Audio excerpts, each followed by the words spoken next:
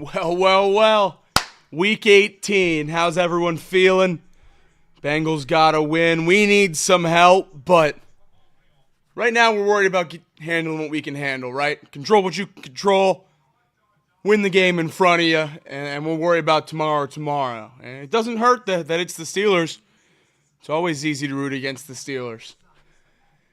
Bad news to start the evening. Chase Brown unable to go after warm-ups. He tried to go, was unable to do so. And worse news as the team took the field before the game. It does not look like Amarius Mims will be starting at right tackle. The Bengals O-line, left tackle Orlando Brown, left guard Cordell Volson, center Ted Karras, right guard Alex Kappa, and at right tackle Cody Ford.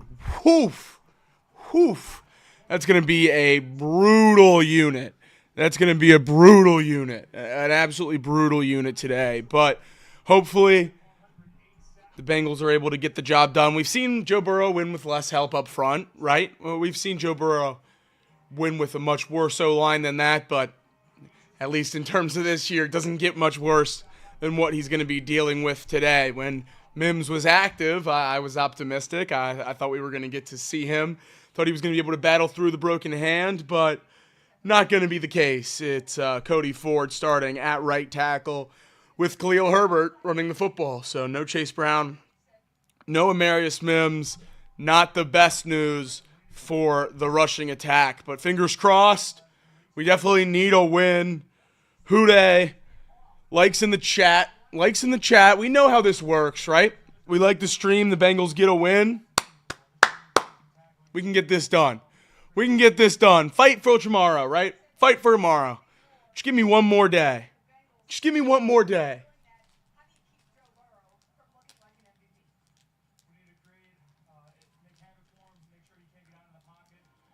TJ Watt pregame interview. Yeah, that's the worry.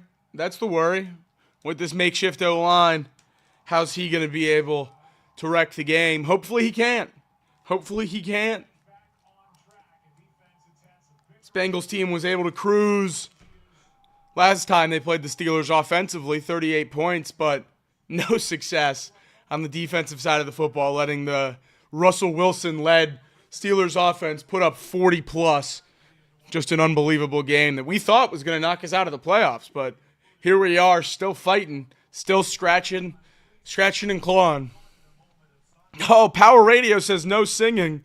Then you'd be rooting for the Bengals not to score a touchdown. I hate to break it to you, but I'm back this week.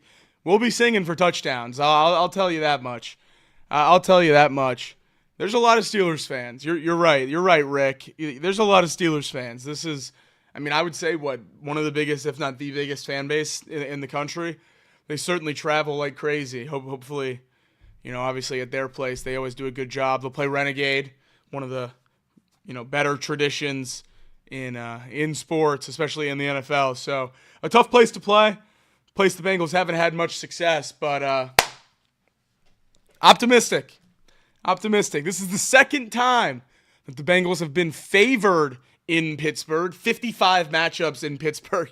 Just the second time that the Bengals have been favored. So that tells you a little bit about how these two organizations stack up next to each other. But FPI does predict the Steelers to win. ESPN Analytics say 53-46, giving the Steelers a slight edge there. But, hopefully they're wrong and Vegas is right, and the Bengals can pull off a win. Like I mentioned earlier, for those of you just joining us, no Chase Brown, and it looks like no Amarius Mims as well. There is no Jermaine Burton because he did not travel with the team. A coach's decision due to some off-the-field issues that we don't know much about, obviously.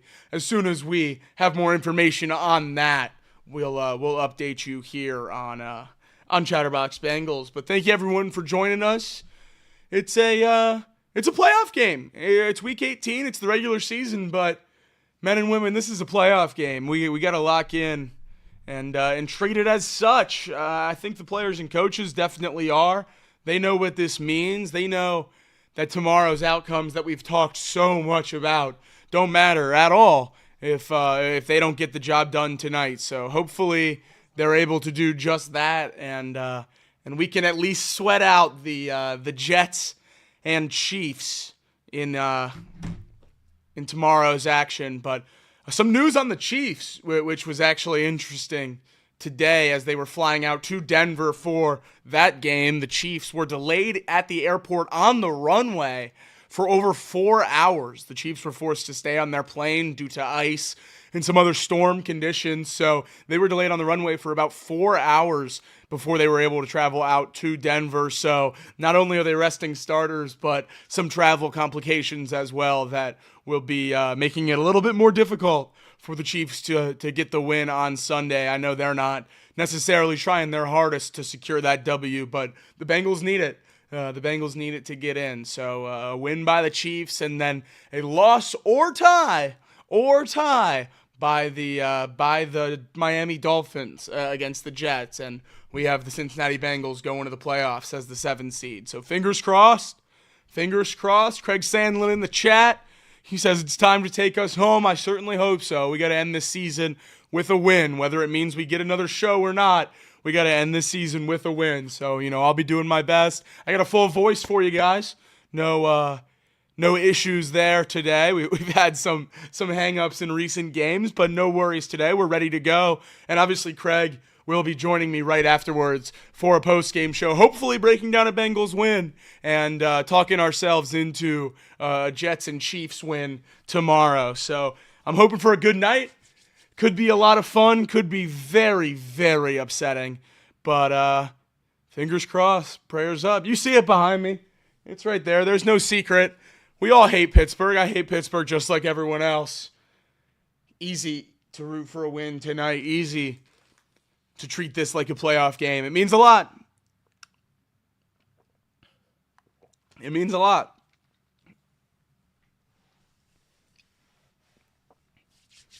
Whew. I'm glad they scheduled this when they did. How do you guys feel about that? Would you rather know?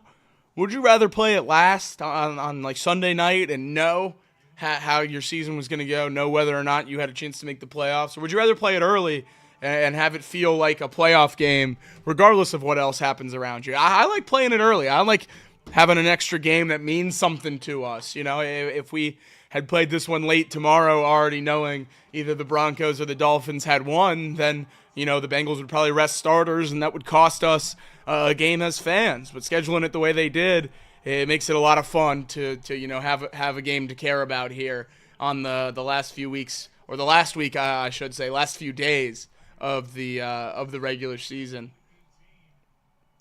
About to get underway in Pittsburgh, Cincinnati against the Steelers. Love having some meaningful football. Love these uniform combinations. Isaiah Williams taking the ball out of the end zone on the return. Jermaine Burton obviously not an impactful player this season in terms of the receiving game, but he had been doing well in the return game over the last couple days, or couple weeks, couple games, I should say. So that's an area to watch this game as it progresses. Obviously, Charlie Jones has been injured for a long time, and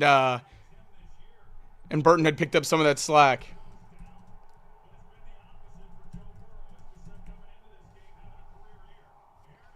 Khalil Herbert on the first carry, starting at running back with Chase Brown out. He's stacked up at the line of scrimmage. That's a shame. It's going to be tough to run the ball today with this O-line and the backup running back who has only been here since the midseason. But we know that's not how the Bengals necessarily win games anyway. You got to have the ball in Joe Burrow's hands. We got to throw to win this game, and that's why, as Sean Connor, loyal listener of the show, was pointing out earlier this week, the weather might affect the Bengals. I'm a big proponent of if the weather costs you a win, then you're a soft team. So I'm hoping Joe Burrow and the Bengals are, more equipped to win in less than ideal conditions. And there we see 2nd and 10. A pass to Gesicki, and he's able to break one tackle and pick up a first down. So there we go. Beautiful to see there. Having Gesicki get in on the action early. He was a big part of the Bengals' attack last time they played the Steelers. 5 catches for over 50 yards in that one for Gesicki. Last week, the Bengals, for the first time in franchise history, had 3 players that had 9 or more catches. One of those players was Gesicki. First and 10 after that play. Burrow fires again. Another quick ball. This one to Higgins. Caught. Maybe a first down based on the spot. No, they're going to mark him just short. But a great catch. Strong hands by T. Higgins to control that one all the way through some hard contact with the ground. Such a strong player. Great hands. Some of the best in the entire league through contact that time. Not a player, the ground, but a great play by T. Higgins. Love having him in Cincinnati. Hopefully not his last game here. There were some interesting reports on that we'll certainly talk about in the postgame show. All signs pointing towards a T. Higgins return. Another quick pass for Burrow, this time down the middle towards Gesicki, moving the ball again across the 40. Gesicki, another player on a one-year deal, going to be a free agent this offseason, and I think he's a pretty big deal to re-sign. We've seen that he's been a more than fine wide receiver 3, third receiving option with T. Higgins and Jamar Chase, and I think tight end's a good spot for the Bengals to attack for that third receiving option with how much money's going to be tied up in those two receivers. So I like bringing Gesicki back. I think he has a lot of good production. That's 2 catches for 30 yards here on the opening drive. The Bengals are moving. A run to Herbert out to nearly the 30, down at about the 28.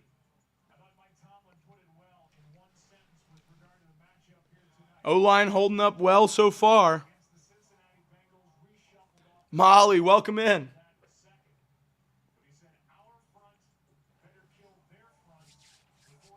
Mike Tomlin said it in the pregame. He said, our front has to beat their front for us to win this game, and we all know that. That's the way the Steelers can win this. They make it dirty in the trenches, and the Bengals can't compete. This one, another handoff to Herbert, a good gain. Going to make it 3rd and about 1, a long one, maybe 1.5.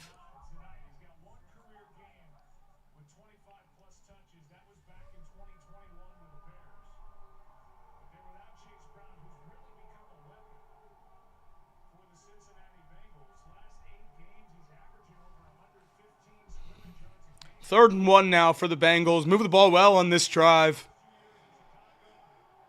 Jamar Chase joins Burrow in the backfield. Khalil Herbert split out at the bottom of your screen. Now Chase motions to the slot at the top of the screen. Burrow looks that way and fires. It's caught.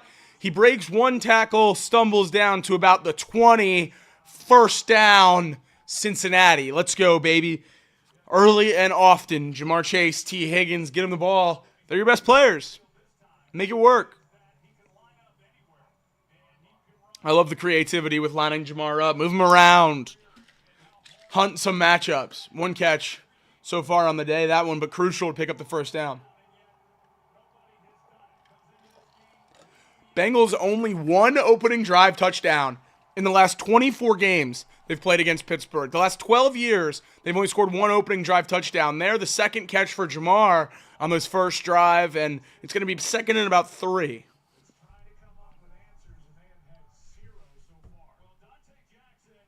Offense looked great, but this wasn't the problem last time. We scored 38 last time and still picked up the loss, so I won't be feeling too confident until we see this defense on the field putting up a little bit of a fight. 5 for 5 to start this one for Joe Burrow, already over 50 yards, 10 yards a pass. Burrow here, boom, Chase, touchdown. That's just too easy. It's just too easy. Jamar hits the stanky leg on that one, and there we go. We're rolling.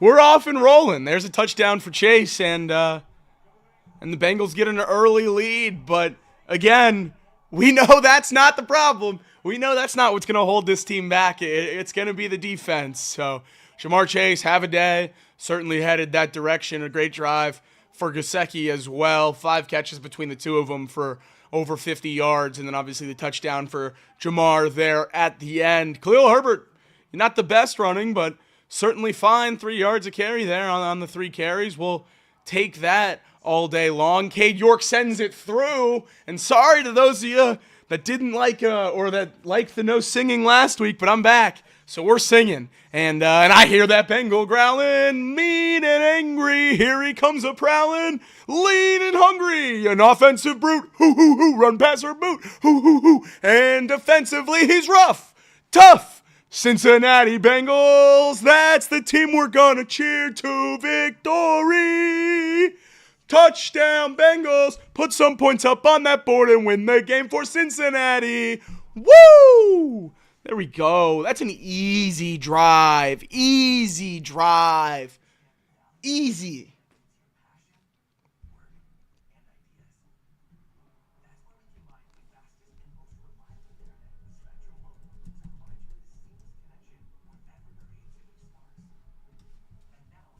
That's beautiful.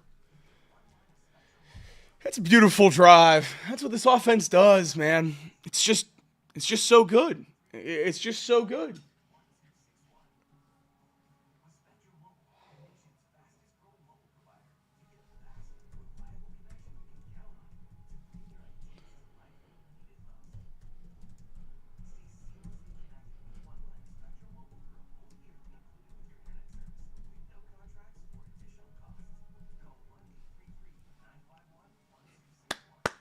Now the defense. Now the defense has to come out and play. Jamar Chase, that's a big drive. That's a big drive for a couple reasons. Let me check in here and just make sure before I speak out of turn, but I'm pretty sure that is Jamar Chase's 17th touchdown of the season. It is. It is Jamar Chase's 17th touchdown of the season, and that means with the 27 yards on that drive, that Jamar is roughly 70 yards from joining the 101 club, one of the coolest clubs in the sport, an elusive club, but 100 yard per game, 1 touchdown per game average. Whoo! Whoo! What a season for Jamar Chase, hopefully able to get those last 70 or so yards and get to that elusive club.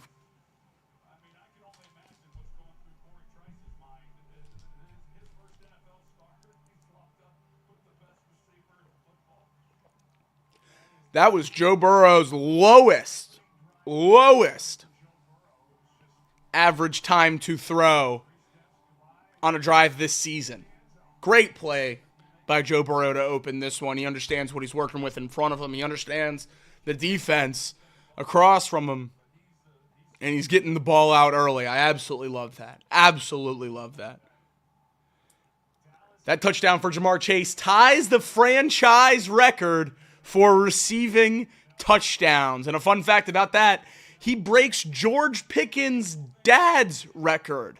The previous record holder for that record was George Pickens' dad, I saw earlier today on Twitter.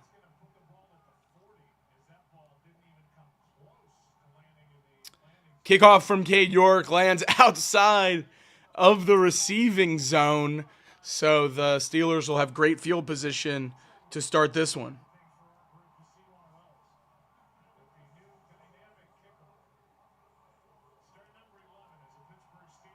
Terrible kickoff. But here we go. Move on. Defense, lock in. We need it. We need it.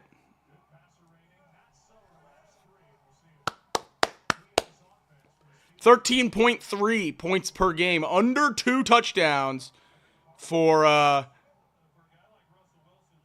Steelers per game in the last 3. So hopefully Bengals defense can keep that up.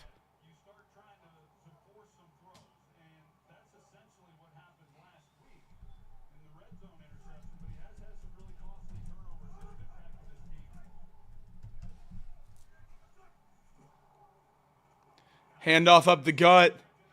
Najee Harris for about 4. Second down now for the Steelers.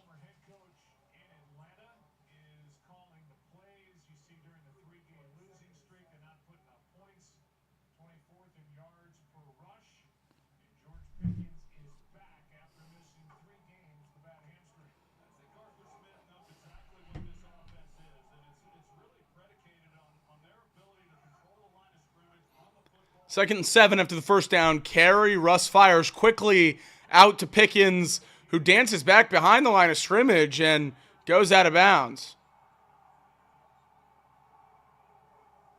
Little pushing and shoving on the sideline, as there usually is with these two teams.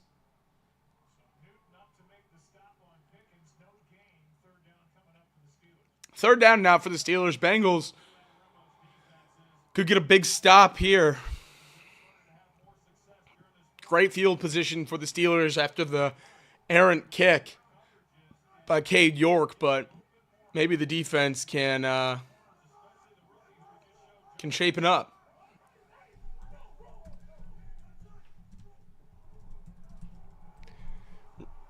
Russ drops back to pass, and he's sacked! Trey Hendrickson! Boom, baby! 3 and out for the Steelers. Trey Hendrickson with the sack, and if memory serves, Myles Garrett did not get a sack earlier today against the Ravens, so that gives Trey Hendrickson the standalone lead, single by himself lead atop the league, 4 sacks. Well on his way to being the NFL leader this year. That would be a really, really cool thing to have in Cincinnati. The punt's away. Isaiah Williams has the return. He's hit hard and goes down awkwardly.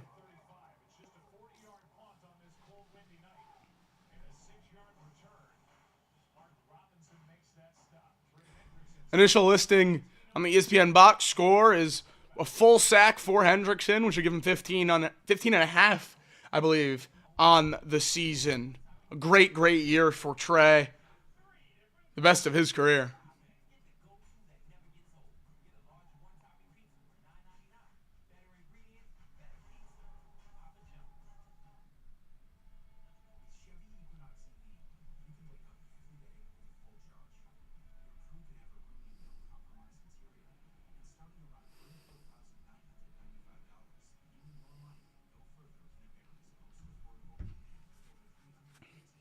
Offense goes down, bang, touchdown, 14-0. There we go. Love it. Great start for the defense. That's not something we saw last time, really at all. So a really good start there by the Cincinnati defense. Hopefully able to keep it up all game, and the Bengals can cruise today.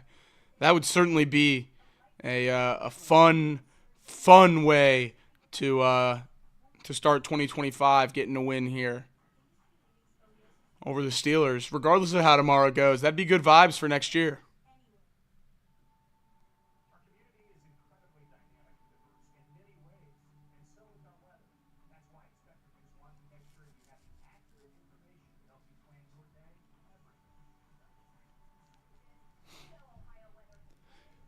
If this defense is playing like that, this game should be relatively easy.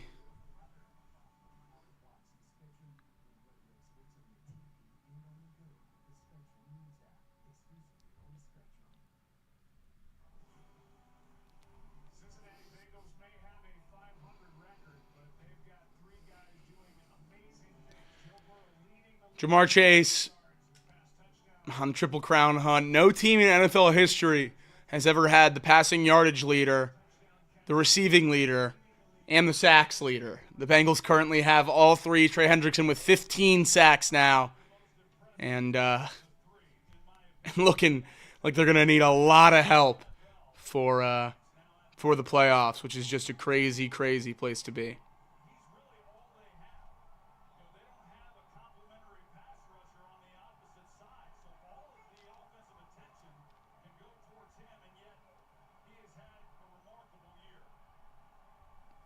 First and 10 for the Bengals.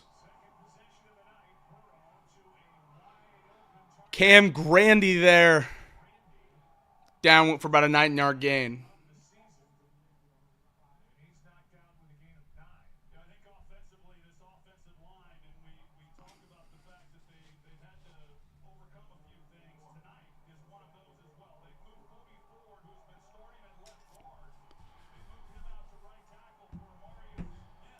Second and 1 now for the Bengals after that first down, 9-yard gain for Grandy.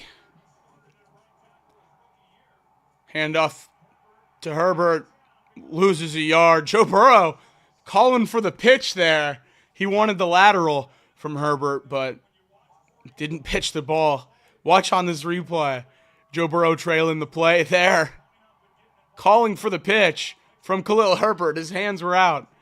But Herbert doesn't make the play.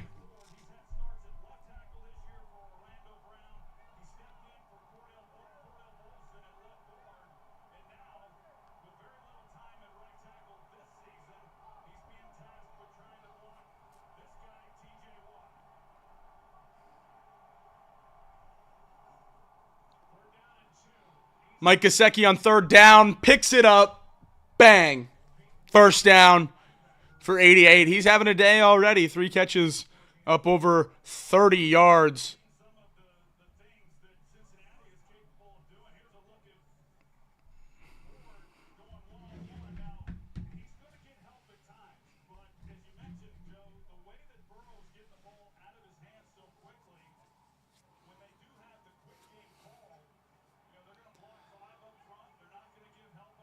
Burrow checking the play at the line here on first down. Shotgun snap. Grandy in motion. Looking deep. Nothing there. Rolls out. Sets his feet and fires. It's T. Higgins. First down. Keep moving those sticks, man. The Bengals working with ease here.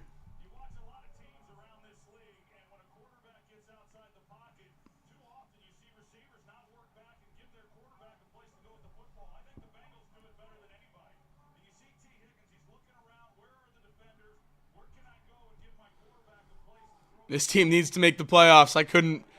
Could not agree more, Rave. Could not agree more.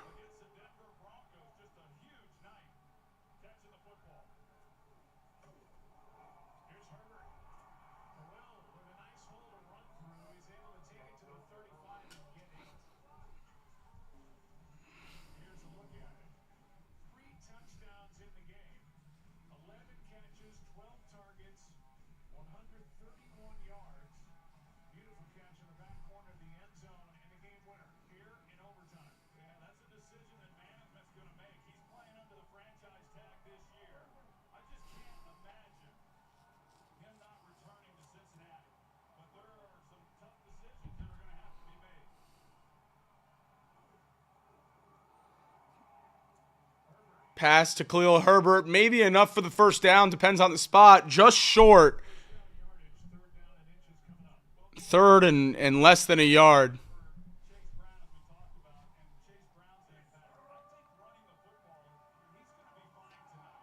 Third and 1. We'll see what the Bengals play call is here.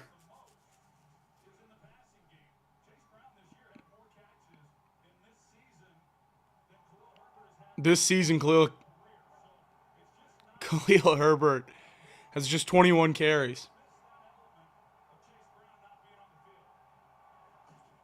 It's a handoff to Herbert. It's a first down inside the 30. Keep moving those sticks.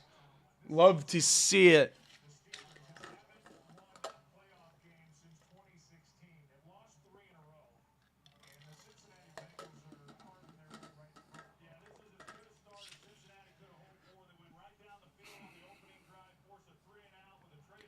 Great start to this game. Got to keep it up here. First and 10 now on the 30.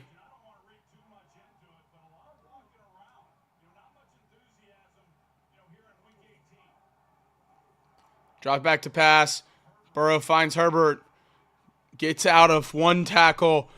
We have a super chat from Darren Wright for 199 pounds. For 199 pounds. Hooday from the UK. We're worldwide today, baby. Love to see that. That's beautiful. Thank you guys for the support. Joe Burrow, 11 for 11, 95 yards, and a touchdown so far today. 2nd and 5 on the Bengals' second drive of the game, trying to take a 2-touchdown lead if they're lucky. T. Higgins in motion. Mike Gesicki gets off the line of scrimmage. Steelers defense gets set. It's a pass out to Gesicki, who gets blown up behind the line of scrimmage. Deshaun Elliott.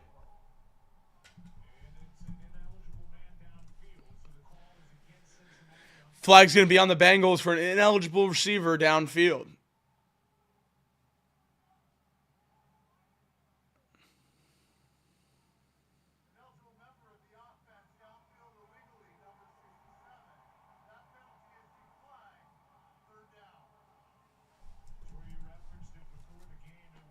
Bolson got downfield on that screen there to Gesicki, but penalty is declined after the short gain. It's going to be 3rd down and 6. There you see Chase Brown out on the field during warm-ups. Just couldn't do what he needed to do to feel comfortable enough to go. So it's Khalil Herbert in the backfield for the Bengals today. 3rd and 6. Burrow in the shotgun. Blitzed heavy. That ball's out. It's a fumble. Herbert recovers. Bengals will maintain possession on 4th down and try to kick the field goal. It's Cade York time. Reports were that Cade York was 100% during warm-ups, hitting kicks as far as 55 yards. So hopefully, we can get a make here. Great awareness by Herbert to fall on that one immediately. Patrick Queen just with the immediate pressure. Cade York now on for the 48-yard try. Snap, hold is good. Kick is good. Bengals up double digits. 10-0 now. The Bengals lead. And, yeah, not exactly what you want there. You obviously want a touchdown, but we'll take it. We'll take a 10-0 lead. Nothing wrong with that. I did bet the Bengals to score a touchdown on that drive. So that is a shame. But we'll take the points. Get the win. That's what matters. Steelers offense coming back out, and we'll need the defense to keep that up. Can the defense keep that up? Get another stop. Maybe the Steelers offense just does nothing today. We win this game 40-7.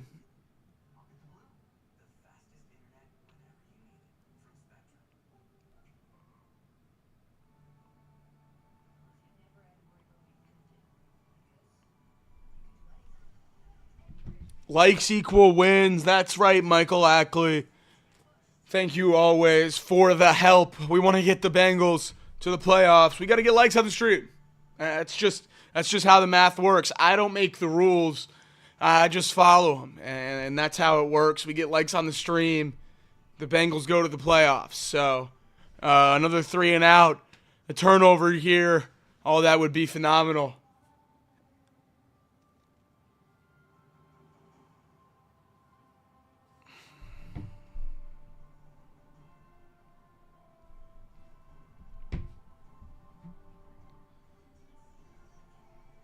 Pickens only 1 catch so far today on that first drive. The only pass by Wilson.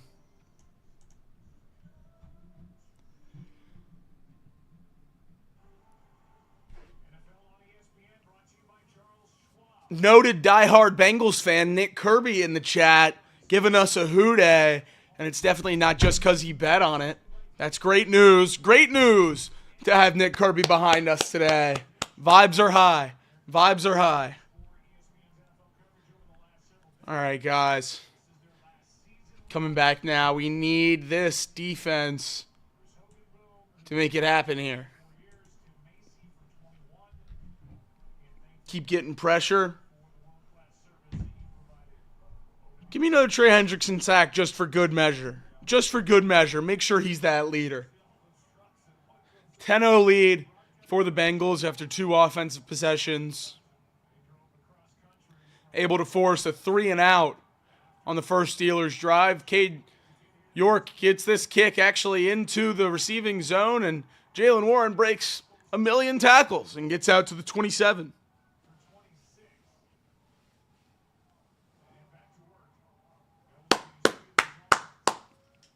-110 yards for the Bengals so far today. -6.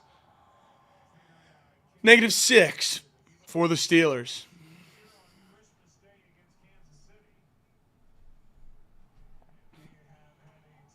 Second worst point differential in the first quarter of any team in the NFL for the Steelers, negative 64. Bengals tacking 10 more onto that today, as of now, with 1:15 left to go in the quarter. First play is a handoff to Najee Harris, who stumbles in the backfield but regains his footing, picks up a first down somehow. First down again for the Steelers after the run by Harris. Trips in the backfield, stumbles through the hole, but somehow puts his hand down, regains his balance, and picks up the first down. Van Jefferson in motion here for the Steelers. Russell Wilson with the check. Pitch to Harris here. Bengals have bodies in the backfield, and they're able to bring him down for about a loss of 1. Beautiful. Shaka Hayward. Shaka Hayward with the tackle.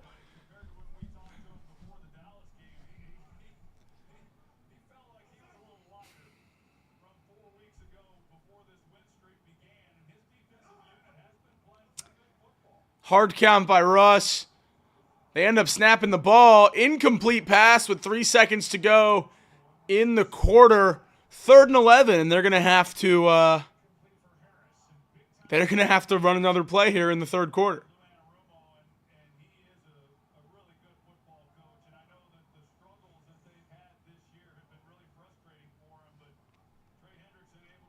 Right at the feet there of Harris.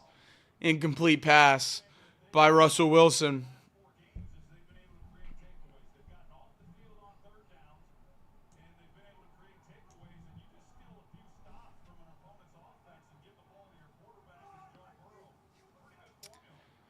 Russ in the shotgun here on 3rd and 11. Drops back. He fires deep. And this one is caught if he got the feet down.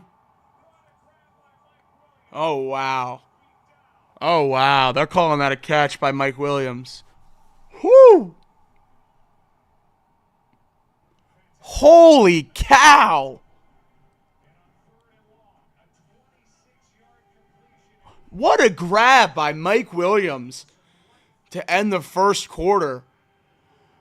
A great quarter by the Bengals, capped off by an amazing catch by Mike Williams down the sideline on a beautiful deep ball by Russ.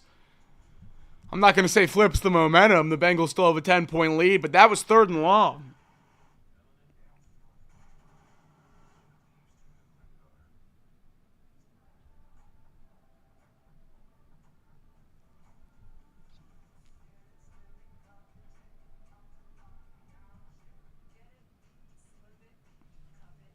That's a crazy catch. That's a crazy catch.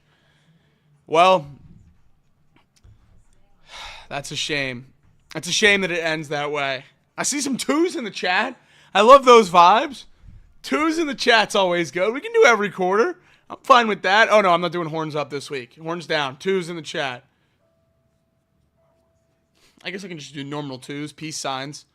Peace signs.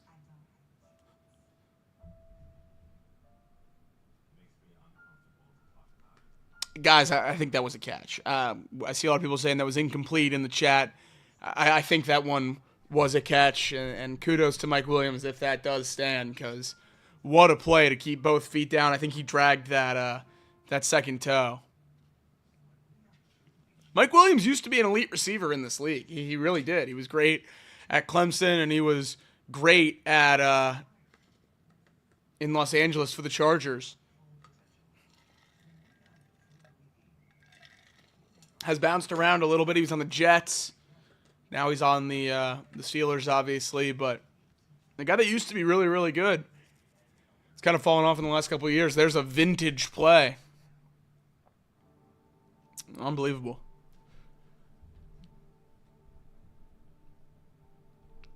One quarter down, though. 1 quarter down. On the way to hopefully a Bengals win, and then we get to sweat out tomorrow. Josh Newton is in good coverage here. That's an unbelievable ball and unbelievable body control by Mike Williams to get both feet down. That's crazy. Nate Johnson says that's Mike Williams' play of the year. Nate, that's Mike Williams' play of the last couple years. That's a really, really good catch. 1st and 10 now to open the second quarter. A little bit different feeling than we were hoping for after 3rd and long closed the first quarter. But the Steelers down in Bengals territory inside the 40. Handoff here. It's Jalen Warren out to about the 35-yard line. Well, that was so needed by this Pittsburgh offense. And, if they had gone out again and then, you're down 10 points, giving the ball back to Cincinnati and try to get something going. And I do know from experience that when you're struggling, 2nd and 6 after that first down carried by Warren. it doesn't take much. A play like that, season what that can do to momentum and gain a little confidence and get something going. But they definitely need to have a good showing here in this game. This time a pitch to Warren. He jumps in the air and planted by McKinley Jackson. Great play by the big nose tackle, 93, tracking down the line and making Jalen Warren pay for leaving the ground. Gets in the air, and McKinley Jackson just absolutely delivers the blow. A great play there, working down the line of scrimmage. That's a tough play for a big guy that size. Beat a running back down the line of scrimmage, gain of just 1 yard. 3rd and 5 now. Bengals got a hold.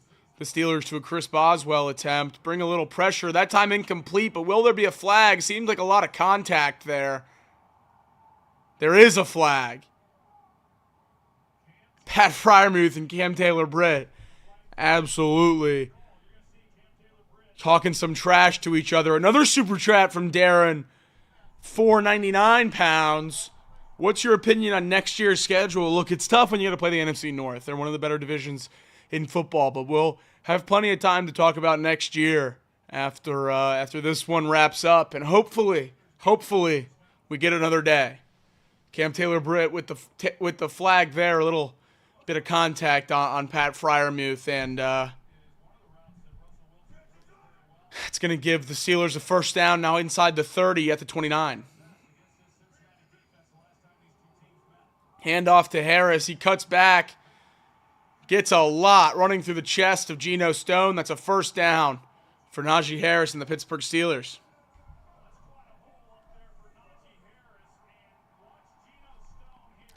Steelers in the red zone now, down to the Bengals' 15-yard line. Nearly the Bengals' 15-yard line.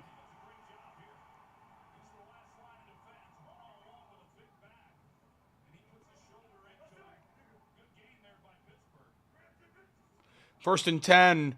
Russ with the handoff again. This time Najee again in the air. These Steelers running backs loving to jump today. That one a pickup of about 3. Now down to the 15-yard line. 2nd and 7. Najee Harris, the only player, I should say, in the NFL with 1,000 yards in each of the last 4 seasons. 1,200 his rookie year and just over 1,000 since then. A consistent player since he came into the league. 68th straight start as well, the longest streak of an active running back in the league. He gets it again. Carries for a 3rd and short. It's going to be 3rd and about 1 after that pickup for 22 on the Steelers.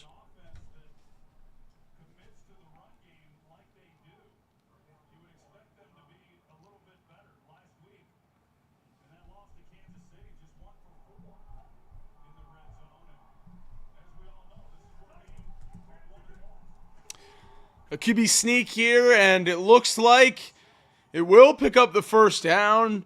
It'll depend on the spot. It's close. The Bengals defense put up a good fight, but they're going to move the sticks. Tough play to stop. It's not just the Eagles. It's a tough play to stop no matter who you're playing.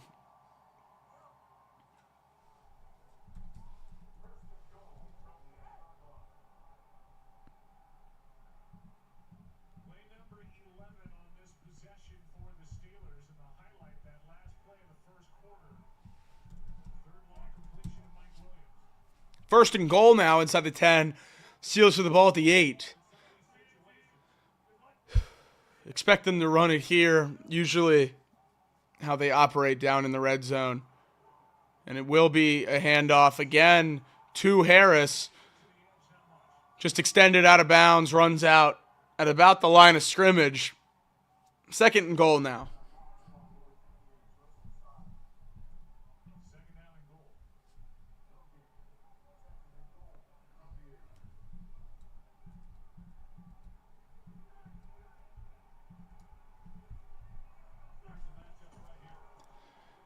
Handoff up the gut. Najee Harris again. They're really riding the running backs this drive. 3rd and goal now. Hopefully the Bengals defense can hold to a field goal. Certainly need it here. Bend, don't break. That's the Lou Anarumo motto. They've been so good at it since he's been here.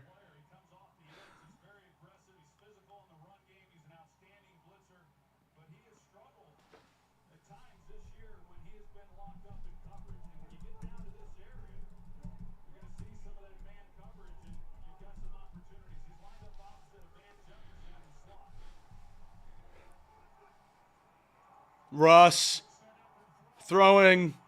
Cam Taylor-Britt in coverage. And there's a flag again. Going for the big tight end, Darnell Washington. Cam doesn't like it. Surprise, surprise. Physical play on the outside gets flagged in the end zone. It's going to be 1st and goal on the 1.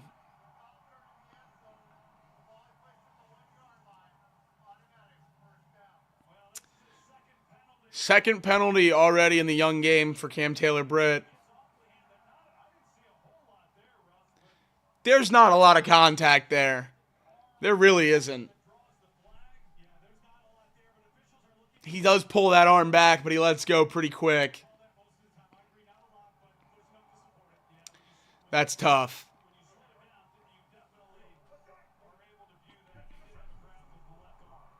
Handoff there to Harris, and it's a touchdown for Pittsburgh. 10-6. Now the score, pending the field goal, or extra point, I should say, to cut it to a field goal.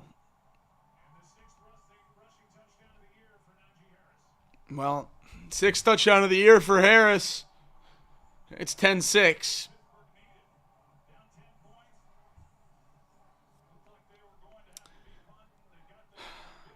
Big play down the sideline to Mike Williams.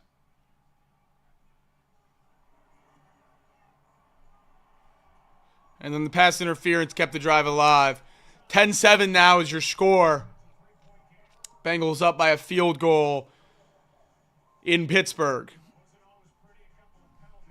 Not the prettiest drive from the defense, but hopefully they can bounce back. Offense coming back out. Have scored on both drives they've had so far. That's certainly a good sign as we go through the rest of this one. They just got to keep going. They just got to keep going.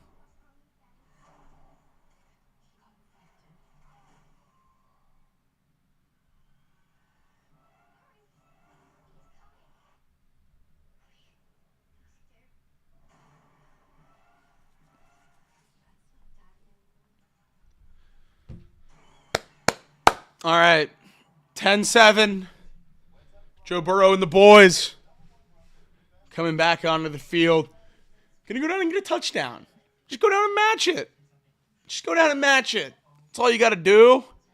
Under 10 minutes to go here in the first half. I'm going to step away momentarily, but I'll be back before the Steelers kick that ball off. Don't go anywhere. We'll be right back.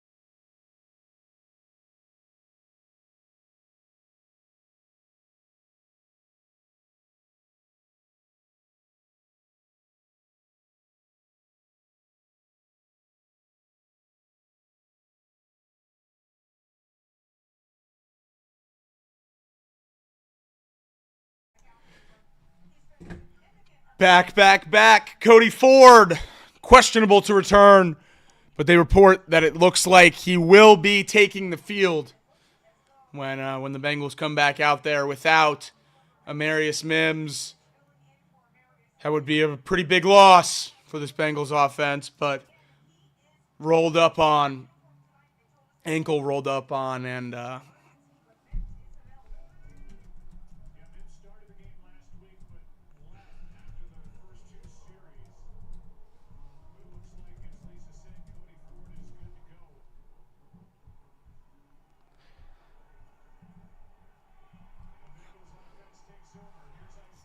returned by Isaiah Williams, out across the 30, 35, across the 40. Good return for Isaiah Williams. Good return for Isaiah Williams, 39 yards. And Cody Ford trotting out onto the field. 410 snaps at left tackle, 141 snaps at left guard, and 20 now today at right tackle. Versatile. He's a valuable piece to this team. He can play 4 of the 5 positions. I'm sure he could play center in a pinch. It's a valuable piece to have as a depth guy. Handoff up the gut. Herbert with a good pickup, but there is a flag on the play.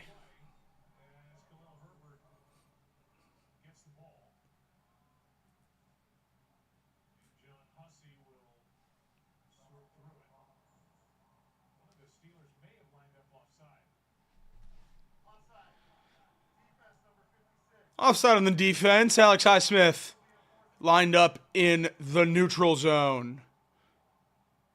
Bengals will get a free 5 yards and have another crack at first down.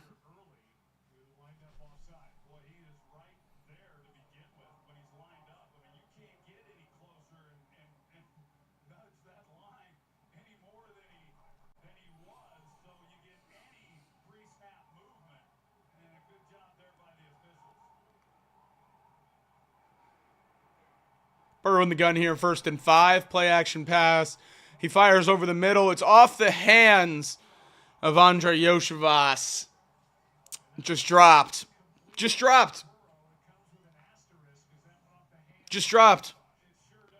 Ruins Burrow's perfect day. Now 12 for 13. Ooh! Had him wide open. Great window. Burrow fits that ball in. A perfect throw. Just right off the hands. I guess it was a little behind him, but definitely should have been caught. Hit Yoshivas right in the hands. Burrow's first incompletion of the night. 12 of 13 now.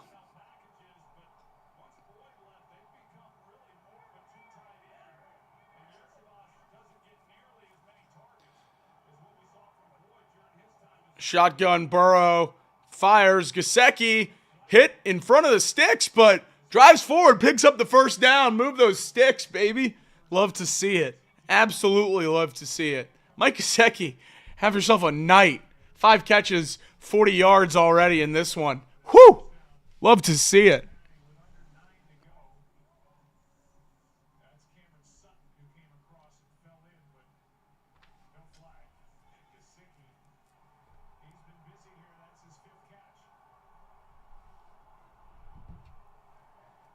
Jamar Chase in motion. Burrow takes the snap. It's a handoff. Herbert for a short gain.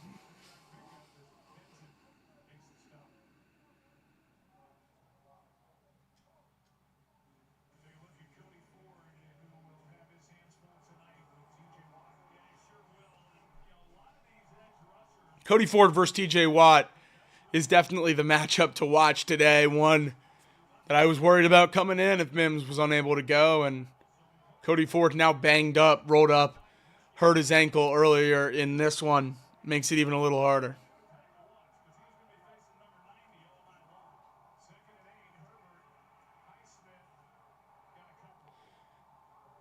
Short pickup on that one. It's 3rd down.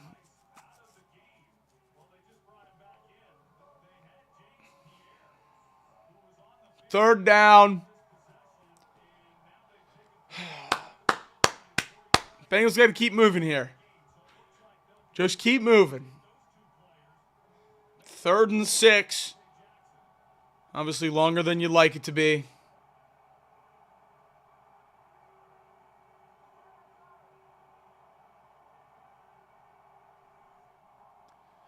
Burrow throwing, fires to Herbert. He's stacked up less than a yard short of the first down. You got to go for this. I love going for this here. 4th down and 1, maybe less than 1. And you're in plus territory. You're on the Pittsburgh 37-yard line. You got to just go for this. Go get a yard. Go get a yard. Just go get a yard. 4th down and 1. 56% on 4th down conversions through week 17 are the Bengals. That's not great, outside the top 20 in the NFL. Play clock down below 5. We're throwing it. That ball's tipped at the line of scrimmage and incomplete. Bengals will turn it over. Look, I go for that. I absolutely go for that. No problem there. And really no problem throwing the ball. I have no problem putting the ball in Joe Burrow's hands to get you a yard when he is, 14 of 15 for over 100 yards and a touchdown already today. So I don't have a huge problem for that, but you absolutely wish you could have had that one. You can't let the Steelers get a lead. You can't really let the Steelers score here. You'd like to get a stop and maintain a lead wire to wire in this one. Just gives you a better level of comfortability.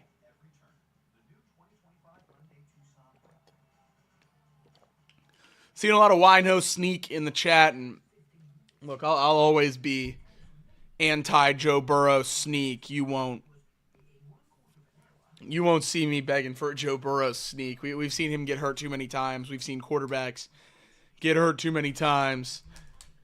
Khalil Herbert's not exactly the best runner either. We've seen that already tonight. So I really don't have a problem throwing that one.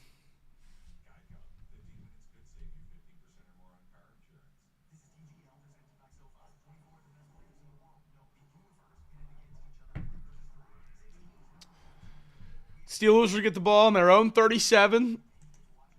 Bengals turn it over on downs, but luckily, I guess you could say, pretty good spot to do it if you're going to have to.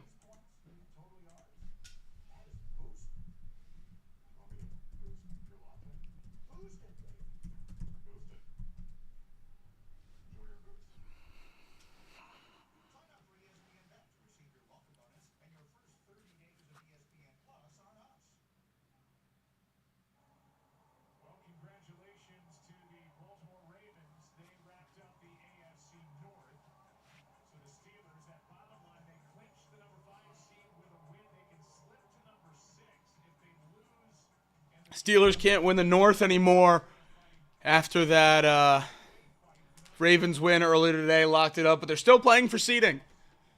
Big difference between the 5 and the 6 seed in the AFC going to Baltimore or to Houston.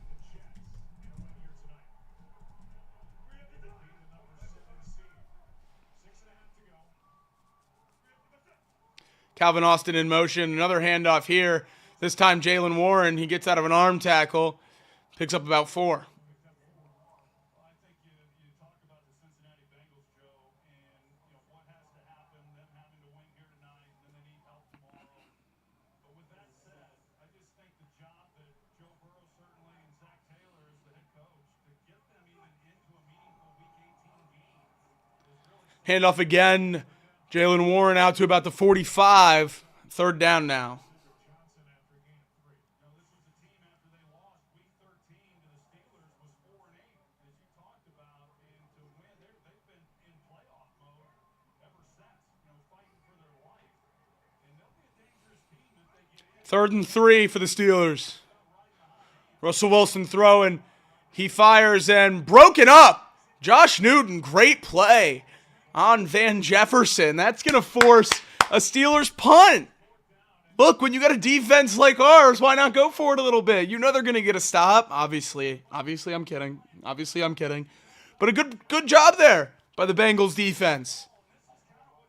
4th down now. Steelers punt it away. Oh, wow. That one goes inside the 10. No, the ref will run a little bit further. Bengals will get it outside the 15. Punter dropped the ball there. Barely got the kick away. Oh, Shaka Hayward, less than inches away from blocking that one. That's a shame. That's a shame. Almost phenomenal. That's an incredible punt. An absolutely incredible punt. But here we go. Bengals get the ball back. We got 5.5 to go here in the half.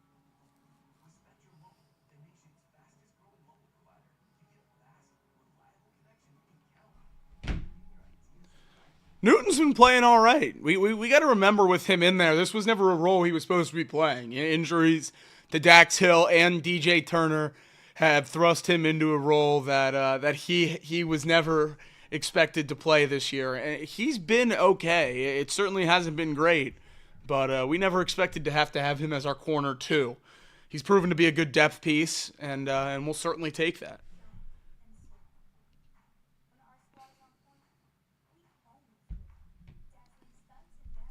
Bengals got to go down and get a score here.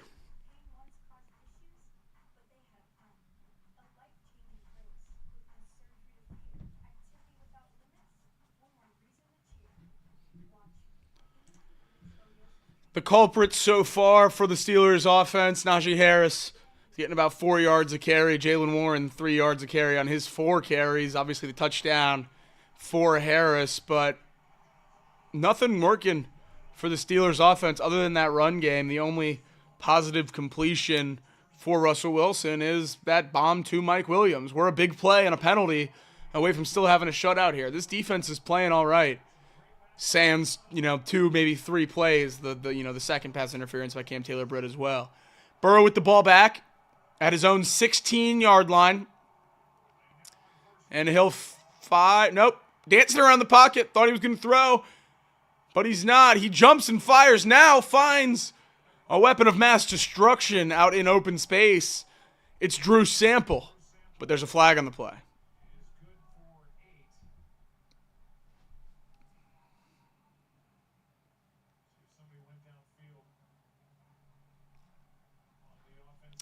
Another ineligible man downfield on the Bengals. Just ridiculous that that's something we are dealing with at this point.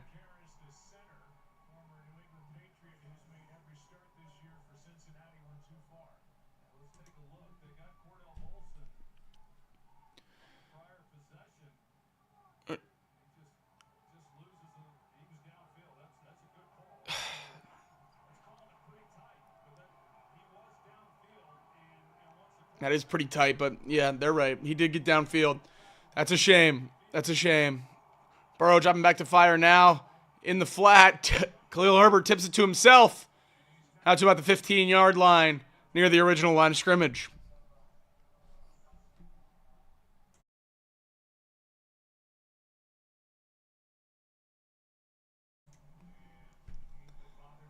Cody Ford going through it.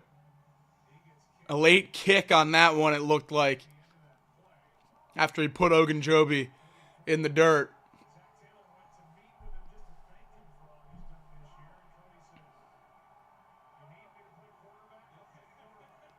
Second and 11 now for the Bengals. Burrow's throwing.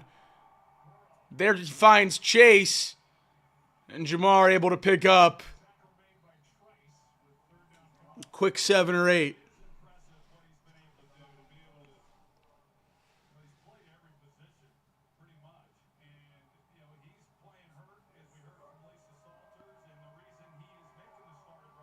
3rd and 3 for the Bengals.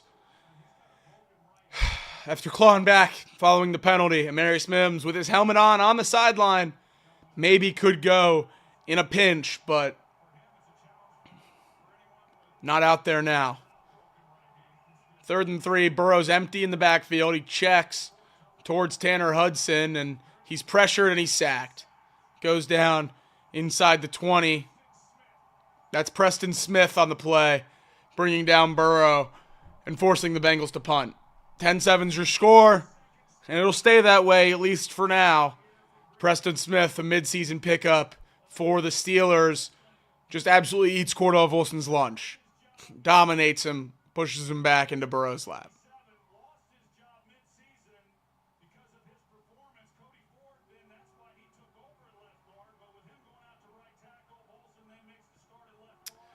Ryan Reek out a punt. He boots it deep.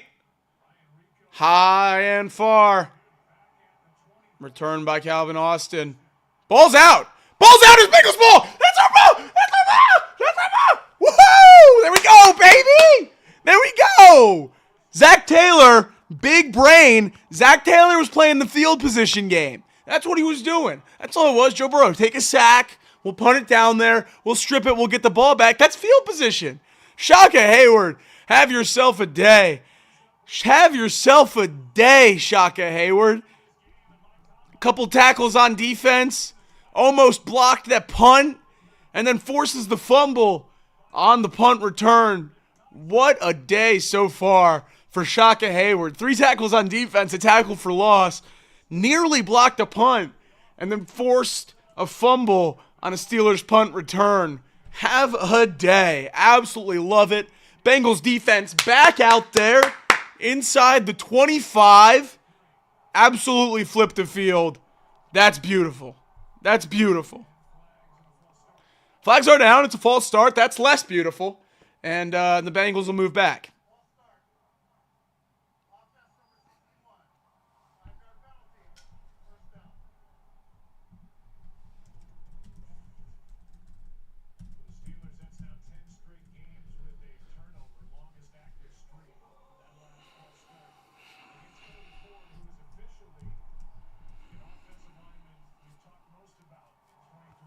Tenth straight game for Pittsburgh with a turnover. That's an unbelievable stat.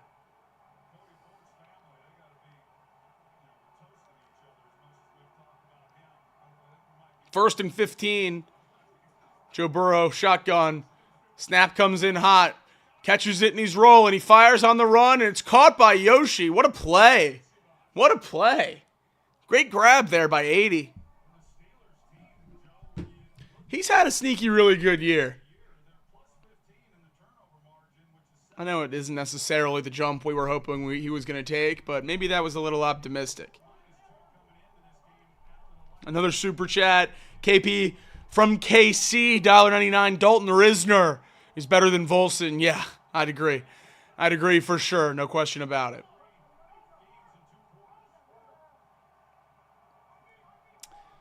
Bengals could take it to the 2-minute warning without another snap. We'll see if they do so. Play clock down, and that's what they will do. It's the 2-minute warning. It's the 2-minute warning in the first half. Bengals up 10-7 and have the ball back after a fumble by the Steelers on their punt return. Love it. Love it. Love it.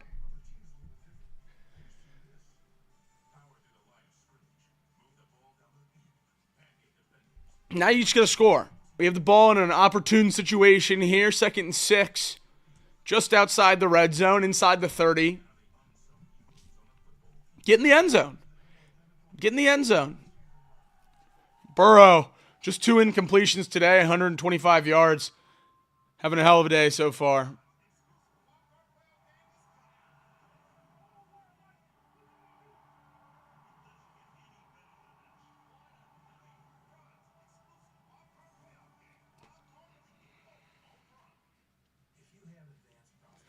We got to get points here, and you know how we get points. You guys know how we get points. You guys know how you get points. But if it's your first rodeo, Bengals win, if we like the stream. We got to like the stream. Everyone like the stream, and the Bengals are going to get a win here. That's how it works. We know how it operates, and we got people that want a song. Look at that. Look at that. You get to hear these beautiful pipes go to work just one time, and everyone changes their tune. Everyone changes their tune. Before the game, it was, oh, no, please don't sing, please don't sing. You hear my beautiful range and my voice, and now we want songs. Let's go. Bengals touchdown to end the half would certainly be beautiful. Maverick, always fighting for the cause. Like and share the stream. Get your friends in here. Thank you, Maverick. I appreciate it. The more the merrier always. The more the merrier always. Thank you to everyone who spent the season with me, with us. Myself, Elliot Rearing, Reed Mouse, obviously Craig Sandlin. It's been a fun time. Hopefully we can extend it at least by a day. Give us something to root for tomorrow. Give us something to root for tomorrow. Bengals up 10-7 with 2 minutes to go here in the first half.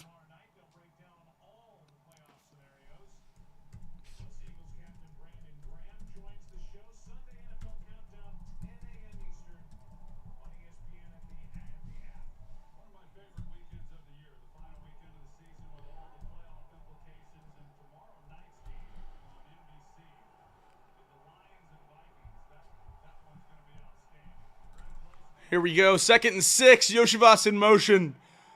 Burrow takes it in the shotgun. He fires to the flat. It's Drew Sample. Drew Sample's a problem in open space. That time, unable to get to said open space. So, chop down at the line of scrimmage. 3rd and 6 for the Bengals.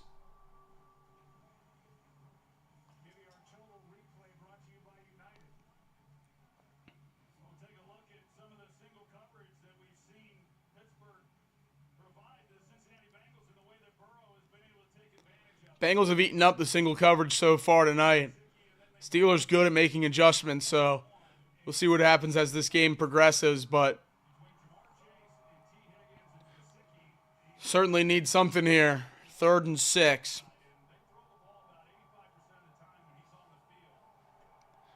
Third and 6.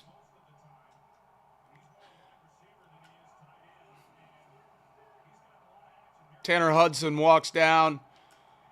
Offset off the hip of Orlando Brown. Jamar Chase at the bottom of your screen. T. Higgins and Yoshivas at the top. Burrow pressured. That ball's out.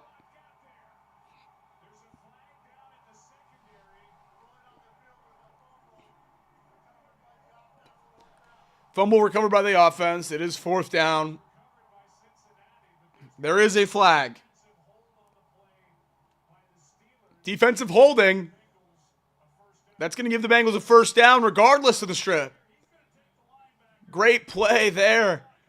Downfield by, I'm not sure who it was that got held. It was Jamar Chase.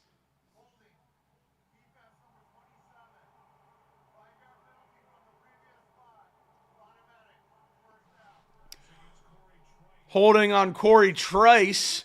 Lined up across from Jamar Chase. Look, I can't blame him. I really can't blame him.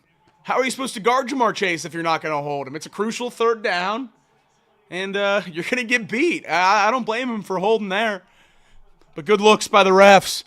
Finally having a call go the Bengals' way this season. And 1st and 10 for Joe Burrow and company. It's going to be a handoff up the gut. Herbert gets about 5.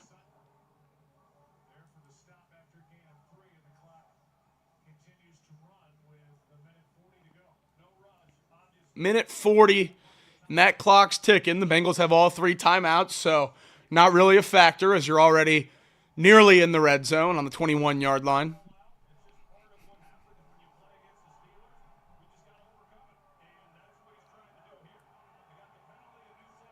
Mike Gesicki motions across here.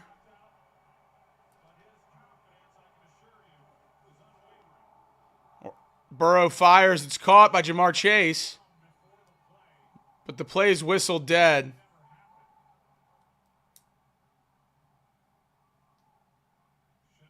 Jamar Chase and Corey Trice pushing and shoving. That time Orlando Brown jumped off sides.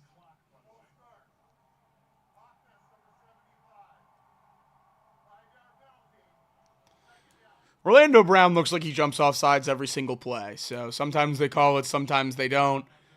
That one very, very close. And they happen to throw the flag. Jamar Chase and Trice are really getting into it downfield. Maybe something to watch as this progresses. Orlando Brown playing on the broken leg, the broken right fibula.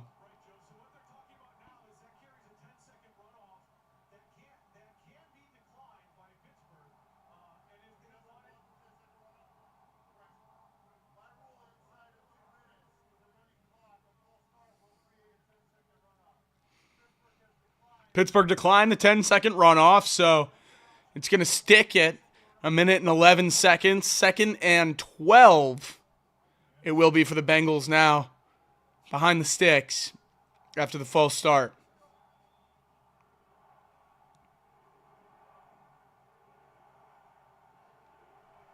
Herbert in the backfield with Burrow. It's 2nd and 12 now. That ball is on the Pittsburgh 26-yard line. Fired, and that ball's picked.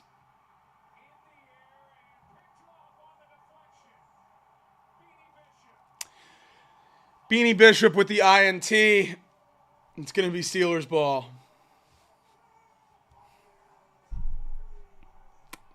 9th pick on the year for Joe Burrow. And the Steelers will take over with 1 minute to go in this first half.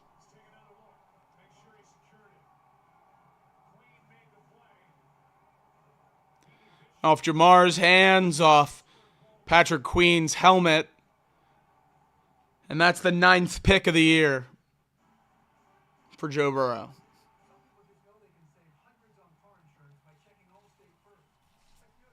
Unlucky. Unlucky.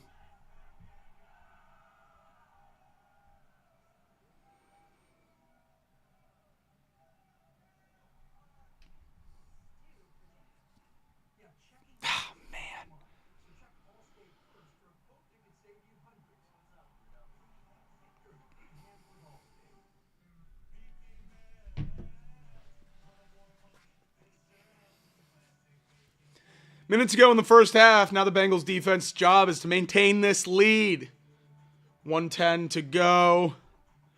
Maybe if we use timeouts efficiently and can get a 3 and out here, we can get the ball back and maybe put some points of our own up. But as it stands, 10-7, and the priority is going to half with a lead. Bengals got the ball to start the game, so as we often talk about on this stream, Steelers have a 2-for-1 chance. We know how important that's been for the Bengals in games past to score before the half and then get the ball right back to start the third quarter and go down and score again. And the Steelers, with 1:10 to go in the second quarter and set to receive, I should say, the second half kickoff, we're certainly in that 2-for-1 danger zone. We're going to need the Bengals defense to step up. But as I mentioned, the Steelers haven't been able to get much going. They really haven't. They have 25 passing yards, and that came on one 25-yard passing play to Mike Williams. And then the run game has been a little bit more successful, 3.5 yards per carry, but under 100 total yards as a team. And the Bengals defense has had, one big play that got behind him, and then the penalty in the end zone that gave the Steelers the ball at the 1 allows them to score the touchdown. But it really has been a pretty good game for this Bengals defense, and hopefully they can get another stop here with 1:10 left. Russell Wilson's throwing on first down. That ball's tipped up in the air. Oh, incomplete. Incomplete. Oh, I thought we could have had that.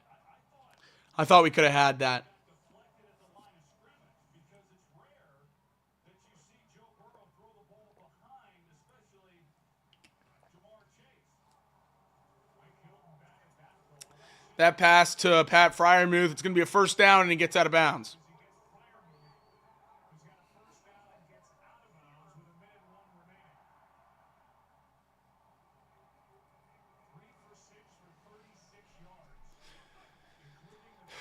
Here we go. Russ throwing again. Forced out of the pocket. He's rolling. Trey Hendrickson chasing him down. He fires.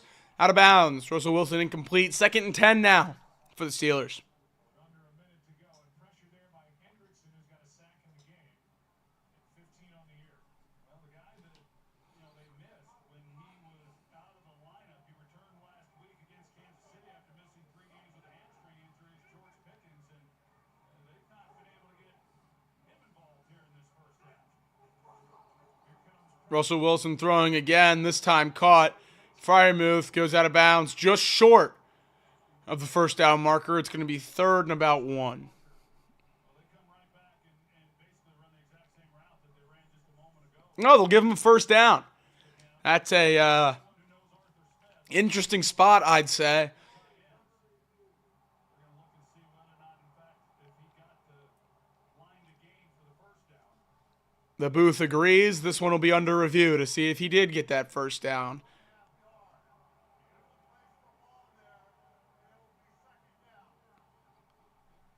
It will be 2nd down for the Steelers. After review, Freiermuth was short of the first down when he went out of bounds. 49 seconds left here in the first half.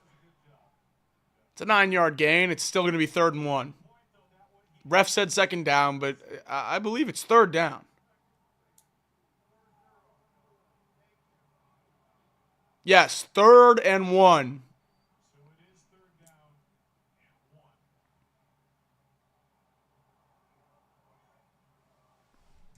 You said a half yard, but it's a full yard short of a first down. 2 timeouts remaining for the Steelers. And Russell Wilson, This run up the gut going to be a first down. timeout.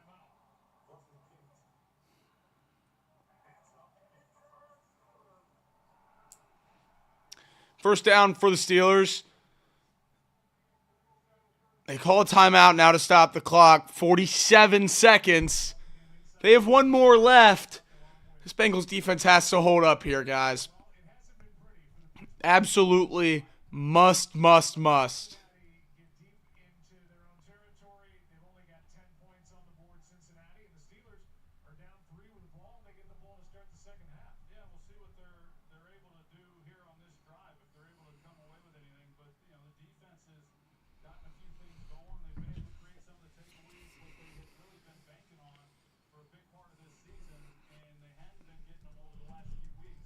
They come up big down here and slow down Joe Burrow, but we'll see what they're able to do. I do sense that they're starting to get a little bit of a rhythm going for them.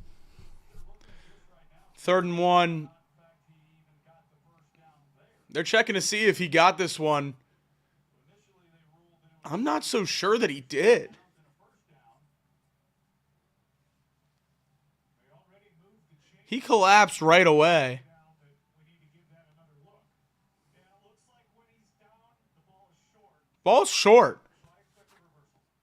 And if it is, it'll be 4th down. 4th down? 4th down?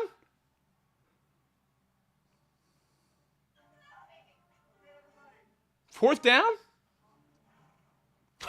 Hold on, guys. Is he supposed to maybe pump this ball away with 47 seconds left?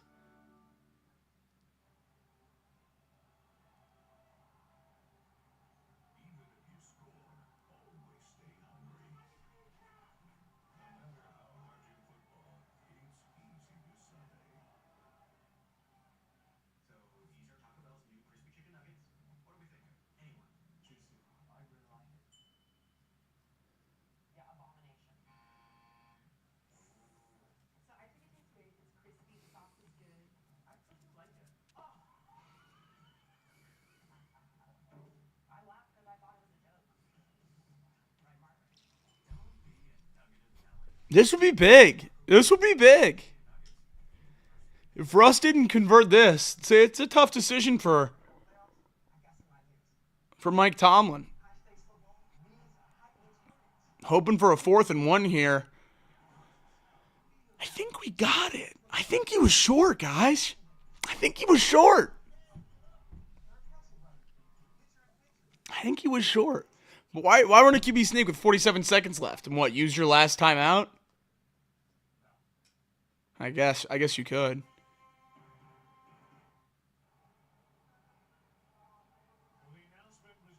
4th and 1. We're overturned. Russ didn't get it. Good play by ADG to stack that one up. 4th down for the Steelers now.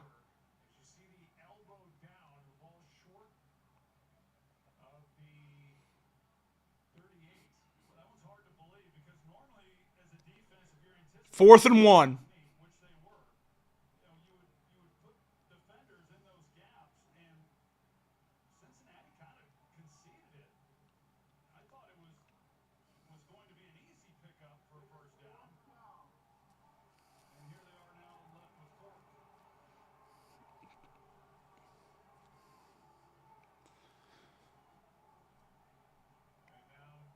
Mike Tomlin asking for his timeout back.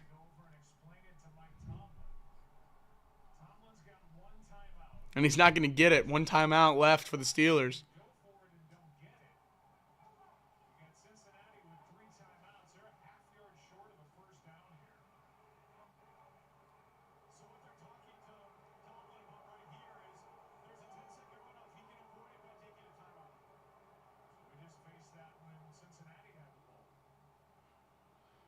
Some confusion here about the timeout and clock situation.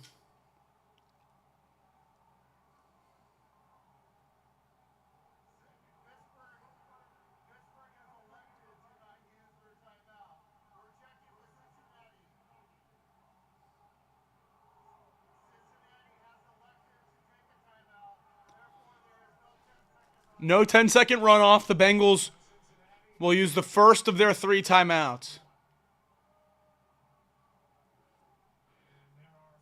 The Steelers have 2 timeouts, not the 1. Because of the review and the reversal, they get their timeout back, and now the Bengals have to call one.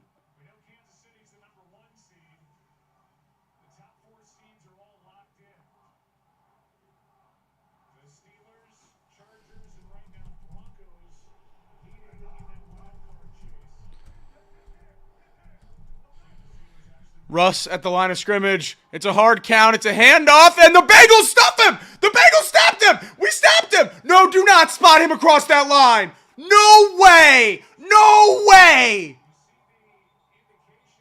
There's no way.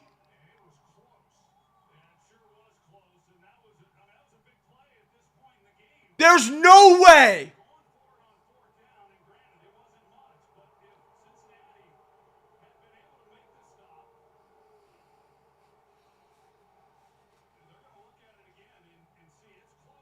There's no way. Oh, they reversed it! Let's go! Let's go! He was short! Our ball! 49 seconds left, 2 timeouts. Let's go score a touchdown. Come on! That's huge! Come on, defense!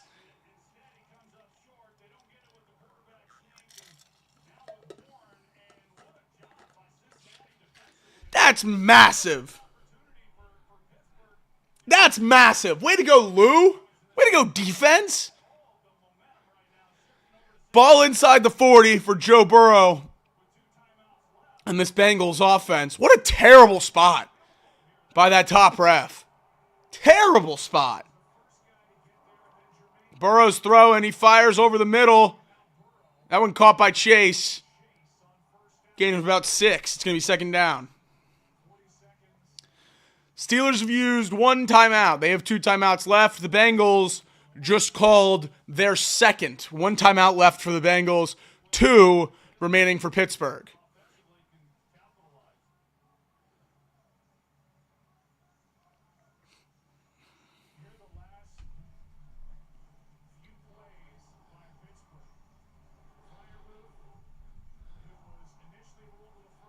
What a play. What a play, Bengals defense. That's big time. That's big time.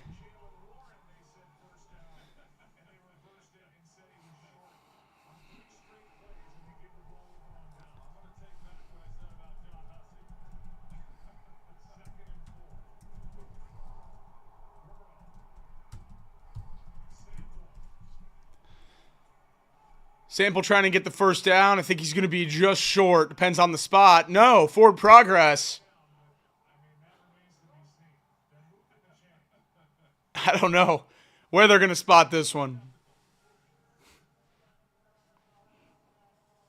timeout taken by Cincinnati, their final timeout, as Drew Sample was hit short of the first down and then fought his way to the line of game and then called it a first down for Cincinnati. Pending a review. We're going to review this one too. It was really tight again, but with the line of game being at the 27 and a half, there's really no good place for them to put it. I don't think we'll get a review here. First down, no review. Thank gosh. Let's just play football. Down, 31 seconds left, no timeouts, leading by 3. 31 seconds to go in this one. Bengals up 3. Burrow having a day so far.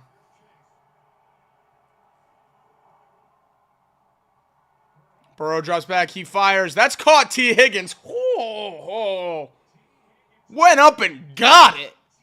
Whoo! 9-2-5. You'll love to see it. Hopefully a lot more of it to come over the years. What an unbelievable play. What an unbelievable play, T. Higgins. Man! His hands, his catch radius, unbelievable. Caught all 3 of his targets so far for 38 yards. Let's go right back to him. Let's get him in the end zone. Let's get him in the end zone. Jamar Chase in motion. Burrow drops back. He fires quick. It's to Herbert. It's incomplete.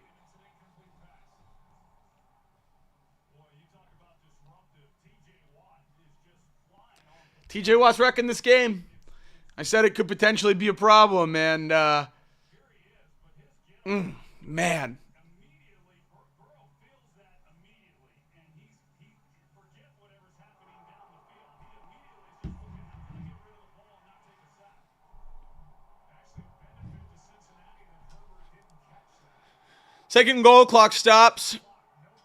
No timeouts for the Bengals, so lucky Herbert dropped that one. 23 seconds to go, play clock ticking down. Burrow's going to fire. That ball's batted down. It's going to be 3rd and goal with 19 seconds to go. That's his 7th batted pass of the season, which gives him the most in the league now, 2 tonight. He knows he can't get there because Burrow's getting the ball out so quickly, and he just gets his hands up, makes a heck of a play. Now, there's probably people wondering how come they're not helping over on the right-hand side with T.J. Watt. Joe Burrow is one of those quarterbacks. He likes 5 eligibles into the route. 3rd and goal. 3rd and goal.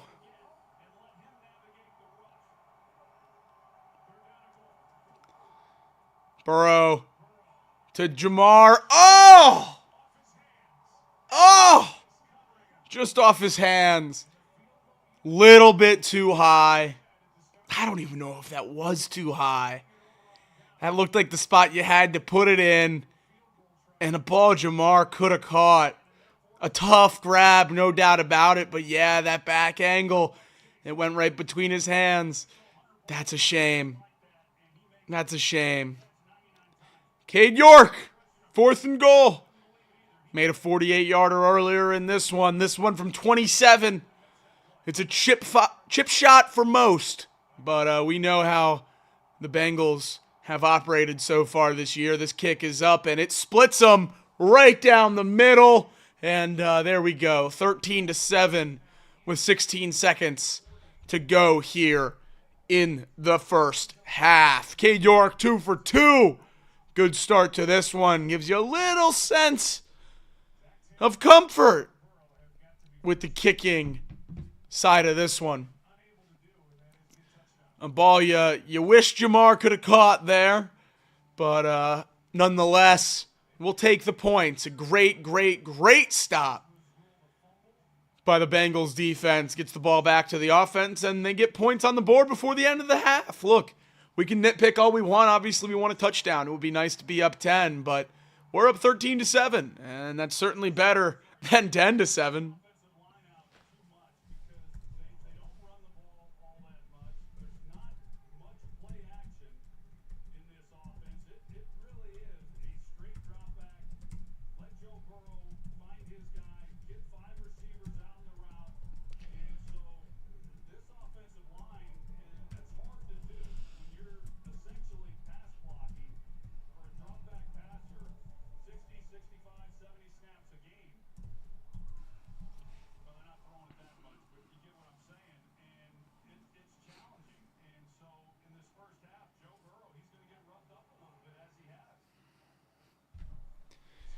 Kickoff in the end zone, 16 seconds left. is coming up. This is next week. And we don't know any of the matchups or what network will provide you those matchups. Or we do know that we'll be on the air on Monday night, January 13th, 8 p.m. Eastern on ESPN and ABC with a wild card game. We just don't know where.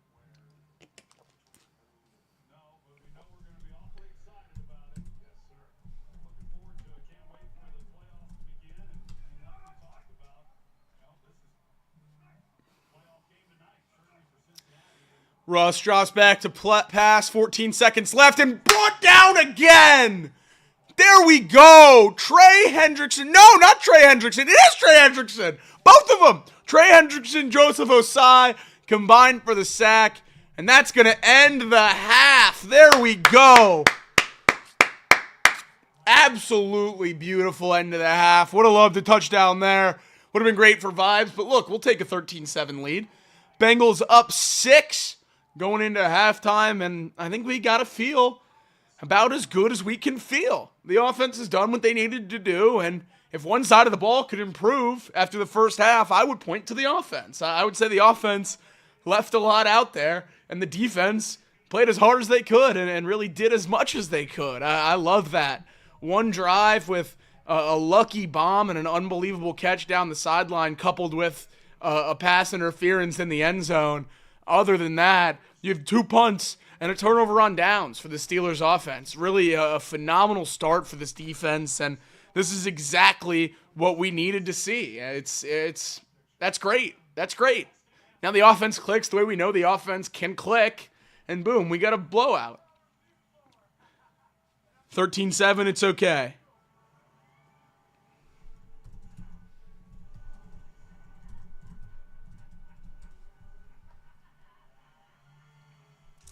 That's beautiful. Question of the day in the chat from Jade. She's asking all the right questions. Will we adjust? We know Tomlin and the Steelers will. That's right. That's absolutely right. That's the question. First half, dare I say it? Can I say it? Zach Taylor outcoached Mike Tomlin in the first half of that game. So hopefully, we can make adjustments and keep that trend rolling into the second half. Mouse Cop, good to see you. Good to see you, Mouse Cop.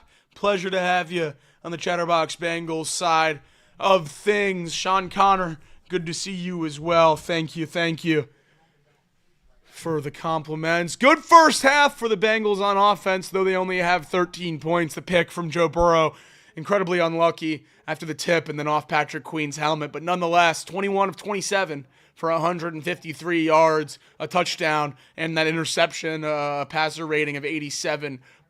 Jamar Chase, 5 catches for 41 yards and a touchdown. T. Higgins, 3 for 38. No touchdowns yet for him. And Mike Gesicki, 5 for 38 as well. 20 of those came on the first drive of the game. Really a good showing for the big 3, if you will, in the Cincinnati passing attack. And that's, if you remember on Off the Bench, that's what I said was going to be a key to this game. You got to operate through those big 3. You got to operate through Joe Burrow. And that's exactly what the Bengals have done so far. The one thing I will say, if you didn't love Chase Brown before, you better love him now. I think this has been a really good game for Chase Brown. Maybe the biggest winner of the day so far is Chase Brown, because there's a lot of conversation that his season is a result of any running back can do it in the Bengals offense. Well, now we're seeing Khalil Herbert can't. Nowhere near the explosion of Chase Brown, nowhere near the power nor the speed of the young Bengals running back that's out with an injury. So if the Bengals can hold on tonight and can get the help they need tomorrow, that's going to be one that we're watching intently as we get ready for the playoffs. Chase Brown, such a crucial piece to this team and one of few bright spots outside of the superstars this year. Chase Brown has been phenomenal, and the Bengals have their running back of the future. They absolutely do, and that's been a huge win so far this year. On the Pittsburgh side of things, 2 catches for 20 yards, both on that last drive, that turnover on downs drive for the Steelers. Pat Freiermuth with 2 catches for 20 yards. And Mike Williams, the 1 deep ball for 25, the biggest play of the game for the Steelers, and the run game's been pretty effective. Najee Harris, 4 yards a carry. Jalen Warren, 2.5, and then obviously the touchdown for Najee. But this defense is playing really well. This defense is playing really, really well, and that's something earlier this year we thought we'd never say, but now here we are saying it for what is the 5th week in a row, 2 of those 5 against playoff opponents so far. So really good showing in the first half. Got to keep it up. Got to keep it up. I see everyone in the chat saying we're nowhere yet, and you're telling me. I know. I've watched all these games. I've watched most of them with you guys, and we lose in dramatic fashion plenty of times. So I'm not getting too far ahead of myself, but everything we wanted to see in that first half, we absolutely got. Shaka Hayward, the player of the half, if you will. Comfortable saying that. 4 tackles leads the team. A tackle for loss. This close to blocking a punt and then forcing the fumble on the Steelers' punt return. A great, great game so far for Shaka Hayward. We're at halftime in Pittsburgh. The Bengals are up 6, 13-7. We have something to play for. That's absolutely right. Not only are we talking about the playoffs, but we're talking about culture. We're talking about vibes and getting above 500, finishing this season on a 5-game win streak. That means something as we move into the 2025 season. This season obviously didn't start the way we wanted it to, but having some momentum, having the guys go out as winners, finishing this season above 500, that means a lot. It really does, and I know it can hurt draft position and everything like that, but having one more day of belief in the 2024 Bengals is really all I'm rooting for right now. And obviously we need a win for all those crazy outcomes that we need tomorrow to come true. We need the Jets and we need the Broncos. But first and foremost, the Bengals have to hold on. It is halftime in Pittsburgh. The Bengals lead 13-7.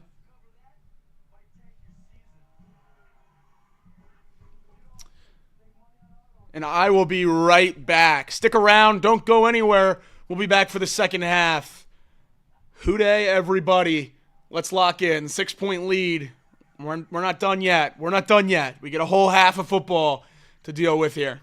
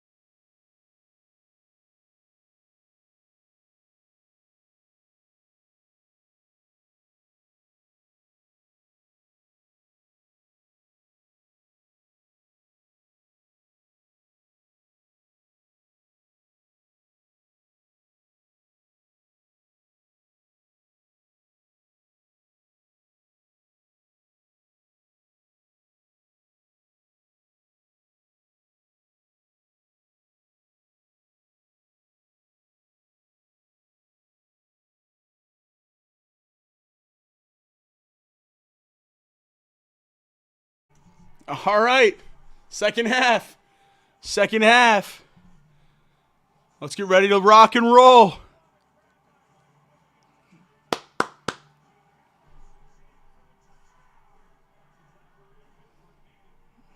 That moved.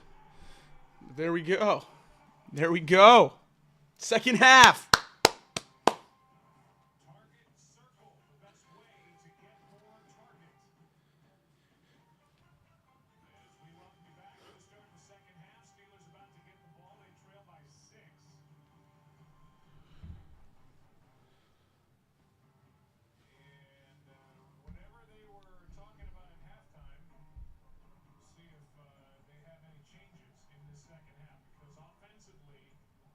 Pittsburgh didn't do really anything. Russell Wilson, 4 for 8, 45 yards, 25 of them.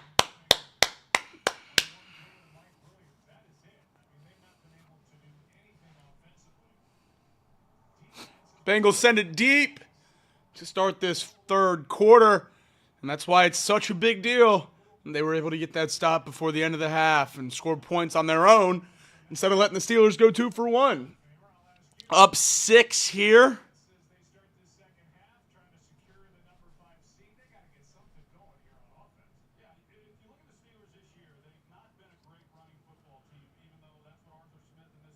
Got to get it done. Got to get it done. We've talked so much about the outcomes of tomorrow's games. It'd be a shame if we don't even get there. It's a good start. It's a good start. 1st and 10 for the Steelers. Russell Wilson checks at the line. Pitch to Najee Harris. Brought down by Jermaine Pratt. What a play. Jermaine Pratt to bring him down on that one in the backfield. A loss of 4 by the Steelers running back. What a great play by the much maligned Bengals linebacker. A lot of people not a big Jermaine Pratt fans this year, me included. But great play there.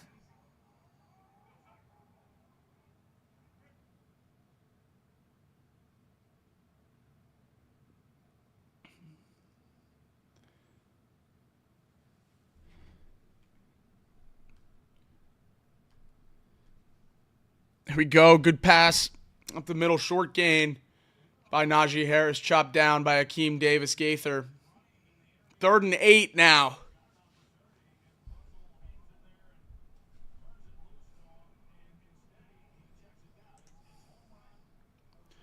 Forcing Russ to live in checkdown land is all right. 3rd and 8 now. Russ to fire. Incomplete towards Calvin Austin. 3 and out.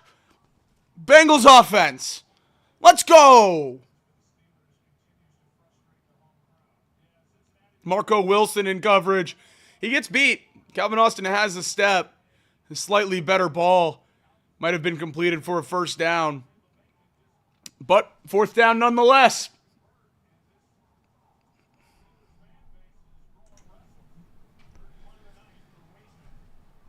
Isaiah Wilson takes the return. Splits a couple men. Gets up to about the 35-yard line before he's brought down. Now with 13:24 to go in this third quarter, Joe Burrow's going to be back on the field. 21 of 27 passing so far tonight with 153 passing yards, 1 touchdown, and 1 interception.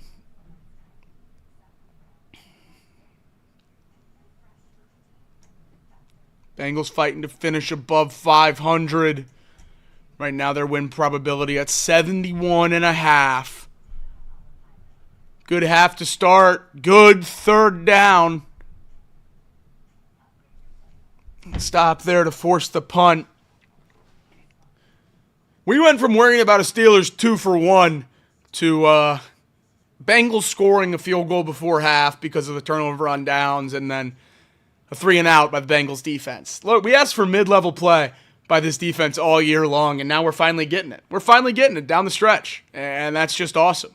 That's just absolutely awesome to have because we know what this team can do with just a middle-of-the-road defense. We saw them make a conference championship and a Super Bowl.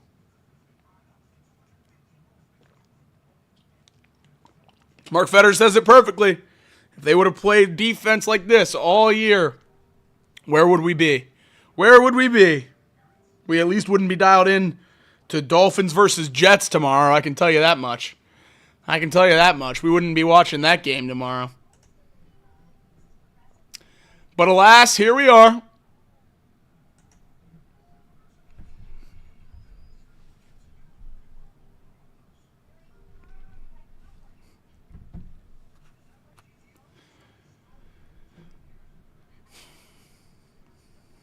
Bengals have the ball on their own 36 now.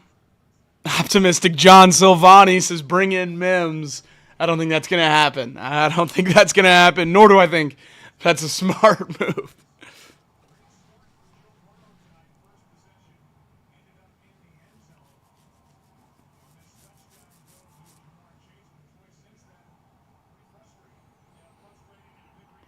Burrow getting clobbered on some of these sacks, some of these throws, and then the unlucky interception off a couple deflections.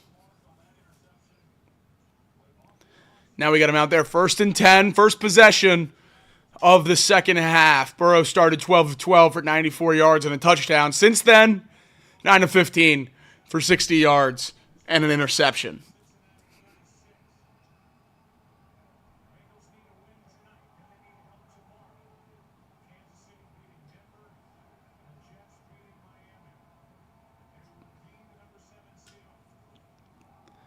Play action on this one. Burrow fires over the middle. It's caught. T. Higgins out across midfield. First down, Bengals. Move those sticks.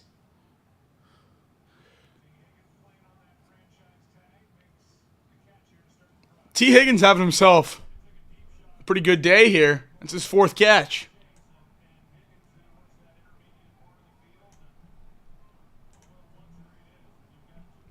Four catches for 53 yards now for T. Higgins. This another carry for Khalil Herbert, his 10th of the game. 3 yards a carry now on the day, out for 30 yards. 2nd and 7 for the Bengals.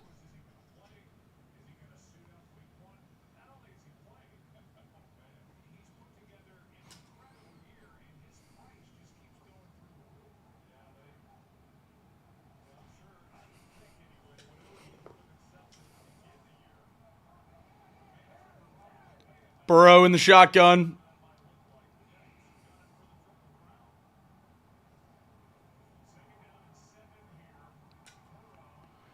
Caught by Gesicki. First down for the Bengals.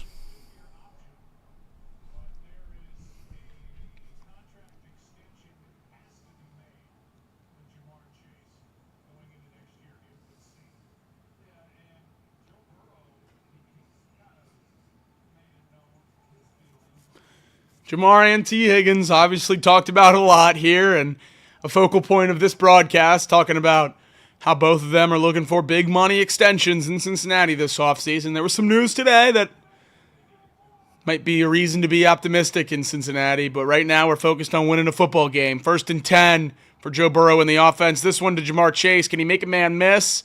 Brought down after the catch, a gain of about 7 yards.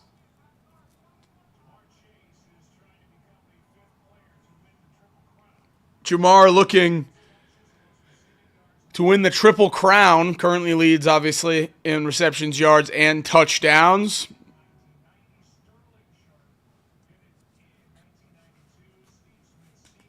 They're trying to hurt Jamar. I think you guys might be right.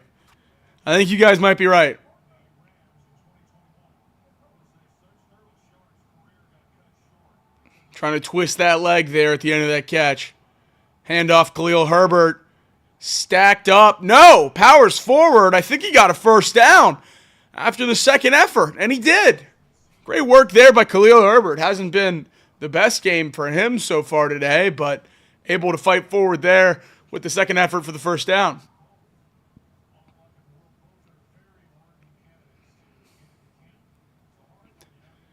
Craig Sandlin with the 101 Club update. We're 40 yards away from Jamar Chase getting to 1,700 yards. 40 more yards.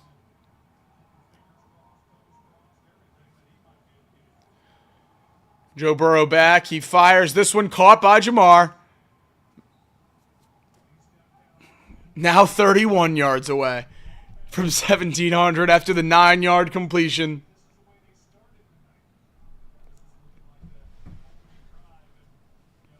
Surgical. Bengals moving the ball with relative ease. Absolutely love it.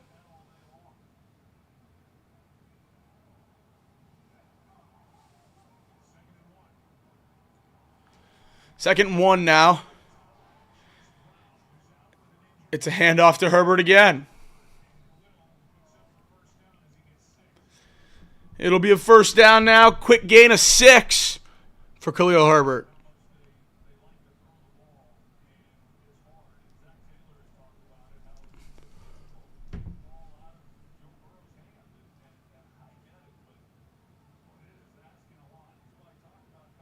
First and 10.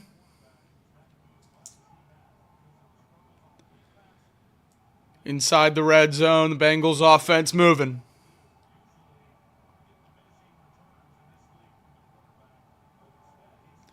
Shotgun pass, quick to Drew Sample. Unable to make a man miss. Gets down to about the 10.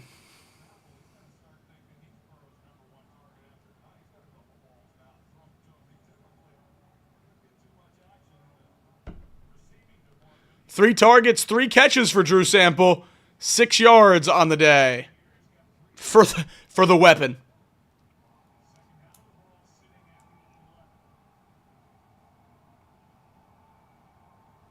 Second and 8. Burrow hasn't thrown an incompletion yet this drive.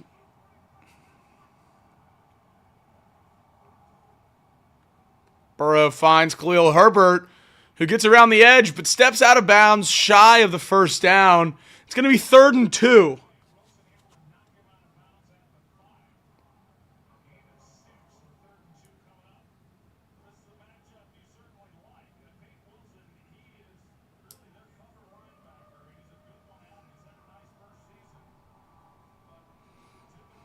Third and 2 for this Bengals offense down deep in Pittsburgh territory. Need 6 here. Need 6 here.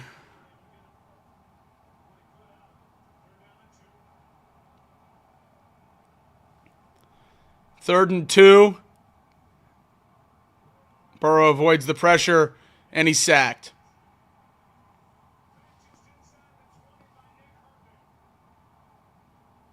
And Burrow's down.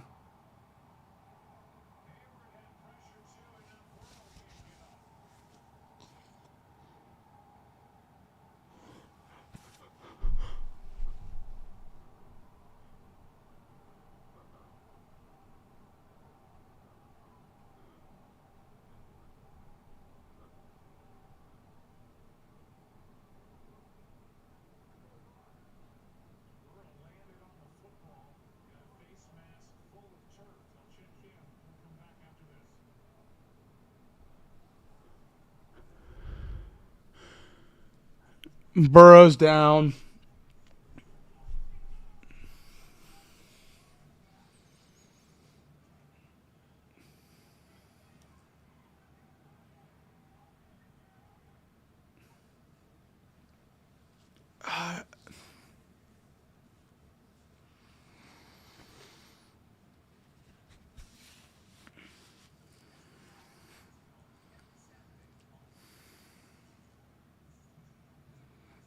I don't know how that's not roughing, first off.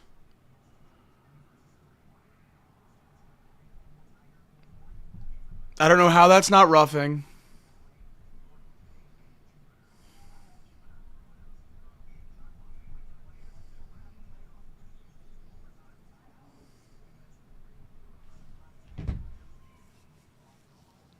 How's that? I mean,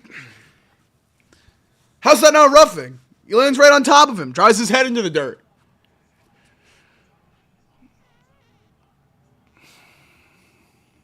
The one thing that couldn't happen is he couldn't get hurt.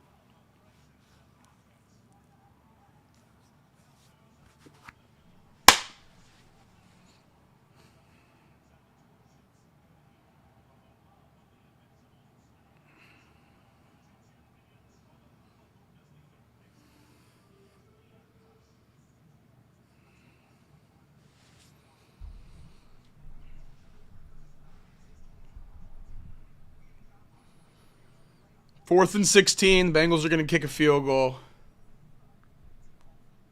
And then we'll just hold our breath until the offense comes out again.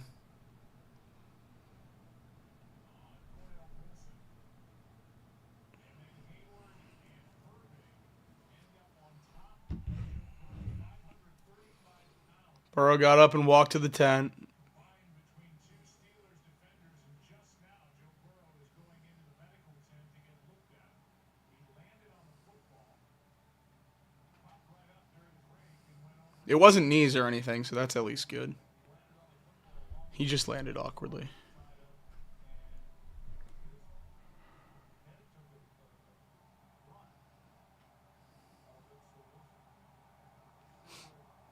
35-yard field goal for Cade York.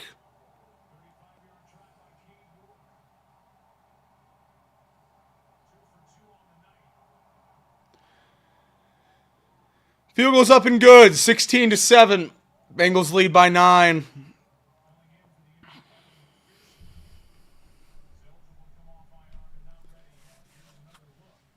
How is that not a penalty, guys? How is that not roughing the passer? The rule is body weight. And that was 2 bodies weighted on him. Full body weight.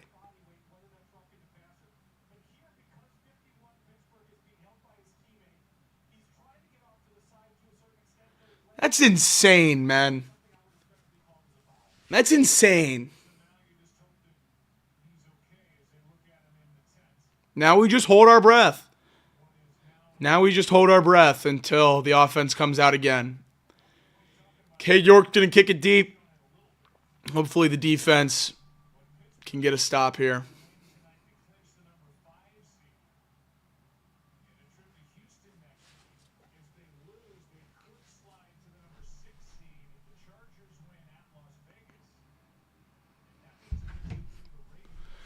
Death taxes and rules analysts explaining away bad calls. –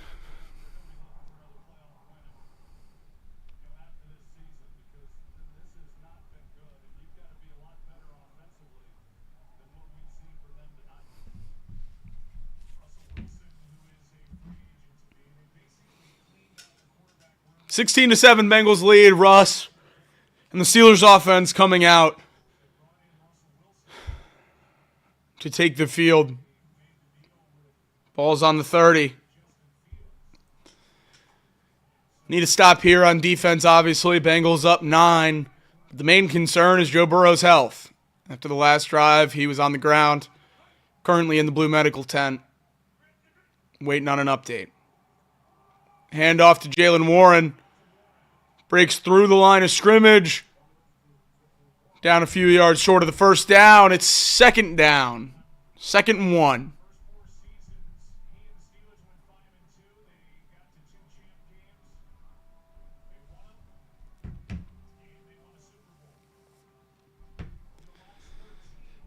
He's going to be all right because I don't know what I would do if he wasn't.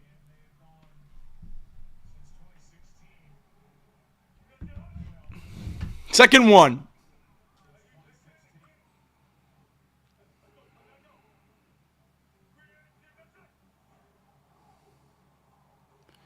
Handoff to Najee. He gets the first down and a few more. It's going to be a quick 3-yard gain. Just enough for the first. Out to the Pittsburgh 42.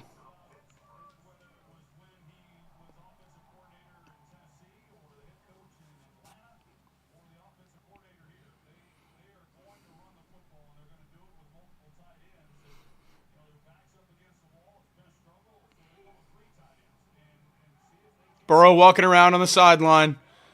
Hopefully a good sign there. Pitch play here to Najee Harris. He tries to cut back. Bengals defense does a good job.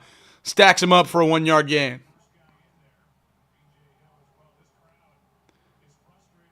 Burrow on the sideline looking at the tablet. Just told Jake Browning to put his jacket back on. Hallelujah. Hallelujah. Looks like he's okay.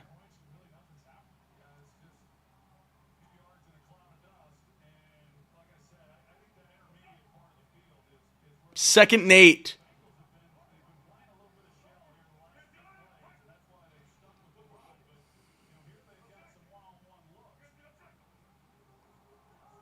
Russ drops back to pass. He's pressured, forced to run, fires that one well out of bounds over the heads of the Bengals bench. 3rd and 8, and there's some boos coming down at old Heinz Field, Acrisure Stadium.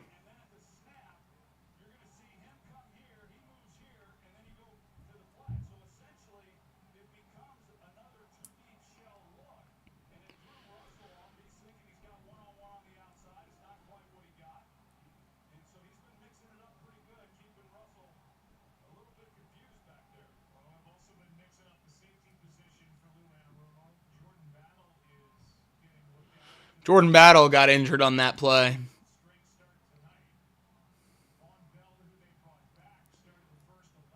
Von Bell will be back in there. Take over for Jordan Battle.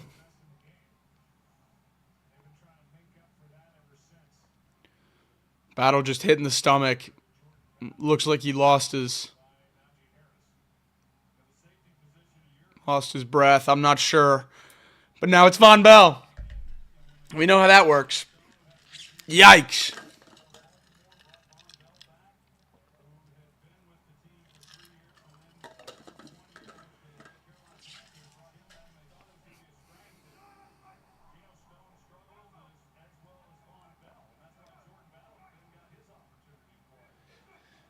Russell Wilson passing on 3rd and 8. He fires deep. Caught by George Pickens. Incomplete! No, he dropped it!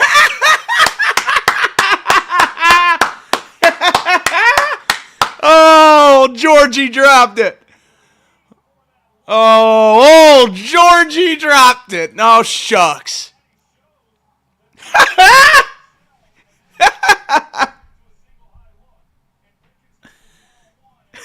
There we go. There we go. Steelers are going to punt it away. 4th and 8.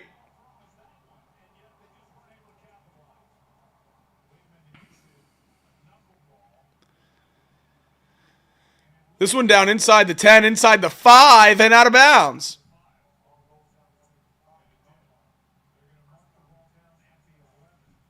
Bengals will get the ball at the 11. One of the Steelers' gunners touched it.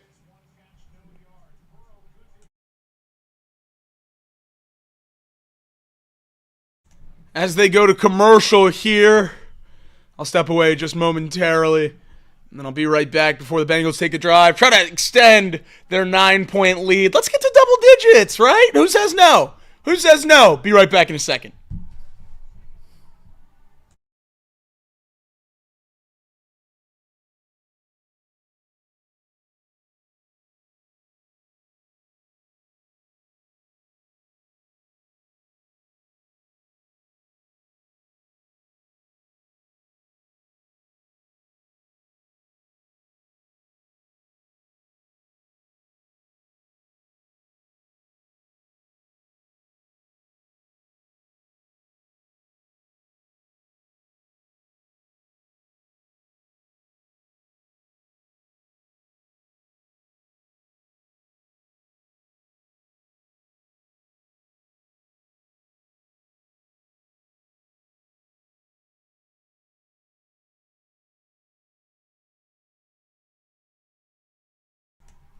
There we go.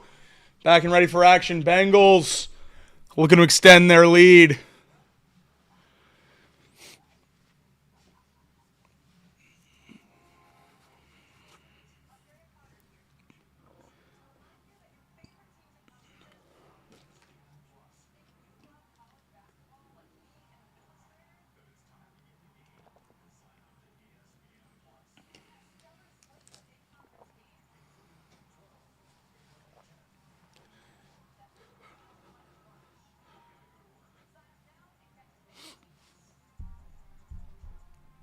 Here we go.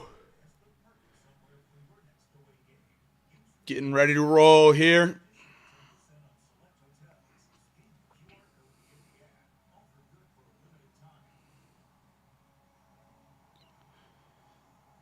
Steelers huddled around the heater on their sideline.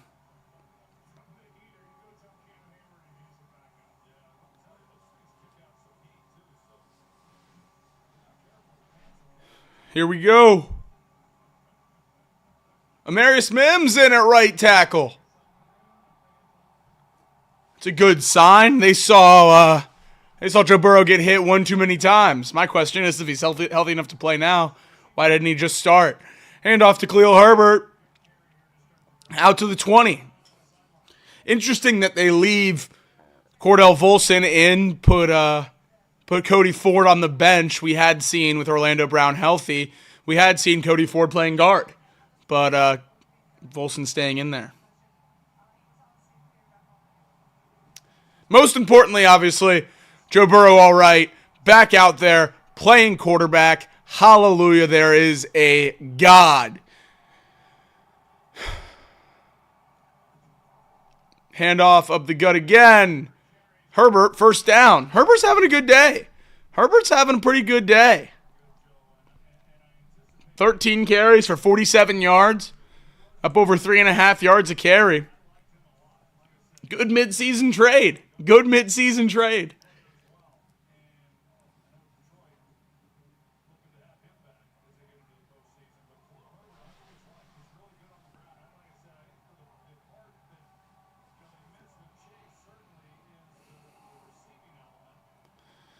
Handoff again.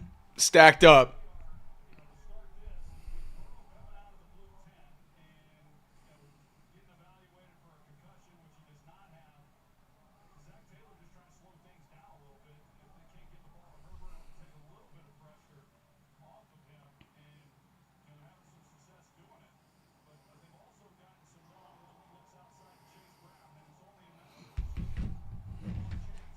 Second and 9 now. Burrow in the shotgun.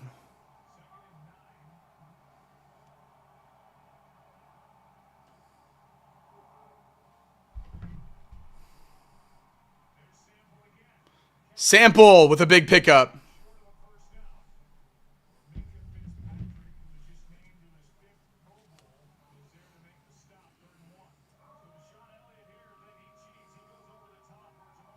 Third down here.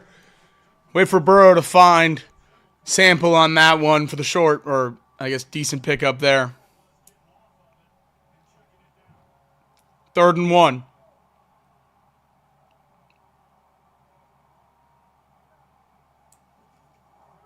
It's a handoff, and he gets it. First down.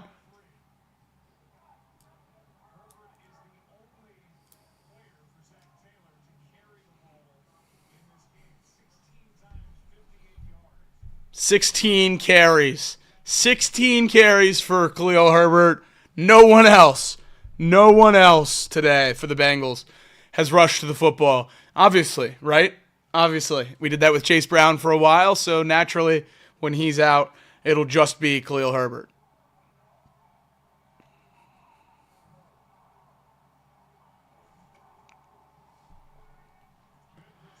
Burrow fires. It's caught by Chase along the sideline. First down.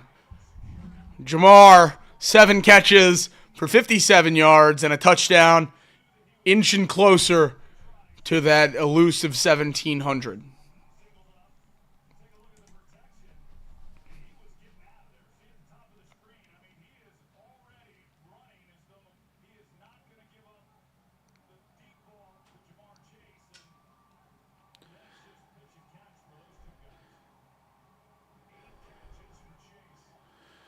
T. Higgins is officially questionable to return. T. Higgins has left the game with an ankle injury. Cody Ford has a chest injury. Both are questionable to return. It was not a straight benching by Cody Ford. It's or by Zach Taylor for Amarius Mims. Cody Ford and T. Higgins both questionable to return.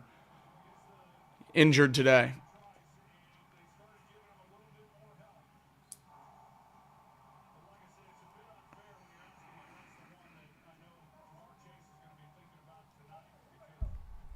Second and 5 now.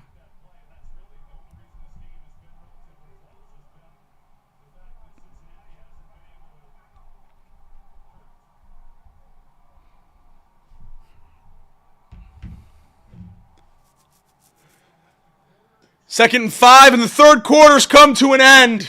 9-point lead. Four's up Everyone give me the 4s in the chat. Give me the 4s up. We need it. We need it. T's hurt.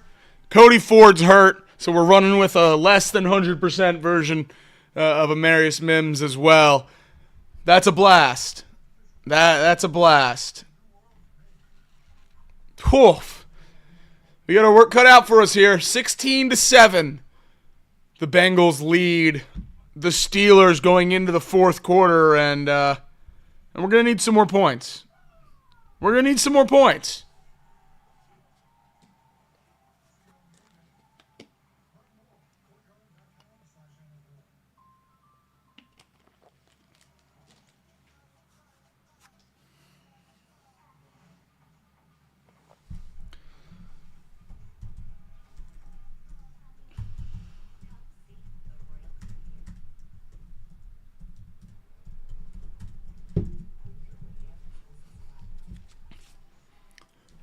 That's one of the main things I think we didn't want to see today, and we've seen two of them, a T. Higgins injury and a Joe Burrow injury.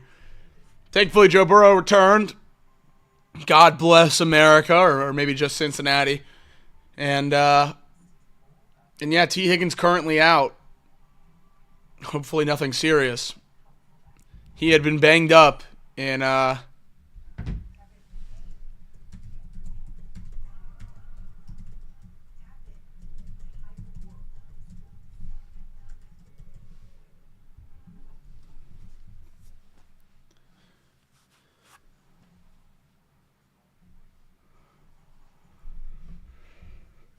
Chat's wanting a deep shot. We know how we get a deep shot. We know how we get a Bengals win. It's all about likes. Likes equal deep touchdowns. Likes equal Bengals wins. Likes equal playoffs. I'll go that far. I'll go that far to say playoffs.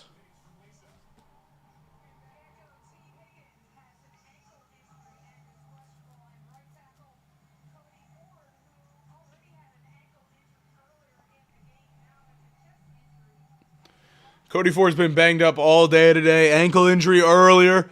Made him questionable, now out with a chest injury. T. Higgins with his helmet on the sideline, but questionable to return with an ankle injury.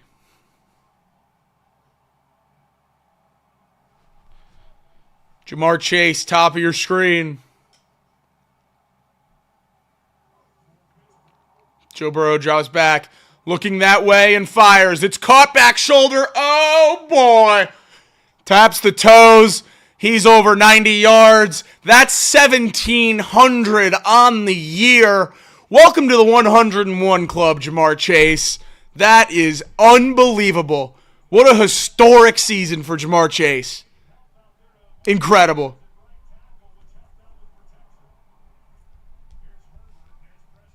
That's unbelievable.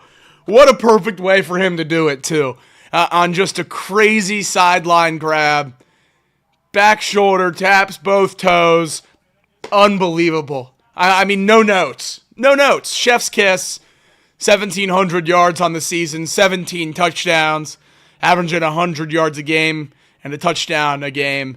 Very, very exclusive club. Congratulations to Jamar Chase. Now 2nd and 8 for the Bengals, and they're looking to extend their 9-point lead.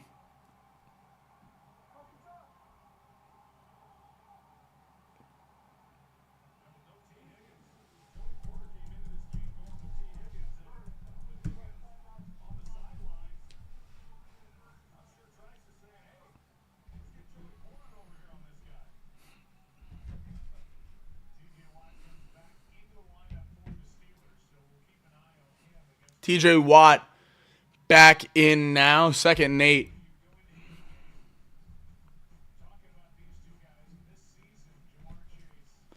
Jamar Chase, 126 catches for 1,703 yards and 17 touchdowns. T. Higgins, 73 for 911 and 10 himself. Unbelievable.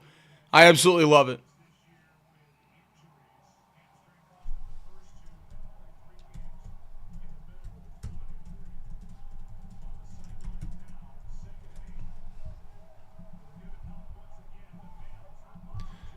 Second and 8.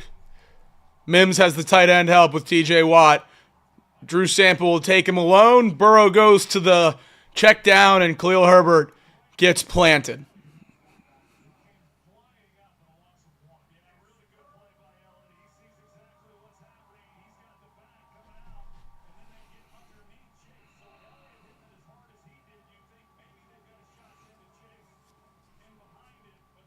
Dumped out to Khalil Herbert and just immediately tackled by Deshaun Elliott for a 2-yard loss. It's 3rd and 9, now just outside of the red zone after the loss.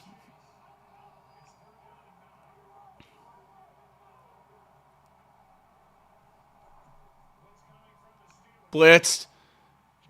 Burrow finds Tanner Hudson, who gets the first down inside the 10. Move those sticks. 1st and goal. I absolutely love it. There we go. Tanner Hudson. Welcome to the party. I don't know how he doesn't go down, how he doesn't get sacked, how he gets the ball off, but he does. Yet again, an incredible play by Joe Burrow. Flips it to Tanner Hudson. Picks up the first down. Just incredible.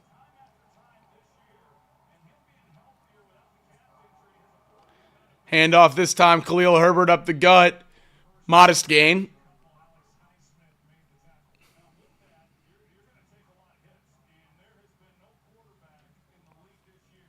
Need a TD. Let's not settle for a field goal here. Let's get 6.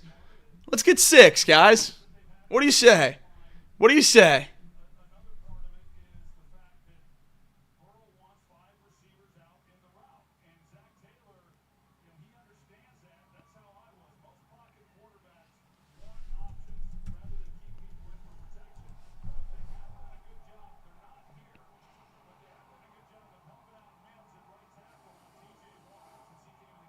Burrow looking, fires Yoshi around the edge, steps out of bounds at about the 5-yard line. 3rd and goal.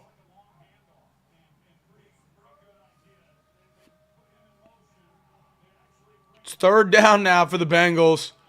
3rd and goal from the Pittsburgh 5-yard line.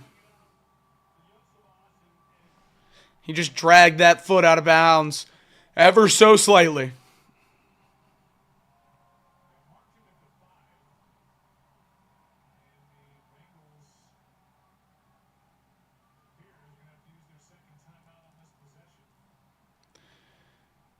Bengals have to burn yet another timeout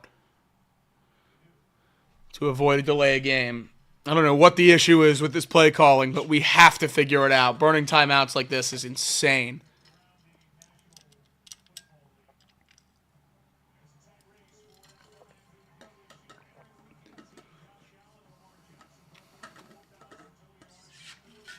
The timeout game is insane.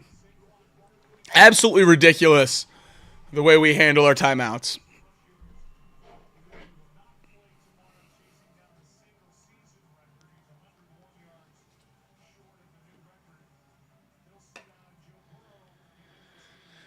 His time management is inexplicable. It really is. I don't understand it whatsoever at all. There's really no explanation to the timeout usage. We saw it against Denver, and now we're seeing it again today.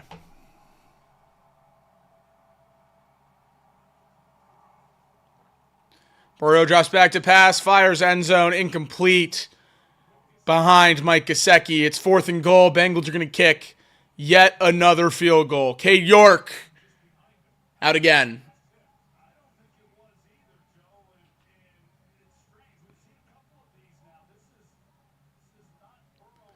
That ball just behind Mike Gesicki. Had him. Had a window. And just missed the throw. He would have got lit up, but Joe had a window and just barely missed it.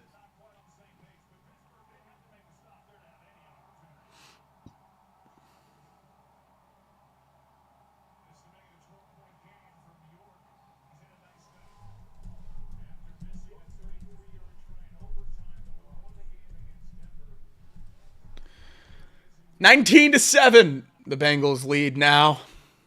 We'll take it. We'll take it. We'll take it.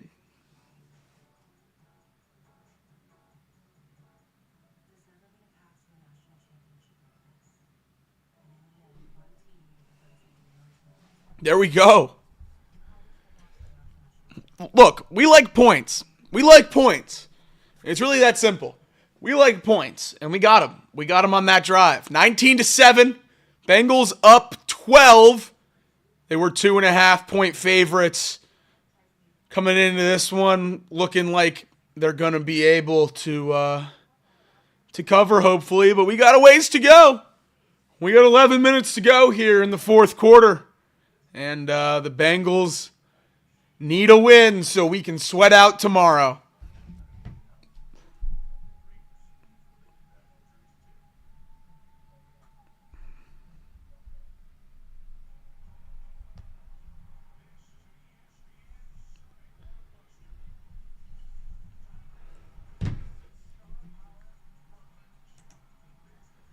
Bengals killed clock like we haven't seen many times this year.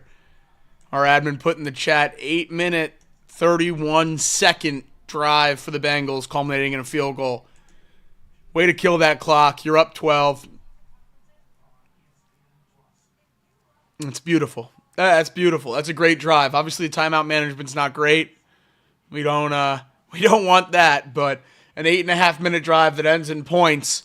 Hard to complain about that one, no matter how you slice it. That's pretty impressive, and that's something you really, really want to do. So we get one more. We get a stop here. We get the ball back. We do that again, and we're going home winners. We're going home winners.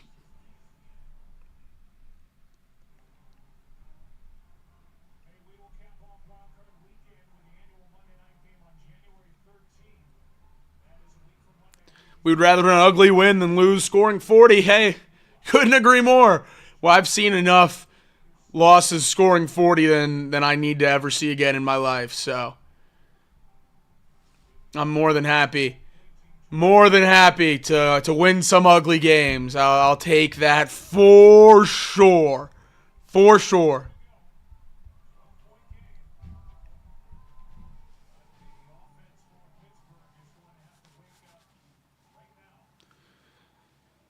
Cade York's going to send it deep after making his fourth kick of the day.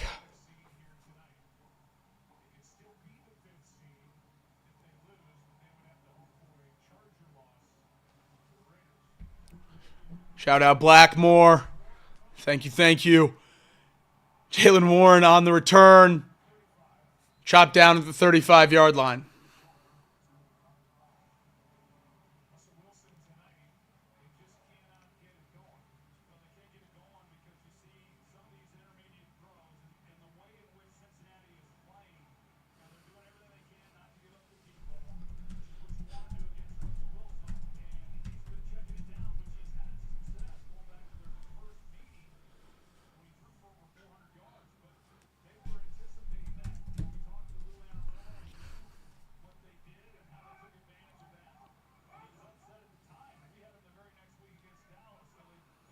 Russell Wilson drops back to pass, throws.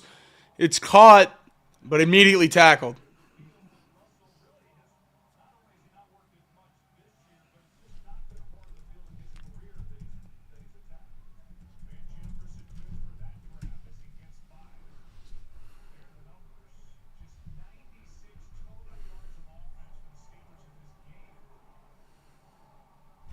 Another completion there. That's going to be a first down.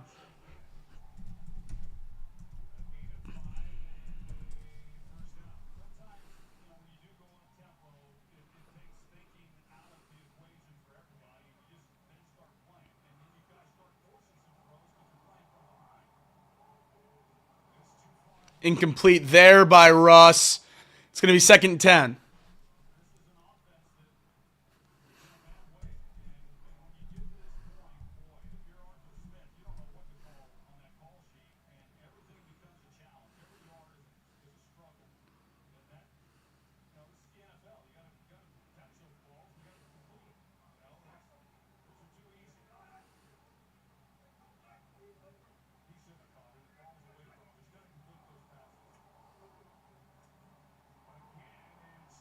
Chopped down there by Newton Van Jefferson after a short gain.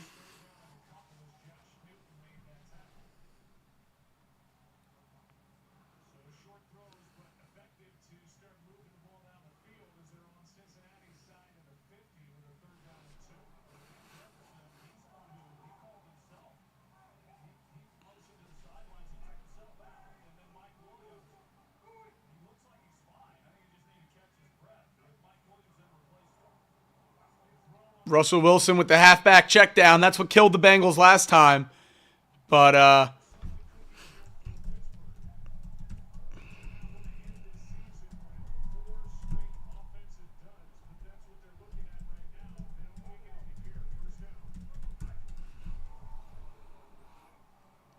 Russ checks it down to Najee, who breaks a tackle. Akeem Davis-Gaither can't bring him down, and it's going to be a first down for the Steelers. Got to tackle. You got to tackle. You got to tackle. You got to tackle.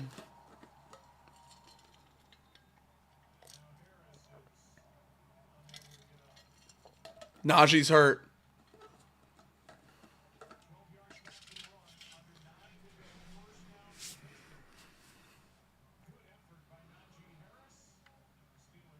Got to tackle. Just miss tackle after miss tackle after miss tackle. 8:57 to go. We're down under 9 minutes now.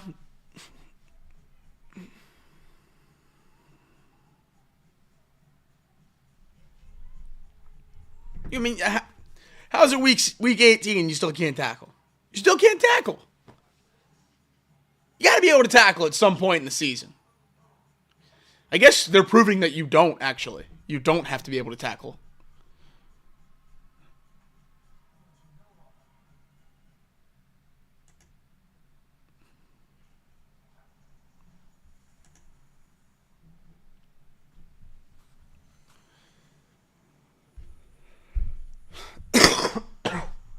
Excuse me, guys.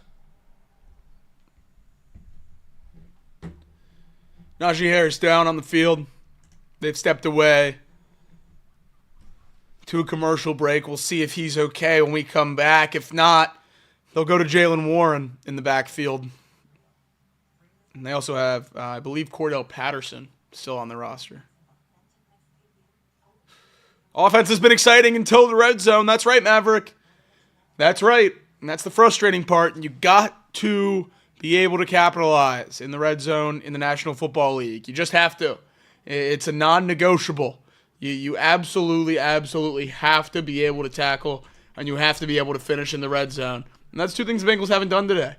But miraculously, a 12-point lead.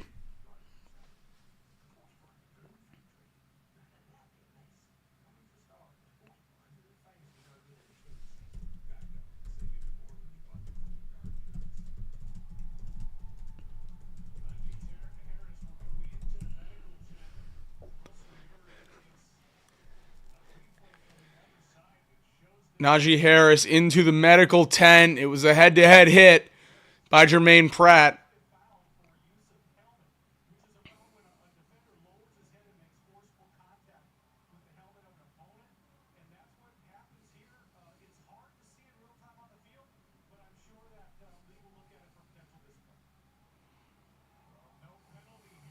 No penalty there, but the rules analyst says that Pratt could be looking at a fine. We'll take a fine. 1st and 10.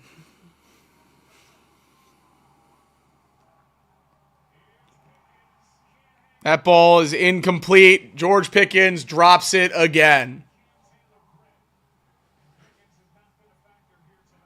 A non-factor tonight, George Pickens. Absolutely nothing in the pass game statistically.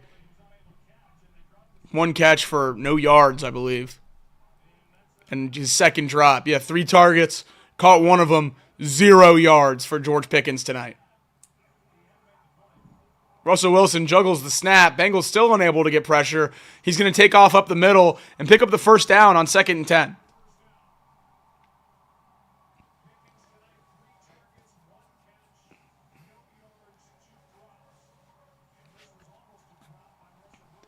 How do you let that happen? Off a muff snap. Russell Wilson just takes off for 12 yards. Steelers in the red zone now. He finds Freiermuth, and it'll be a touchdown for the Steelers. 19-13, your score now pending the extra point.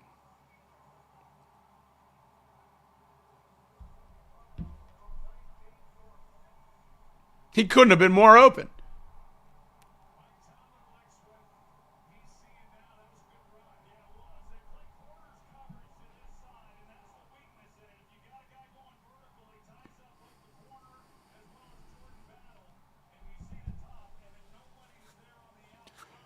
Ah!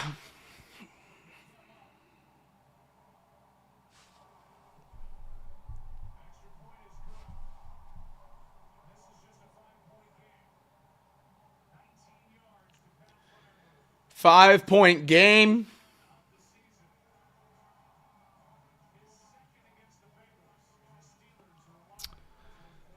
Steelers have life. That's a shame. That's a shame. They're going to kick it off to the Bengals. We got to go down and score. Pretty simple. Let's just go down and score. I'll be right back before that Bengals drive.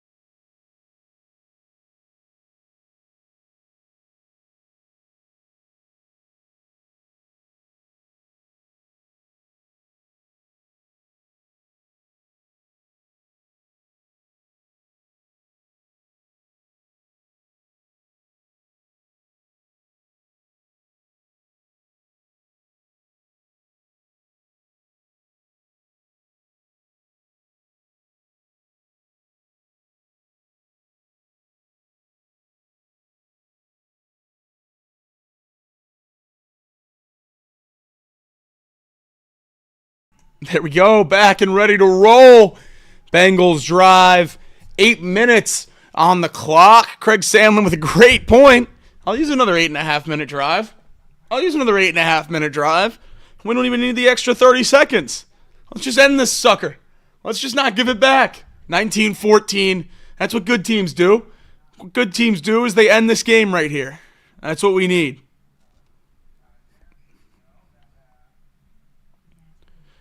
Just end the game right here. Steelers don't touch it again. Bengals win. We're all happy, at least until 4:25 tomorrow. No mistakes. No mistakes.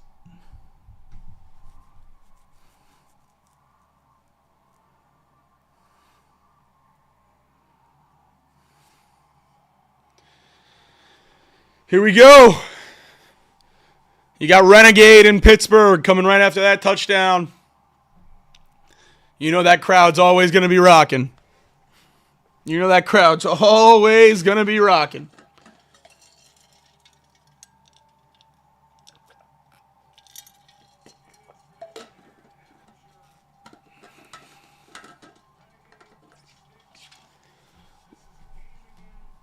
14-19, Bengals up by 5. Isaiah Williams taking the return. Out across the 25, not quite to the 30.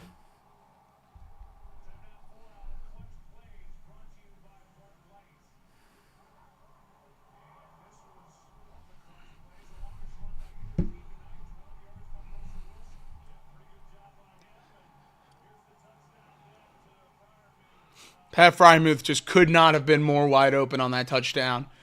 Bengals got to get a drive here.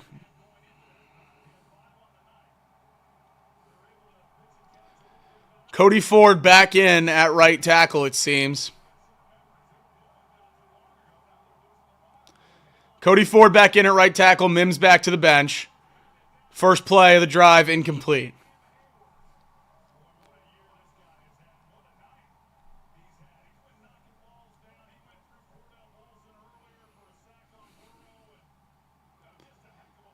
Cam Hayward with the bat down there. 8 batted passes this season for Cam Hayward. Leads the NFL. 2nd and 10 now for this Bengals offense. Ball's on the 27. Immediate pressure by Highsmith. Burrow fires and oh my gosh, he finds Gesicki.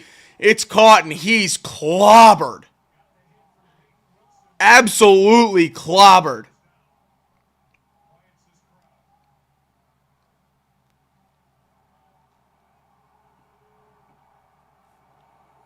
Burrow thrown again. This time to Herbert, who fumbles it after catching it. but he gets it back for a big loss on the play. Loss of 4.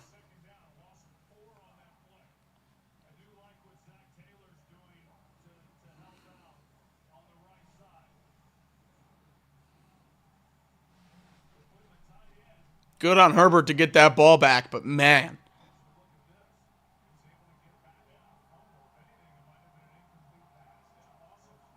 Loss of 4.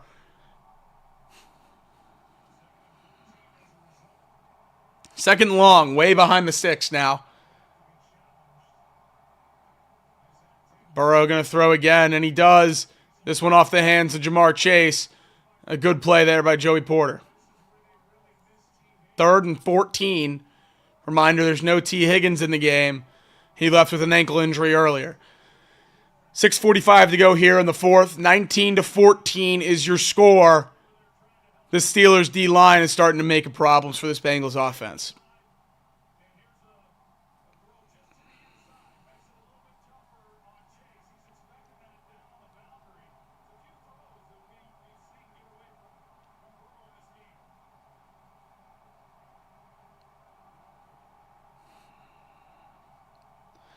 Third and 14. Burrow's going to throw.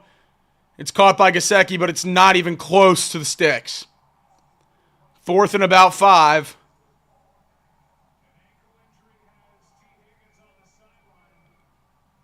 With T. Higgins sideline, the offense is starting to sputter. It's 4th down.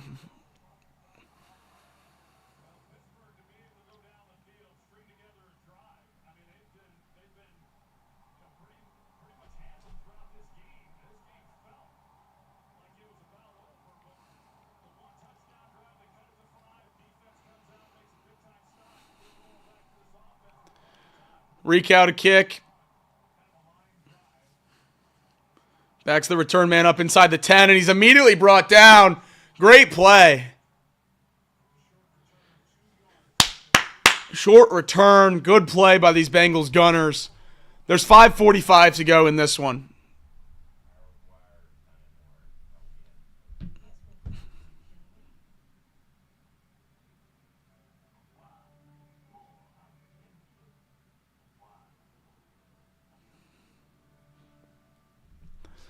Frustrating to say the least. The offense has become relatively non-existent.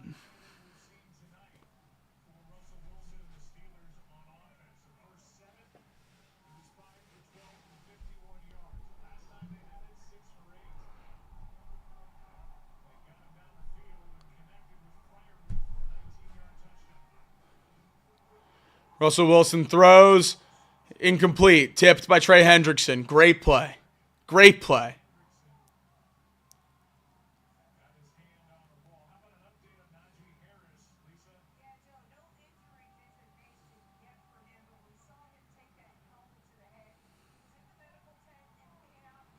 Najee Harris to the locker room. At least for now, the Steelers are going to be without him. It's going to be all Jaylen Warren. Russ fires, caught by Freiermuth. It's going to be 3rd and 2.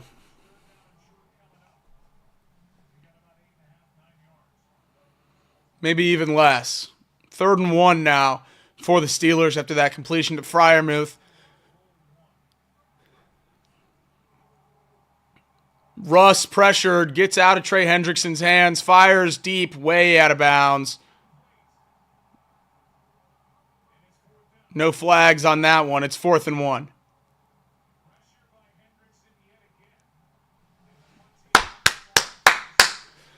Come on, guys. Steelers going to punt it away.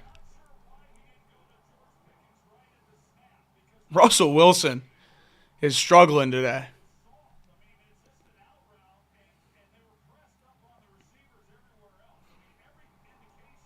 Good stop, D. Ball's in the air on the punt.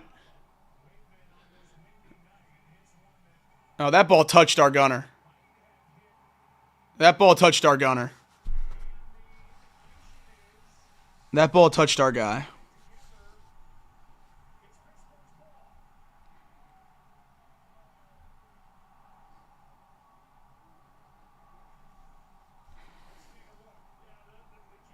That ball touched the foot of DJ Ivy. It's going to come down to whether the Steelers recovered it inbounds or not. Isaiah Williams was calling for it.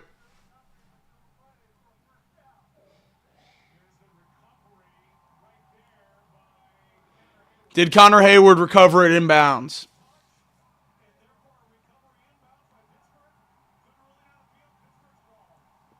Yeah, he did.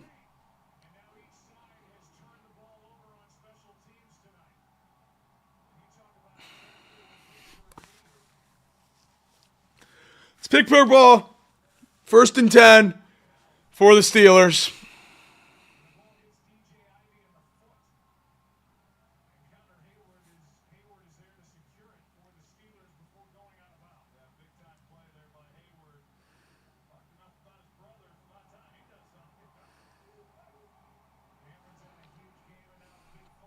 Bengals have 20 minutes more possession time so far tonight than Pittsburgh does.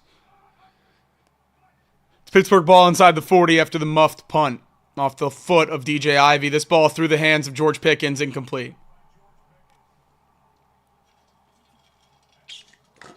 Third drop today for Pickens.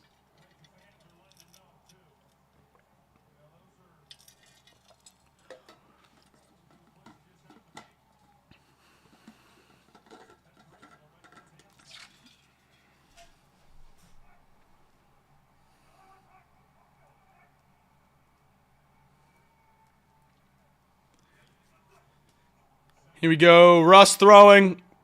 Finds Freiermuth on the out. Looks just short of the first down. It'll come down to the spot.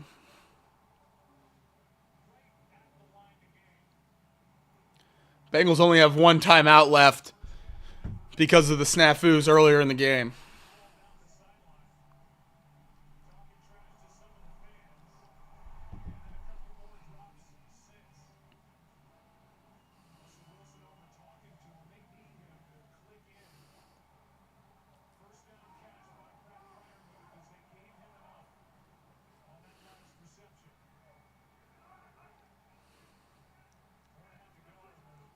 Russell Wilson drops back.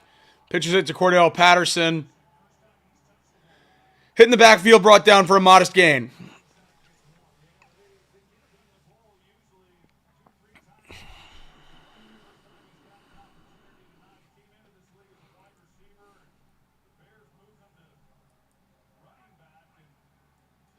Second and 9.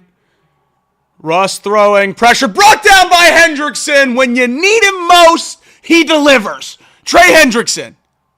Let's go. 3:55. Clock is ticking. Clock is ticking. 16.5 sacks for Trey Hendrickson, baby. 3rd and 15. 16.5 sacks.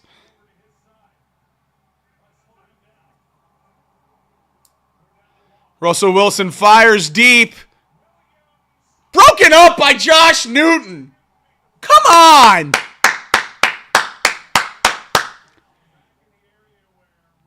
Oh, now there's a flag.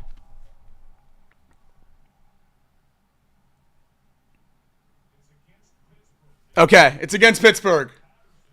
It's against Pittsburgh.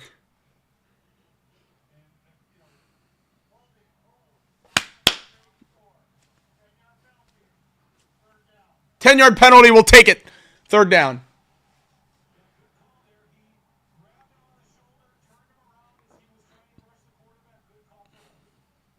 Third and 25. Why would you accept that penalty? Hold on. Why are we taking that penalty?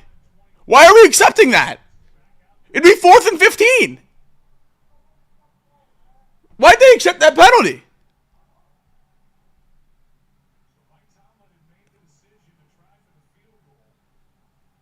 Why'd they take that?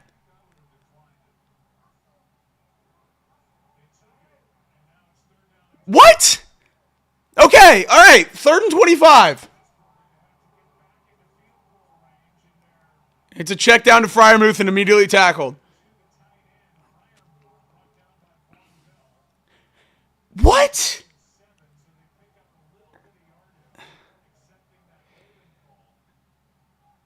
That doesn't make any sense.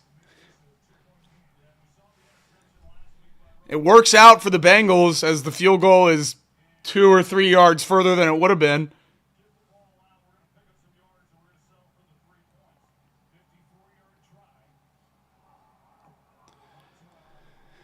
Boswell's kick's up and good.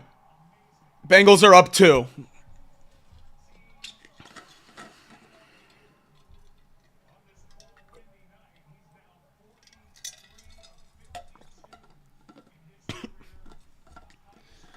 (19-17) is your score.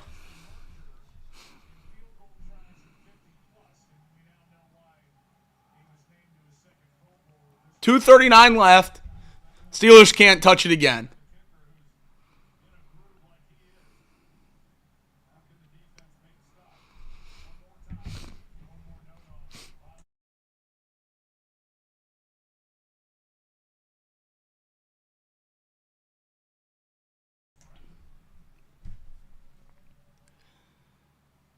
Steelers are going to kick it away now after that field goal.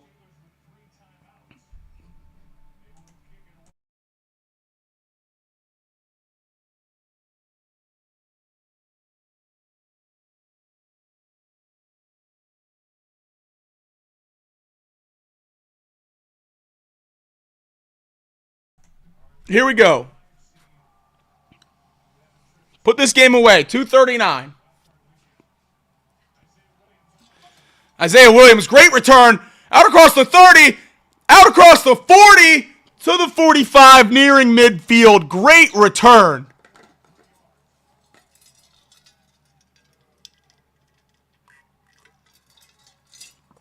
Great return.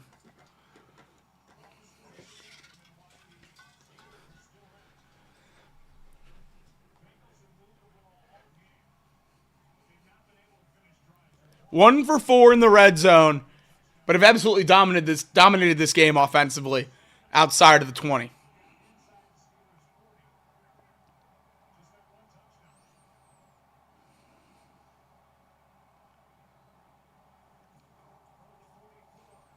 Hand off to Herbert. He gets a few.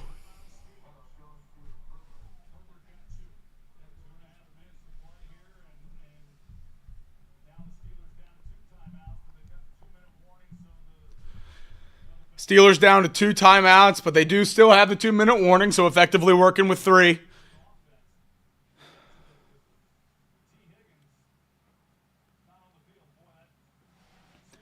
No T. Higgins, remember. He did get Cody Ford back. I don't know if we consider that a positive or a negative, but Cody Ford is in at right tackle. The only touchdown for the Bengals tonight came on the first drive of the game.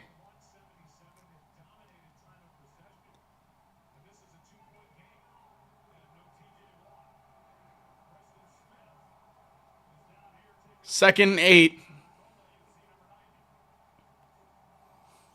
It's a pass to Chase. A quick screen. He makes one man miss. Kinda. Just drags him along across the 50 for a good gain.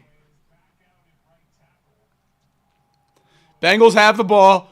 2:19. Steelers take another timeout. It's 3rd down. 19 seconds till the 2-minute warning.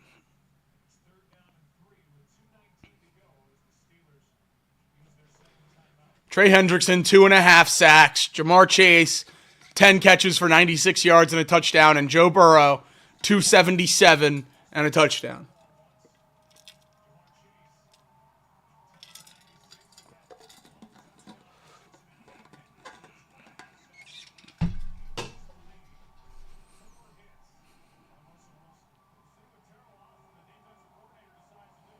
Third and 3.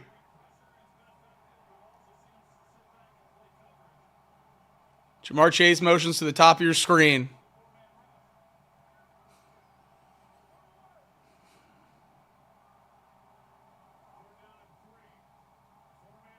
Joe Burrow scrambling. He's sacked.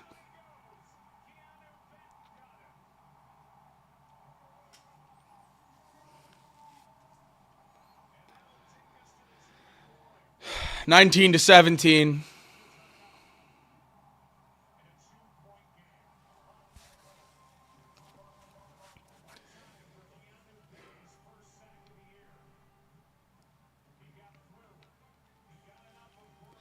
Nineteen 17, 2-minute warning. Bengals are going to have to punt it back to the Steelers.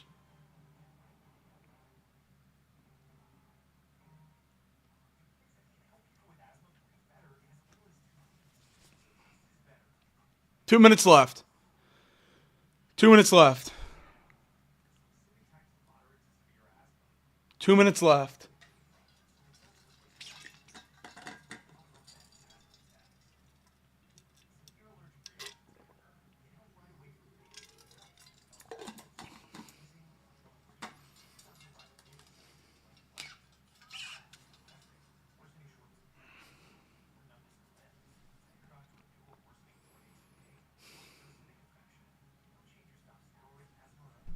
Two minutes left.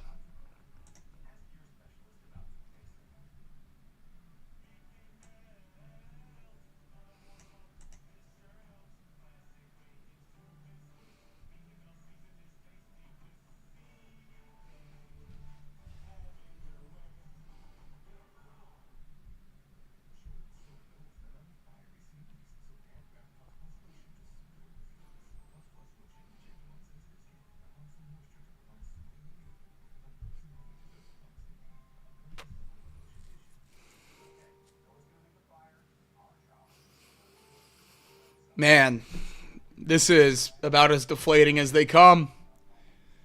It's happened time and time again this year. Time and time again this year. And here we are again. 4th and 14. About to punt it back to the Steelers with 2 minutes left. 2-point game.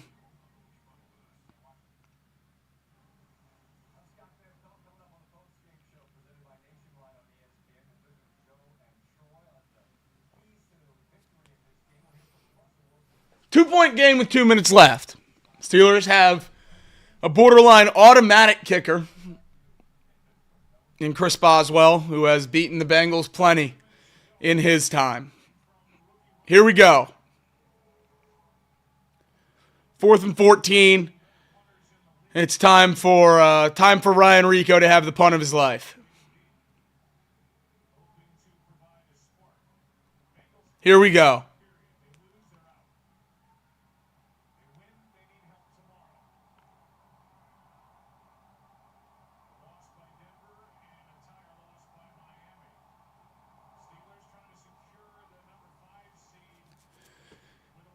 Good kick, fielded off the bounce by Calvin Austin. Chopped down at the 25.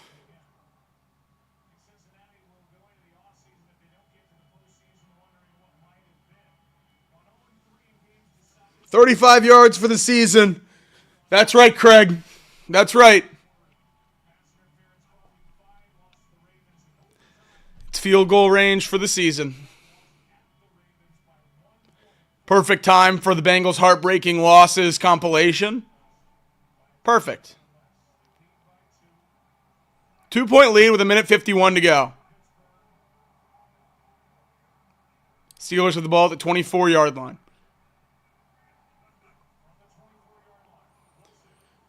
Russell Wilson looking. Caught by Najee Harris, tackled inbounds by Akeem Davis-Gaither. 2-yard loss, and that clock's rolling. That clock's rolling.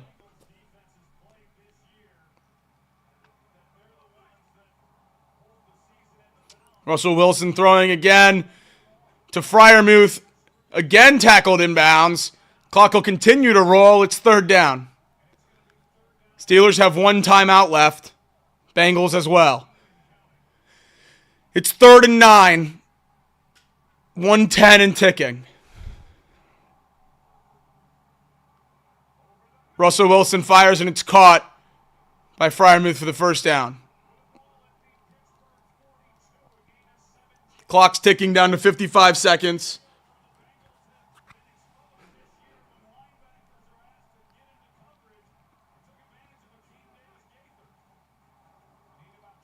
Russell Wilson rolling out, He's going to run. He's tackled inbounds. 35 seconds. Clock's ticking. Steelers only have the one timeout. 26, 25. Russell Wilson takes the snap. He's sacked by Hendrickson. Let's go! Come on, Trey! Come on!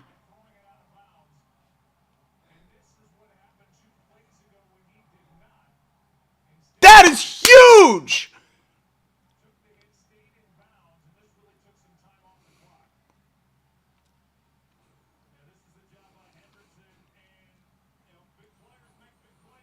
Chokehold by the left tackle, and it doesn't matter. Let's go!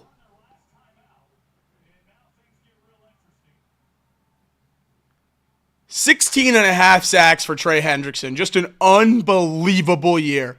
Unbelievable year. 3rd and 12, 20 seconds left, no timeouts.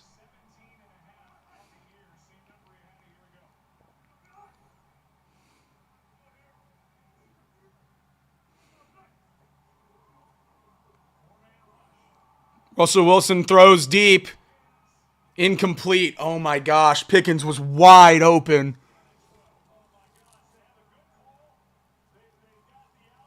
Oh, he was wide open.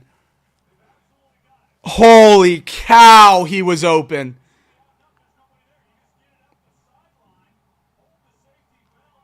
Oh my gosh.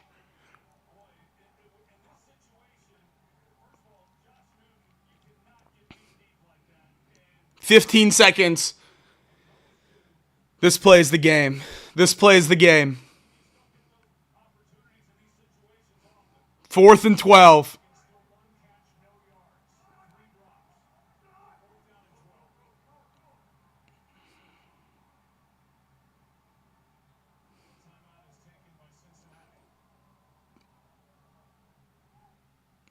Bengals take a timeout.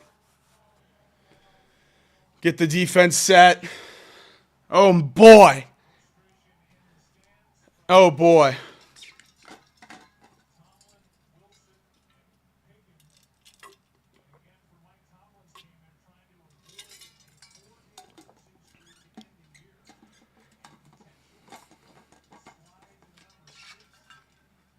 Fourth and 12. One play for the game.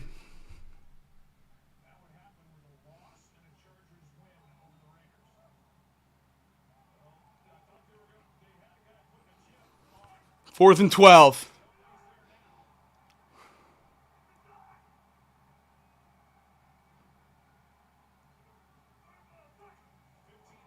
Give us another day. Incomplete! Let's go! Let's go! We get another day! Come on, baby! We get another day! Let's go, man! Let's go! Oh, man! What a game by the defense!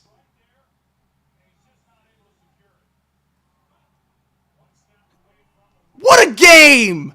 Take a knee, Joe! 9-8. End the season on a 5-game win streak. Now we pray. Now we pray. Now we pray. But first, before we pray, we post-game.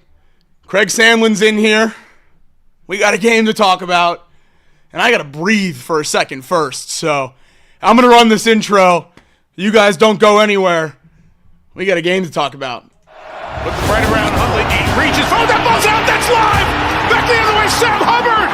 The Cincinnati Kid! Hubbard's got a convoy! Chased by Andrews! At the 30, the 20, he will score! To the end zone, down the field, and it is deflected, and gone! Touchdown! A.J. Green! Over goes back to throw. Men are coming late. Looks right down the middle. There's Eddie Brown. He has it at the 35 to the 30. He may go 10-5. Touchdown! Now the Bengals Super Bowl chances rest on his right foot. The kick is up. It is good!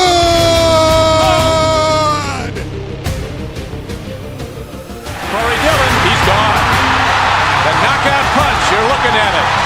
65 yards. And they're back to throw as the blitz is on. Goes long, intended for Collinsworth. He has it down to the 20, touchdown! And Chris Collinsworth. Throwing the long ball. Deep down the field. Chad Johnson's got it. Touchdown, Cincinnati. Look at Chase go! Oh my goodness, what a gear he just found! Chase for the touchdown! Wow, Chase is on the case! It is no fluke. It is a fact. The Cincinnati Bengals are headed to Super Bowl 56. The play clock at 3. Shotgun snap. Carr throws into traffic. Intercepted. Jermaine Pratt has the football. Coffin nails. Bam, bam, bam! How about that? How about that? I guess that's pretty much the only thing you can say there. Pretty crazy day for the Bengals, able to get the win. 19-17, don't quite cover, but step one on the ticker is what I need to do right now, and it's just breathe. I thought we were looking at another ending of another painful loss for the Cincinnati Bengals, and this one would have ended the year. But alas, we hold on and we get the win. Craig, how do you feel? Because they watched it with me. They know how I feel. I look, it was not pretty. It was AFC North football for sure, and the Bengals ultimately did just enough to walk away with a win. They got, let's be honest, they got some help from the Steelers. A lot of drop passes by the Steelers, a lot of missed open receivers by Russell Wilson tonight. But you know what? If you want to be in the playoffs, sometimes you got to get lucky, and this team has gone an entire season with the string of bad luck. So feels good to finally have one go our way. Now we've got about,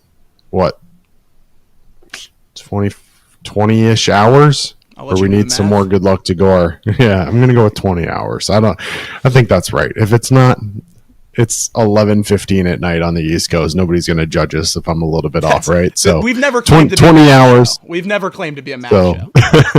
At the end of the day, if the Bengals can get 24 hours of good luck out of this season, and that's how they earn their way into the playoffs, I think that's all you got to worry about. Forget the previous 17 weeks. Let's just move forward. It's amazing that the Bengals just beat the Steelers. I have it right behind me, Jamar flipping off Minka. And usually when the Bengals beat the Steelers, it's immediately super high highs and some of the most exciting wins of the season. But I think, I know I speak for myself, and I'm sure most people in the chat, but as soon as that goes final, all I can think about is my season, the greatest season of a quarterback in the history of my franchise, the greatest season by an edge rusher in the history of my franchise, the greatest season by a wide receiver in the history of my franchise is in the hands of Carson Wentz and Aaron Rodgers. And before we get into the playoff picture and everything that has happened tomorrow, we're going to talk about this win. But it's just a shame that a win that was so hard fought and gritty and a 2-point escape in Pittsburgh doesn't feel quite as fun as it usually would, given the circumstances we're obviously in right now. Well, it's hard to enjoy a moment like this. I think Right. if you're in this locker room right now, I'm sure Zach Taylor's telling you, oh, well, enjoy this. You've done everything you can do at this How many point. game Just go balls tonight? enjoy it. Oh, 10? man. 12? 12. Well, let's be honest. I mean, at least, because let's be honest, he's going to give a game ball to everybody on the defense. Right. The entire defense is going to get one. So there's 11 people there plus, right? So you got 11. You got 11 right there. You probably give one to T for going 17 and 17, right? Mm-hmm. So there's Jamar. 12. Yeah, what did I say? T? Yeah, but I meant Jamar. You know what I meant. Yeah. You probably give one to Gesicki, 8 catches. You probably give one to Khalil Herbert. He ended up touching the ball 27 times, gets 83 yards. Probably give it to him. So, yeah, I'm going to go over-under at 14.5. Fair enough. Oh, ooh, that's bad. No, you're going to have to give another one for the turnover. Okay. 14.5, but I'll take the over. All right. I like that. I like that. But before we move on to the playoff picture, which I'm sure will take up the bulk of this conversation, the Bengals finished one of the most tumultuous seasons of my life, maybe organizational history, above 500. 9-8 now for the 4th year in a row, finishing above 500. And a lot of people, are calling for Zach Taylor's head and everything like that. But starting a Mike Tomlin streak of his own, 9-8 and 4 seasons down, just a few to go. Did we just compare Zach Taylor to Mike Tomlin? Well, we did it last week too. So I know. Look, yeah, above 500, great. Right, exactly. At the end of the day, let's get to the playoffs. This team's expectations were to be winning 10, 11, 12, maybe even 13 games this year, and they end up coming away at 9-8. Look, at the end of the day, if it's good enough to sneak into the playoffs, nobody's going to bat an eyelash at it. Exactly. But again, when you potentially miss it by half a game, everybody's going to bat an eyelash at it. So, yeah, tip of the cap to Zach. Whether people want to admit it or not, and I'm certainly one of the most critical of Zach. What he's done is he's leaned into his strengths, and right. This Bengals offense has for 4 years. That's right. That's the goal. And the only reason this team was able to scratch and claw to above 500 after the terrible start, 4-8 start, and they end with 5 straight wins, it's important to recognize who they played in that stretch. This team isn't playing burn it down football. This isn't a normal 5-game win streak where you have a ton of confidence if they were able to sneak into the playoffs. Now, I will say I feel much better than I did at any other point in the season. We have it next on the ticker. The defense played well tonight, and they really have over this whole stretch. But the Bengals with wins over the Cowboys, Titans, and Browns, and obviously the last 2 weeks over playoff teams, but not exactly in convincing fashion, especially tonight. How do you feel about the record? I know, above 500 is not something we hang our hat on. We just went over the expectations, but it does mean a lot that we won 5 at the end to get here. After losing to the Steelers the first time, I know myself and a lot of fans turned their attention to mock draft mode. And now we're watching tomorrow in Week 18 with a chance to sneak into the playoffs if the Chiefs and the Jets can get a win. I think it means something in credit to Zach Taylor and this coaching staff, as well as the leaders in the locker room that we killed very much early in the year for how things were falling apart or appearing to, that when things looked like they were over, they banded together and played the best football that they've played all year. I know it wasn't necessarily the best competition, but to end the season on a 5-game win streak, whether you get in or not, when a lot of people said you were dead after a heartbreaking loss 44-38 on your own home field to the Steelers, that means something. And I do applaud these guys in that locker room and the coaching staff for banding together and finishing this season strong, even if we do end up falling short. Yeah, absolutely. Myself included. I deemed the 2024 season over. I stole Elliott Rearing's line, and I thought that it was over. And the noise outside of the locker room in the national media and elsewhere was about how much of a missed opportunity this was, and that may still end up being the story of this season. Let's not forget that. But at the end of the day, this team could have very easily laid down. You had so many injuries that piled up over that course of the early part of the season. You had a lot of players who just weren't living up to expectations. But at the end of the day, when it mattered the most, you buckled down and you strung together 5 straight, and you won the games you were supposed to win, right? And ultimately, I think, one of the things that when you look at this season, you're going to say, okay, well, the 9 wins that they got are the 9 wins that should have been penciled in. They didn't lay down and lay an egg against, anybody outside of week 1, with the Patriots game. There was nobody else that beat them that you could have been like, okay, well, that's just an abominable loss, right? Like everything else for the most part was understandable, right? Like, not saying that you should have lost to the Commanders, but you look at what Jaden Daniels did in that game and how good he ended up being, and you understand it. So Again, 5 straight against not great teams. We take it, and now we pray. That's right. That's right. And that's what it comes down to. And it's a shame that this season could end up coming down to that first Patriots loss. And that's why I am kind of holding this 5-game win streak on a relatively higher pedestal than the teams we played, just because the thing we point to that killed this season, or could potentially kill this season if tomorrow doesn't go the way we want it to, is that week 1 game against a terrible team. And even though these last couple teams were really bad, the Bengals got the job done. And they really did outside of that game all year long. Like you said, they beat all the teams they were supposed to. And the hard part about going towards a potential playoff conversation here is even those losses, excluding the Eagles game against all the contenders, we were right there. They were all heartbreaking losses, which is a hard thing to say for a team that I think we all can agree, removing any kind of bias, is not a good team this year, but somehow still within striking distance of a lot of these contenders. And I think that's why it's so hard watching the way Joe Burrow plays, watching the way Jamar Chase plays, and then watching us be 1 play away from beating the teams everyone says is going to win the Super Bowl. That's why Bengals fans couldn't give up. That's why Bengals fans couldn't let go. And that's what I was saying as soon as that game ended. Just give us one more day. We've been holding on and talking ourselves into this forever now. The Bengals' chances have been longer than a lottery ticket for months. And for some reason, Bengals fans have been able to hold on. And all that did tonight was give us one more day. We can talk about draft pick and anything else, but this team has another day together. I know they don't play. I know they won't practice, but I'm sure they're all going to be watching those games, dialed in. We saw how the Bills reacted when the Bengals got them in, all watching that together, a very famous locker room video. Hopefully the Bengals are able to get one of those tomorrow, but fans get to rally together for one more day. The team gets to rally together for one more day, and everyone's talking about coaching and front office changes. All those guys have another day with the roster, with the team they built, to have some hope at a playoff push and a playoff run. And I think that's the biggest thing tonight. We've been holding on to plus 1,600, plus 1,700 for so many weeks now. It's nice to have one more day to believe in this team, because with the pieces we have at the important positions, you just can't let go. Yeah, sure.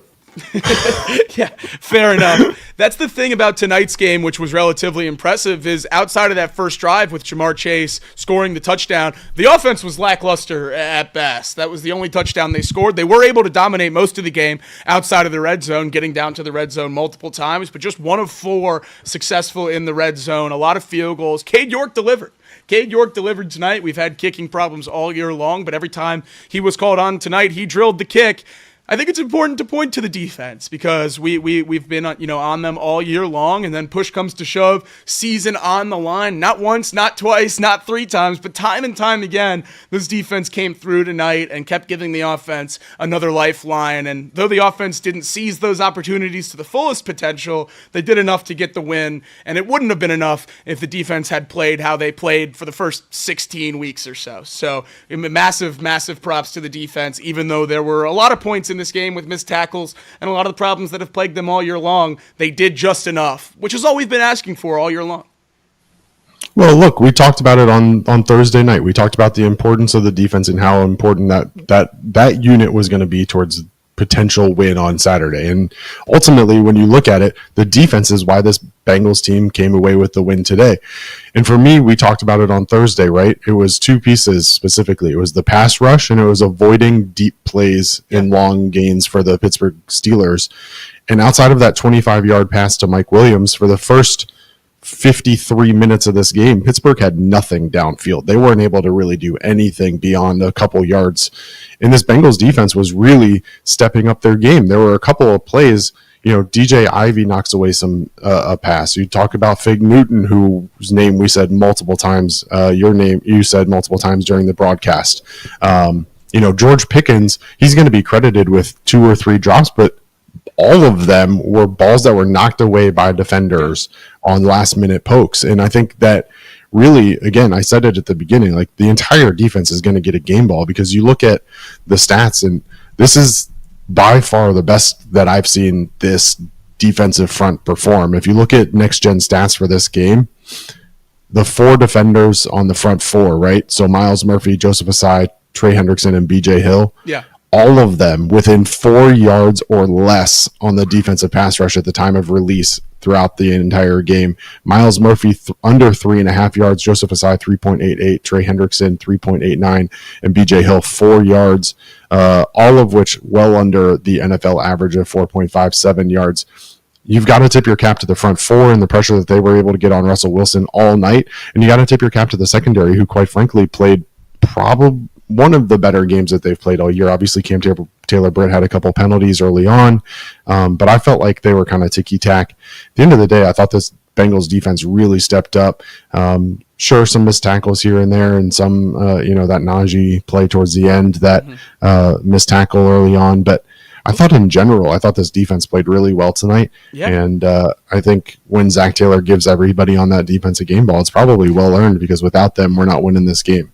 The guy I pointed out at halftime, and one I just think is worth pointing out again, a lot of guys on defense played well. Obviously, Trey Hendrickson with his monster game when you need it most, always coming through. But kind of an unsung hero, a guy that popped up in the first half, Shaka Hayward, had a really good game in what was his first significant action for the Bengals. He's a guy that's been on this team for a while, practice squad, active roster, kind of bumping up and down. But today, not only did he lead the team in tackles through the first quarter of the game, but he was this close to blocking a punt, and then he forced a fumble on a punt return that ended up, you win a game by 2, you get 3 points out of that drive, ends up winning you a football game. So an incredible game for an unsung hero there. We just talked about the defense, but it was really a game of guys you didn't expect, and another guy you really didn't expect to play well. Sorry to move off the defense, but Khalil Herbert had a really, really good game today when I really was worried about that part of the Bengals offense. Without Chase Brown,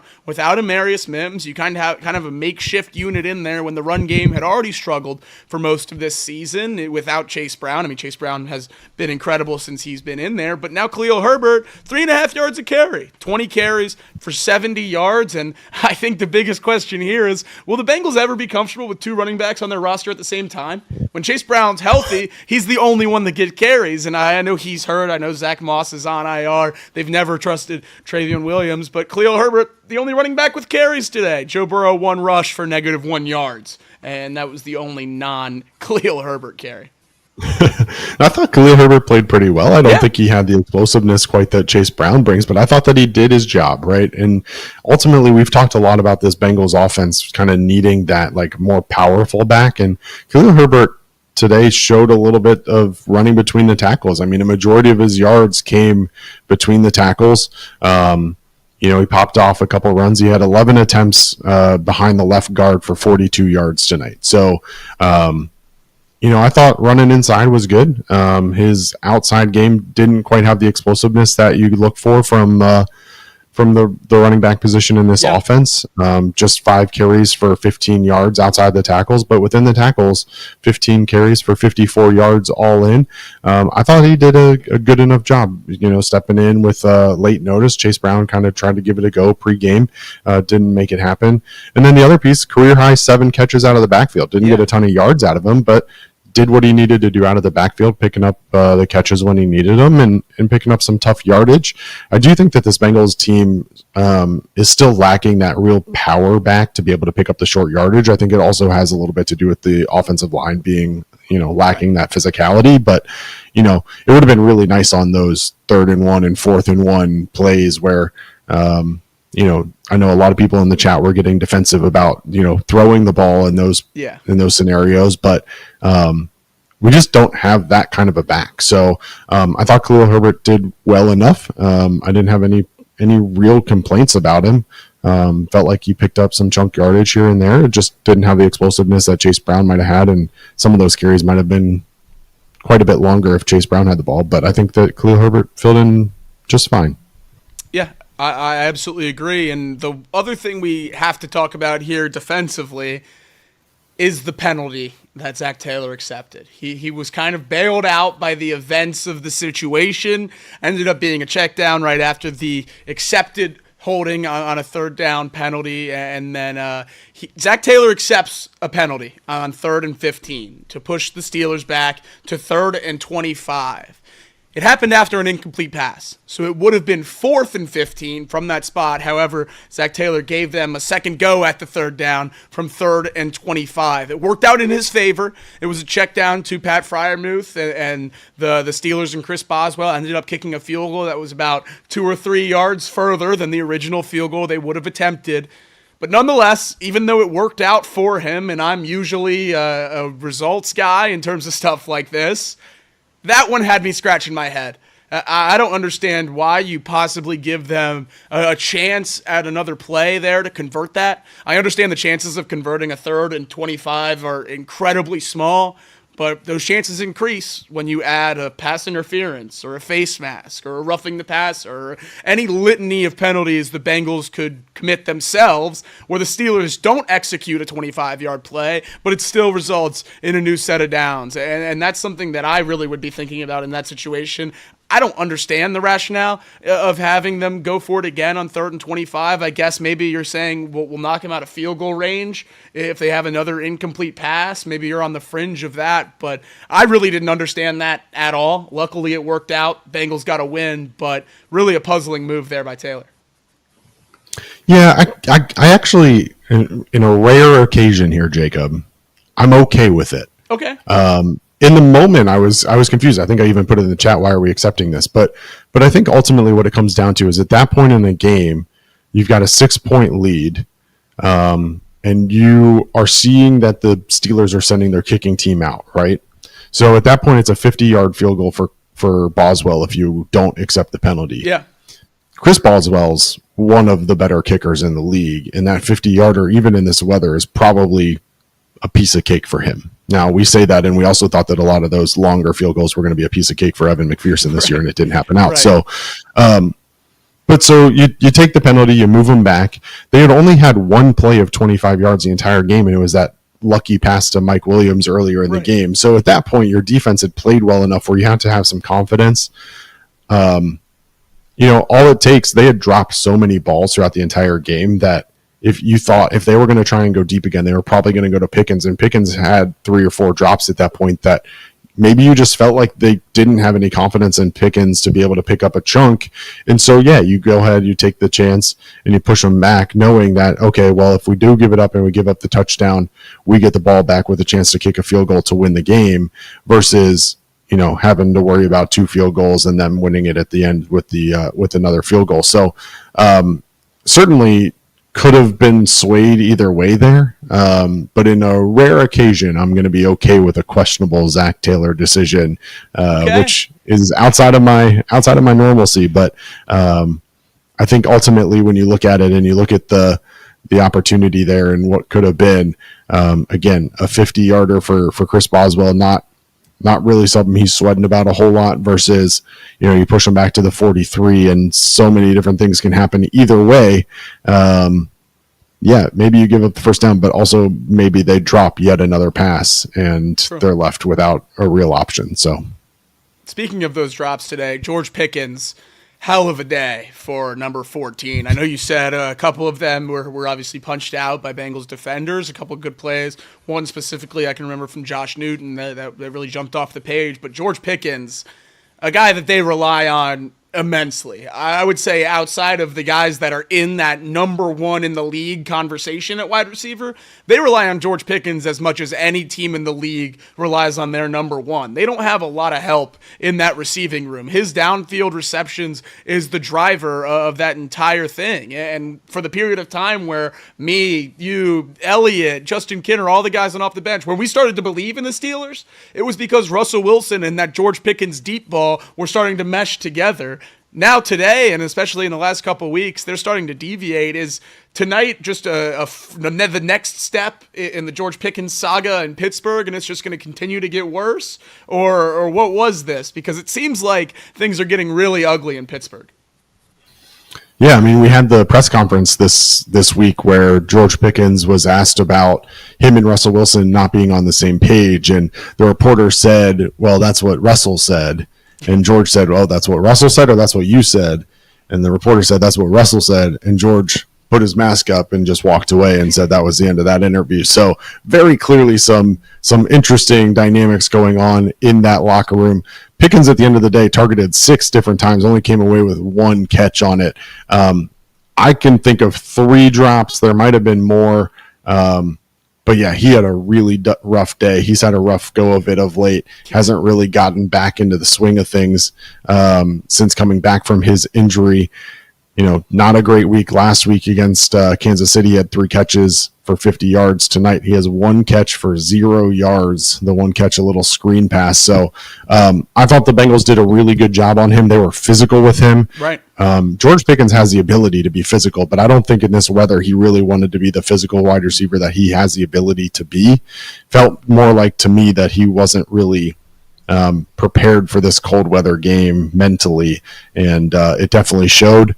That 1 catch, I think I don't have to say this. If you're a Bengals fan and I tell you that George Pickens is walking away with 1 catch for 0 yards on the day, you're feeling really damn good about what's going to happen with that game. So, look, I don't know what he's ultimately going to be credited with, but this secondary did a really good job on him today. Ultimately, if I can find it real quick before we move on, I mean, he was guarded today. Let's see. Where is it? George Pickens, Cam Taylor-Britt twice, Josh Newton 3 times, DJ Ivey 1 time. That was the other one, DJ Ivey. I saw this stat from Charlie Goldsmith today. I don't know if you saw it or not. DJ Ivey on the season has only allowed 1 catch where he was the primary defender. Wow. Pretty cool. So shout out to DJ Ivey. He definitely had some plays today where we were calling his name.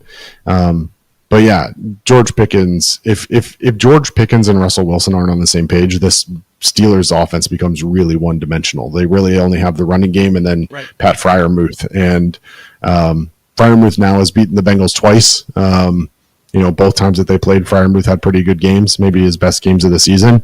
But I think ultimately, if you're a Bengals fan, you have to be okay with Pat Freiermuth having his and avoiding George Pickens and Van Jefferson and Mike Williams going off on you. Absolutely. Because those guys can definitely beat you. Pat Freiermuth will get his, but he's going to do it in a slow and agonizing way. And in a game like this, you're okay with that.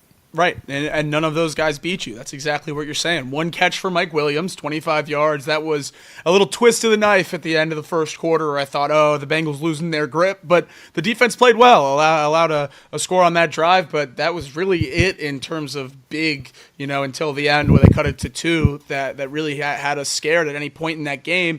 George Pickens, like you said, 1 catch, 0 yards, Freiermuth with everything. And you'd think then the rushing game had to have been pretty good. And it had its moments, but as a team, under 3 yards a carry or just over 3 yards a carry. Najee Harris, 3 yards per carry for him. Jaylen Warren, 3.5 yards. And then Cordell Patterson, 1 carry for 1 yard. Really a good job bottling up that run game with the exception of a drive here and a drive there and just a couple stretch of plays. The Bengals offense did a good job with everything. The Bengals defense, I should say, with whatever the Steelers offense threw at them. And if they do get to play another game, this is about as optimistic as I've felt about the Bengals defense at any point in time. And that's been straight upwards and to the right trajectory for really all of the last 5 weeks, which even if you don't make the playoffs, it's a great piece of momentum building in the locker room to next season. And before we get into what we need for tomorrow, we know that's a lot. We need the Jets and the Chiefs to win.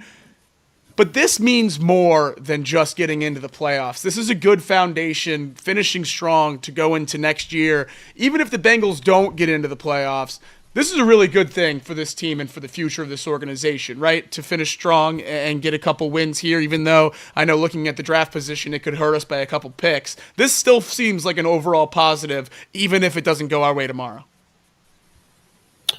Well, when you're talking about a head coach who's really a culture head coach, I think ultimately, you want to see that he's able to maintain that locker room even in the difficult situations. And it felt like he has. We've certainly seen some heated conversations between him and Joe Burrow and others. And obviously we saw after I don't remember which game it was, but after games where they'll go off on their own and have their own conversation before going to the locker room, and all of these things. And ultimately, I think Zach Taylor, obviously he's got his offense that's really been clicking for 4 years now, but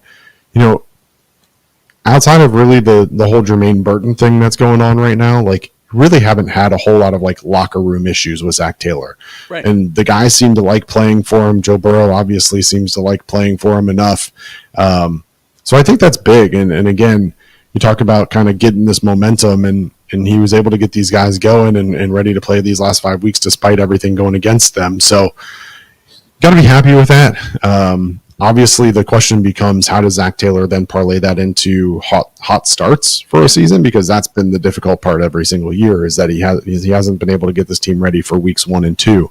So I'd really like for him to figure that piece out. But it is nice to know that, even if they get behind the 8 ball a little bit, that he's able to rally his troops and get them going and win meaningful football games when they matter.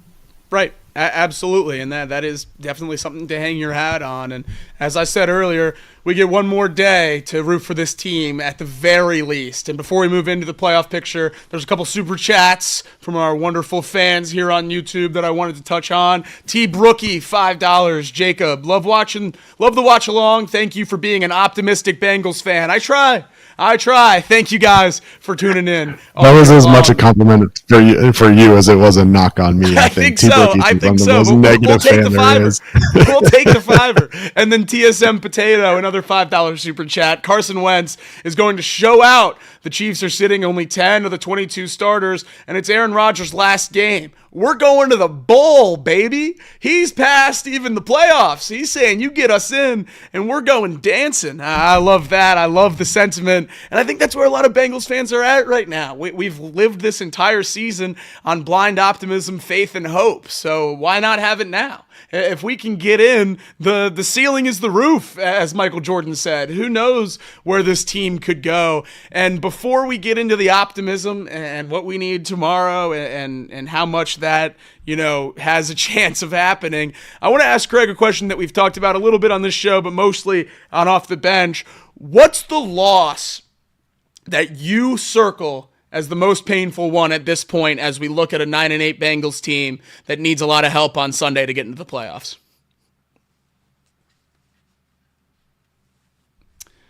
Oh, Craig, you're muted. That's what I get. That's what I get for trying to be proactive and giving you your moment to read the super chats.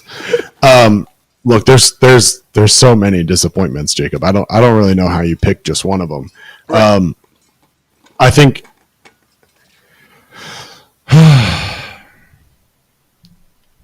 I said on Thursday that I point to the Ravens losses. Right. I think if you look at those two games and really the ending of those games, those are really painful. There's just so many different painful losses for different reasons, right? Like the Chiefs one, was that really pass interference? I don't know. The Ravens with the missed field goals and the missed 2-point conversions at the end, those were difficult. The Chargers game was difficult in how that one ended. The fact that you put up 38 against a Steelers offense and allow Russell Wilson to throw for whatever he did and score 44 on you. I mean, there's a lot of really disappointing losses. I think if I have to pick one, it's probably the missed field goal against the Ravens. That really could have switched how this season went. You talk about starting the season at that point 0-3. You pick up a win against the Panthers, and then you're going against a division rival and an opportunity to really kind of turn things around.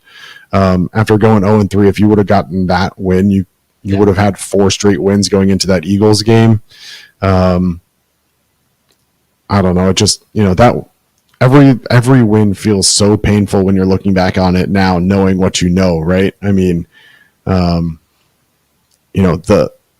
Patriots game obviously is painful because it was a game that, like, on paper you should have won by 30. Looking back now, somehow it's more painful. They end with 3 wins. Well, depending on how Sunday against Buffalo goes, they end with 3 wins, picking first overall. Yeah. And then the Chiefs one, that pass interference call, Right. whether it was the right call or not, just stab. But look, all of them pale in comparison to if tomorrow the games don't go the way that you want them to go. I legitimately believe that none of the losses from earlier in the season are going to hurt as bad as the Broncos beating the Chiefs tomorrow. Yeah. And for our sake, I hope that the Broncos win by 30. I don't want this to come down to a last minute thing where we're hoping and praying for a missed field goal or hoping that, that Patrick Mahomes can lead or not Patrick Mahomes, but Carson Wentz can lead a last minute drive to win a game or anything like that. Like, just put us out of our misery if you're going to do it. But man, I don't know about you, Jacob. I have way too much faith in tomorrow. Way too much faith. And that was my next question, is how much faith do you have in this happening? Way too much. Way too much. And they said it in the super chat. I mean, the Chiefs are sitting 10 of their 22 starters, and yet here I am thinking that they have a chance with Carson Wentz to come out and have a career type game to show that he's still the Carson Wentz of the Super Bowl run and that he deserves to be a starting quarterback in the NFL still today. And that Aaron Rodgers is going to go out on top and throw 3 touchdowns to Devontae Adams in their last game together. And Aaron Rodgers is going to ride off into the sunset with a win and knocking the Miami Dolphins out of the playoffs. And, oh, man, I have no idea why. That 18% that I said on Thursday night feels like 65 right now. This and is I a have great no idea change of pace why. here. I have no idea why. But here's the thing, Jacob. I think there's a difference in, like, legitimate, like, my brain telling me what the odds are, which are like still 10%, and what my heart wants the odds to be, right? Like, my heart is telling me there's a chance. All it's going to take is the Chiefs to get a defensive touchdown, beat up Bo Nix a little bit. He's going to throw 4 interceptions on the day. He's going to have that rookie collapse that you look for. Aaron Rodgers is going to ride off into the sunset. I mean, I have so many scenarios in my head that are like perfect for the Bengals. And then we're going to watch the game and Bo Nix is going to throw 4 touchdowns in the first half and it's just going to crush us. And, like, I don't know. I will co-sign we'll see. that. How are you feeling? If the Bengals aren't going to get in, please just end me in, like, the middle of the first quarter. Don't drag me along. It's 4:25 games. I don't need to be dragged along until 7 o'clock. Let's just get this done if it's going to be done. But if it's going to go our way, I'll stay dialed the whole time and wait for a shank at the end, as long as that ending does go our way. And I think I'm with Craig here. I'm getting pretty optimistic, and I was relatively optimistic coming in. I had talked myself into the hardest part of this system being us beating the Steelers. So now, in my mental gymnastics, the hardest part's done. And obviously the odds and, at Vegas and everything like that would tell you that the hardest part is the Chiefs beating the Broncos. Well, I said weeks ago that the hardest part was going to be the Bengals winning out, remember? Yeah. I mean, we talked about how they needed to win 5 straight, and I said, well, everybody's talking about all these other scenarios that need to happen. The hardest thing is going to be the Bengals to win out, and they've done that. And I said at the time that I thought the rest of the stuff would take care of itself, and here we are. The Bengals have done what they needed to do. Yeah. And now we're in a position where we're relying on others. And, we talked about the scheduling. Now that we're actually in it, Jacob, how do you feel about the fact that the Bengals were tonight and not tomorrow? Or I love it.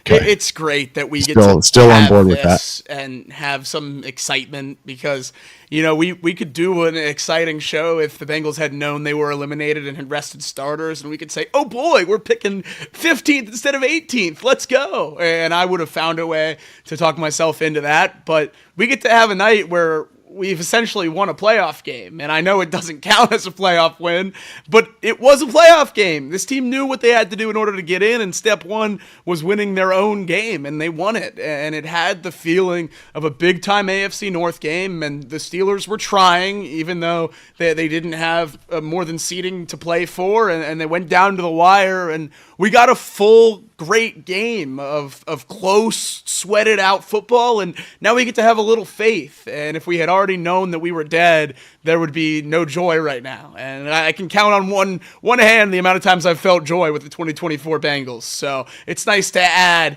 one more tally to that list. So I'm gonna ask the chat. I don't think we have official plans right now, but chat, do we want to watch this together and have our heart broken together, or do we just want to be able to be by ourselves and cheer by ourselves? The plan was to go live if it looks like it's going our way towards the end. Listen, if we're in the playoffs, we're going live. That's absolutely not a question. At the end. I was saying if the games look like they're going our way towards the end of them. I don't know that we wait. I don't know. I'd rather end it early than have to worry about getting on late, right? Okay. I don't know. Chat, what do you guys think? We can figure that out. Well, let's ask the chat. Let's see what they want. I don't know. Doesn't matter to me. Here's the thing, right? Everybody in this chat, myself, yourself, we're all going to be watching this game. Do we want to have our hearts broken together, or do we want to be celebrating alone?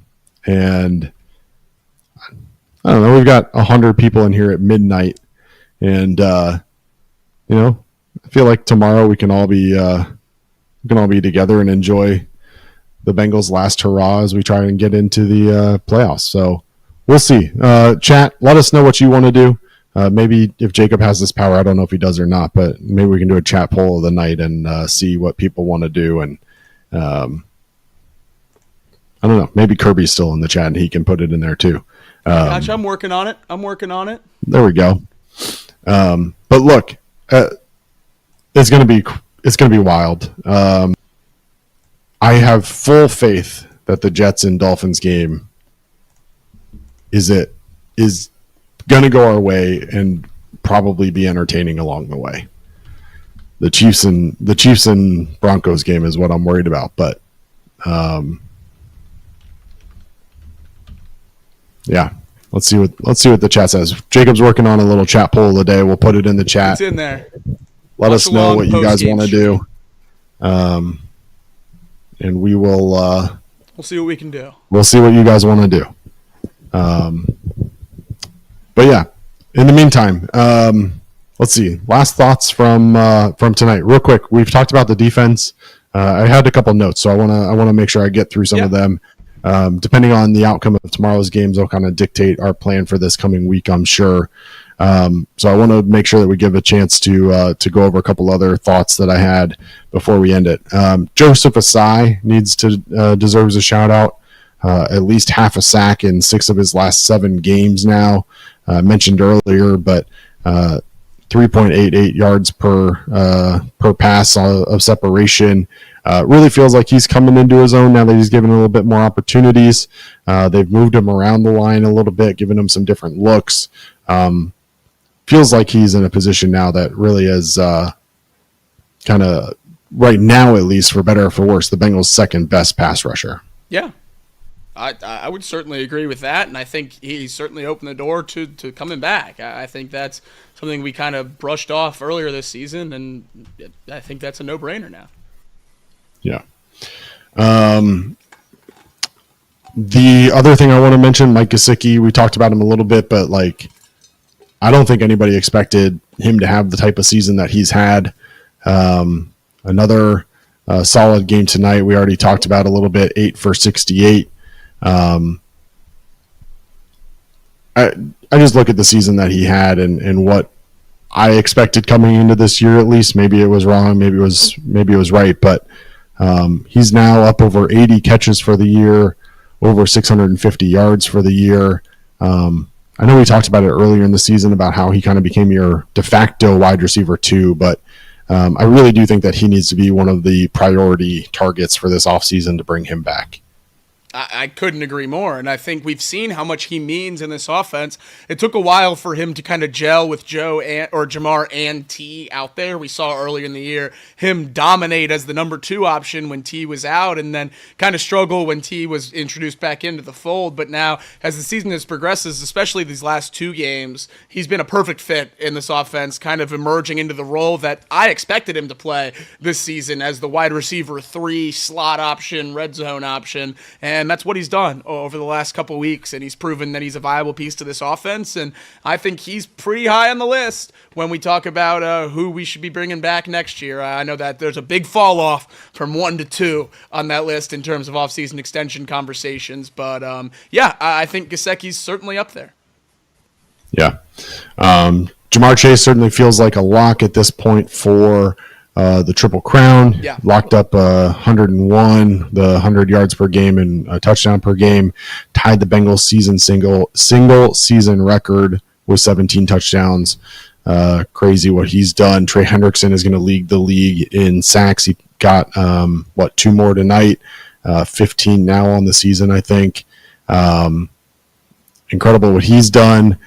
So shout out to Trey and that. And then last one that was on my list is this Bengals guard tandem is trash, and we need to address it.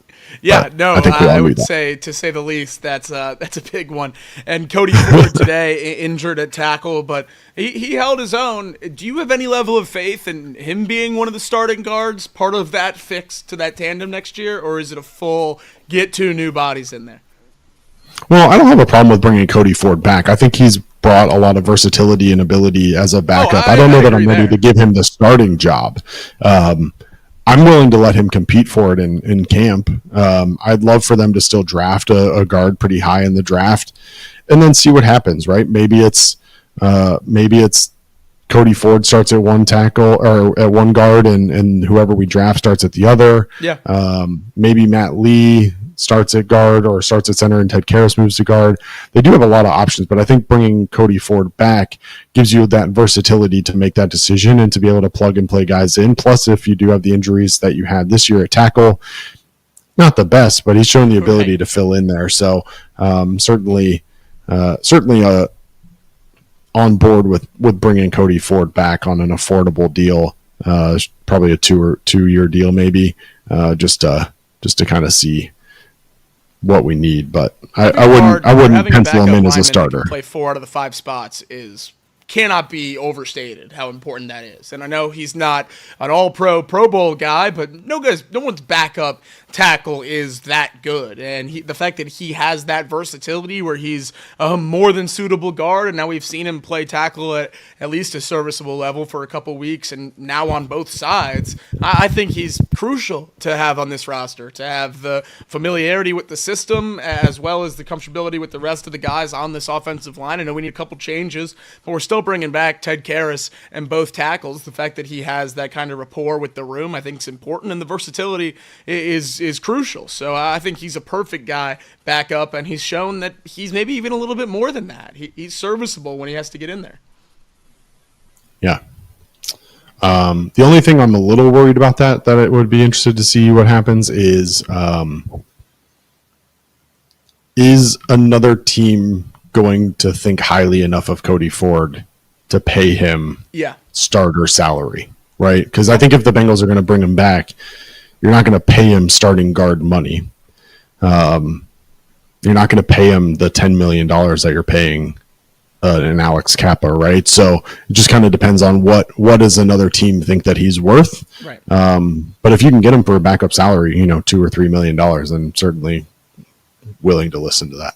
Yeah, no, I think he's kind of a backup lineman in a way where he can, do everything relatively well, and that's super important. But yeah, I think these last couple of weeks have been pretty crucial to figuring out what guys you're going to bring back, what guys you're going to move on from. I think the picture of this roster has changed a little bit over the last 5 weeks, and we'll certainly talk about that whenever the off season comes. We're hoping that's not for a while, but it could be as soon as Monday in terms of the future plans of Chatterbox Bengals and what you can expect from us in the offseason. We'll get a more ironed out schedule planned up as we get there, or when we get there, I should say. But in the very least, even if the season does end tomorrow, we will have a normal Tuesday show breaking down the film from this win. And then at that point, we'll discuss offseason plans and what else you can expect from Craig, myself, and all the rest of the wonderful people at Chatterbox that help out with this program. And we'll give you guys content all throughout the offseason, no doubt about that. Draft prep, signings, everything like that. And then obviously we'll continue to be going live when anything major happens. Obviously, two things we'll be following all offseason: Jamar Chase, T. Higgins extensions. And as soon as either of those were to go final, we would certainly be live here on Chatterbox to talk about all that. But we're not in the offseason yet. We're still praying tomorrow. We'll have a plan for what we're going to do for those games. We'll get that tweeted out relatively soon, at the very latest tomorrow morning, about what the plan is for both of those games tomorrow. We need the Chiefs. We need the Jets. And we're praying for it. That's all we got left. Is we've done all we can do. Now it's on the big man upstairs. We got to pray. If Craig says he's feeling good, that means the rest of us should be feeling good, because I don't think we've heard that all year.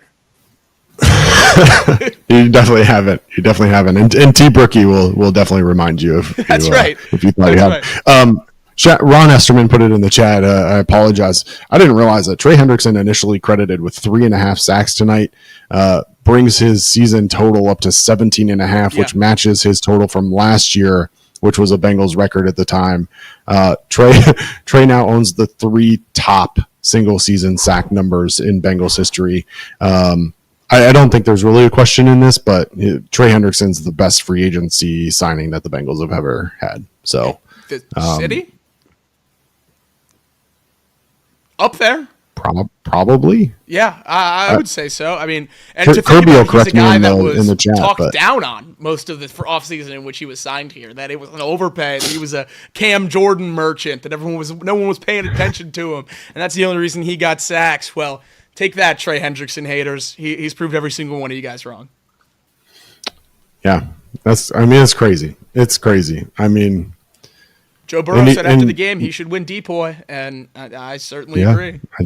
The fact that TJ's the runaway favorite for that is kind of crazy to me. But nuts. Not that TJ doesn't deserve it. I mean, I think TJ's just as good of a pass rusher, if not better than Trey too. But the fact that Trey did it, and he was literally the only pass rusher on this Bengals defense, and could have and should have been double teamed basically every snap, and still did what he did, is pretty incredible. So if Trey isn't in the top 3 for Depoy, I'm going to be pretty disappointed. But it's hard to see him winning it right now just because of playing for Cincinnati. And apparently nobody loves Cincinnati, because if you look at the odds right now, Cincinnati's not going to win a single major NFL award this year.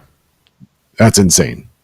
0. You're going to have nuts. You're going to have a Triple Crown winner not win an Offensive Player of the Year, not win anything. You're going to have a quarterback who, at bare minimum, should be Comeback Player of the Year, and according to odds right now, is not the favorite, despite the fact that the favorite was not injured or anything last year, just wasn't good. And just incredible. And obviously Trey, as of right now, probably 3rd or 4th in the line for Depoy. So all of those are crazy. And look, what's the tip craziest? your cap to Saquon. Can you ask me tomorrow after the games? Sure. If the Bengals make the playoffs, Joe Burrow should be MVP. Okay, I can get behind that. He's not gonna be, but if the Bengals make the playoffs, he should be. Right now, if you were asking me today, Trey Hendrickson not being Depoy is probably the one that I would say is the I know the most Saquon ran egregious. for 2,000 yards. The fact that Triple Crown's not going to win Offensive Player of the Year is just blowing my mind every time I see those odds. And it's not even close. It's not even like they're giving it a coin flip or it could go either way. It's runaway Saquon Barkley when Jamar Chase, not only a Triple Crown, but 101 per game. That's preposterous. A season that we haven't seen in forever, if ever, and he's not going to win the Triple Crown, or he's not going to win the Offensive Player of the Year while winning the Triple Crown. I just can't get over that. The shortest odds right now for Jamar are plus 1,000. That's crazy. Plus 1,000. Depending on which book you look at. Plus 1,000. I thought, if he gets a Triple Crown, I'll at least get a cash out opportunity. Yep. Depending on the book, Saquon's a minus 10,000 odds winner right now. Insane. I mean, again, and that's not even getting to the Darnold thing. Right. Well, and here's the difficult part, right? Is that and this goes with probably all three of them. Most years, all three of them are shoo-ins for the awards. But the way the beginning of the season went and the outcome of that, and then couple that with the seasons that you're seeing out of Josh Allen and Lamar Jackson and Saquon Barkley and Sam Darnold, and the list goes on and on about guys who are, quite frankly, worthy of consideration for these types of awards. I mean, you look at Derrick Henry, who ended up, I don't remember what the exact number was, but he ended up like 30 yards short of 2,000 yards on the season as well. And he's right now like 6th on the list. I mean, Joe Burrow is going to lead the league in yards and touchdowns, and he's 5th on the list. And he's probably going to be 3rd in the MVP voting. Like, yeah, it really is insane. And it's not, I don't know how much of it is because they play in Cincinnati as much as it is that they're trying to gain this momentum for the awards so late in the season. You look at these other guys and they've been doing it all year long. And unfortunately, just for the Bengals, the first however many weeks just weren't going their way. And so it was really easy to write them off. And now here they are in the thick of things. You'd love for them to get the recognition that they deserve. And there's a lot of national pundits out there right now who are talking about the fact that they do deserve these recognitions. And it'll be interesting to see how much they can sway the writers over the course of the next 2 days or however long it is before the votes are due. Because if you ask a lot of people who know football and know football well, guys like Dan Orlovsky, guys like, doesn't matter, many others, they're out there talking about how Joe Burrow should be the MVP. And we'll just see what kind of momentum they can really gain. I think that matters for the future as well. The fact that his name is prevalently in these conversations, people are saying he's not going to win it because of the record. When we get down the line, if all things are equal, I think a lot of people will probably remember Joe Burrow didn't win one because of the record, and it might give him a boost further down the line. I think that's a lot of what we're seeing this year is voter fatigue between Josh Allen and Lamar Jackson. That's why Josh Allen is an overwhelming favorite at most outlets, and Lamar Jackson, though he has better numbers and won the head-to-head, he's fallen behind in those lists. I think if Josh Allen wins one this year, and now we're looking at the list of top quarterbacks in the league, and Joe Burrow is the last one with one, next time we're in one of these races, assuming the Bengals aren't sitting at 9-8 needing help from the Jets and the Chiefs to get into the playoffs, Joe Burrow might get that nod. So looking big picture, maybe not quite as upsetting as it seems. Can you imagine if Saquon didn't have like Jalen Hurts as his quarterback, though? I think Jalen Hurts ended up with like 11 rushing touchdowns this year. I mean, imagine if Saquon added even half of those 10? and ended with like 20 rushing touchdowns. he easily could. Crazy. Yeah. And he's going to do it with sitting the last week of the season either. He would have broken the record if he played this week. My thing is, how many 2,000-yard seasons have there been? How many Triple Crowns have there been? I give it to the one with less. If you make me pick between two incredible all-time seasons. And it's crazy that now we're talking about, I guess it's not MVP, it's Offensive Player of the Year, but we're talking about two guys that would have won this award in basically any other year, but now they're going up against each other. I'm just having Heisman flashbacks here. Yeah, I'm pulling it up now just to see. Do you know that answer off the top of your head? If not, I have it. 8 2000s and 4 Triple Crowns, right? Yeah, so Saquon becomes the ninth, and I guess the Triple Crown depends on when you start it, but I guess we should start it in the 60s. I see. Yeah, so yeah, it would be 4. And Cooper Kupp was the last to do it in 2021. So would be the 5th? Derrick Henry did it in 2020. There's currently 4. So Jerry Rice did it in 1990. Sterling Sharp did it in 92. Steve Smith Sr. in 2005. And then Cooper Kupp in 2021. So Jamar Chase would be the 5th. Saquon Barkley was the 9th. Yeah. That's O.J. Simpson, Eric Dickerson, Barry Sanders, Terrell Davis, Jamal Lewis, Chris Johnson, Adrian Peterson, Derrick Henry, and now Saquon Barkley. But again, unbelievable. Not to take anything away, but great clubs to join. One is half as long.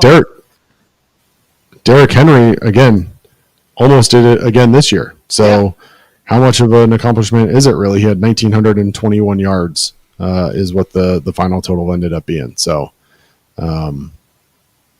look, it's one of those things, right, where, I think if this Bengals team did what they were supposed to do early in the season, we're not having this conversation. Exactly. And ultimately, you put yourself in a position to be ignored, downgraded, belittled, whatever you want to call it.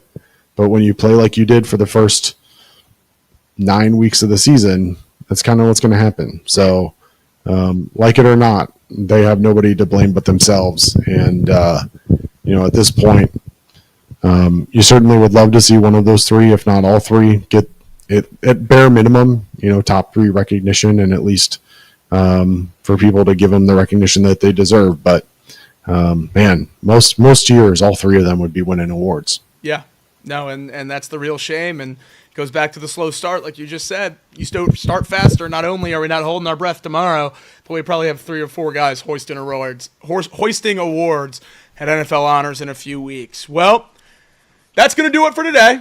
Feels like a little bit of a somber show for a win, but I think it's just because we know what's in front of us and the hill we have to climb tomorrow. Jets.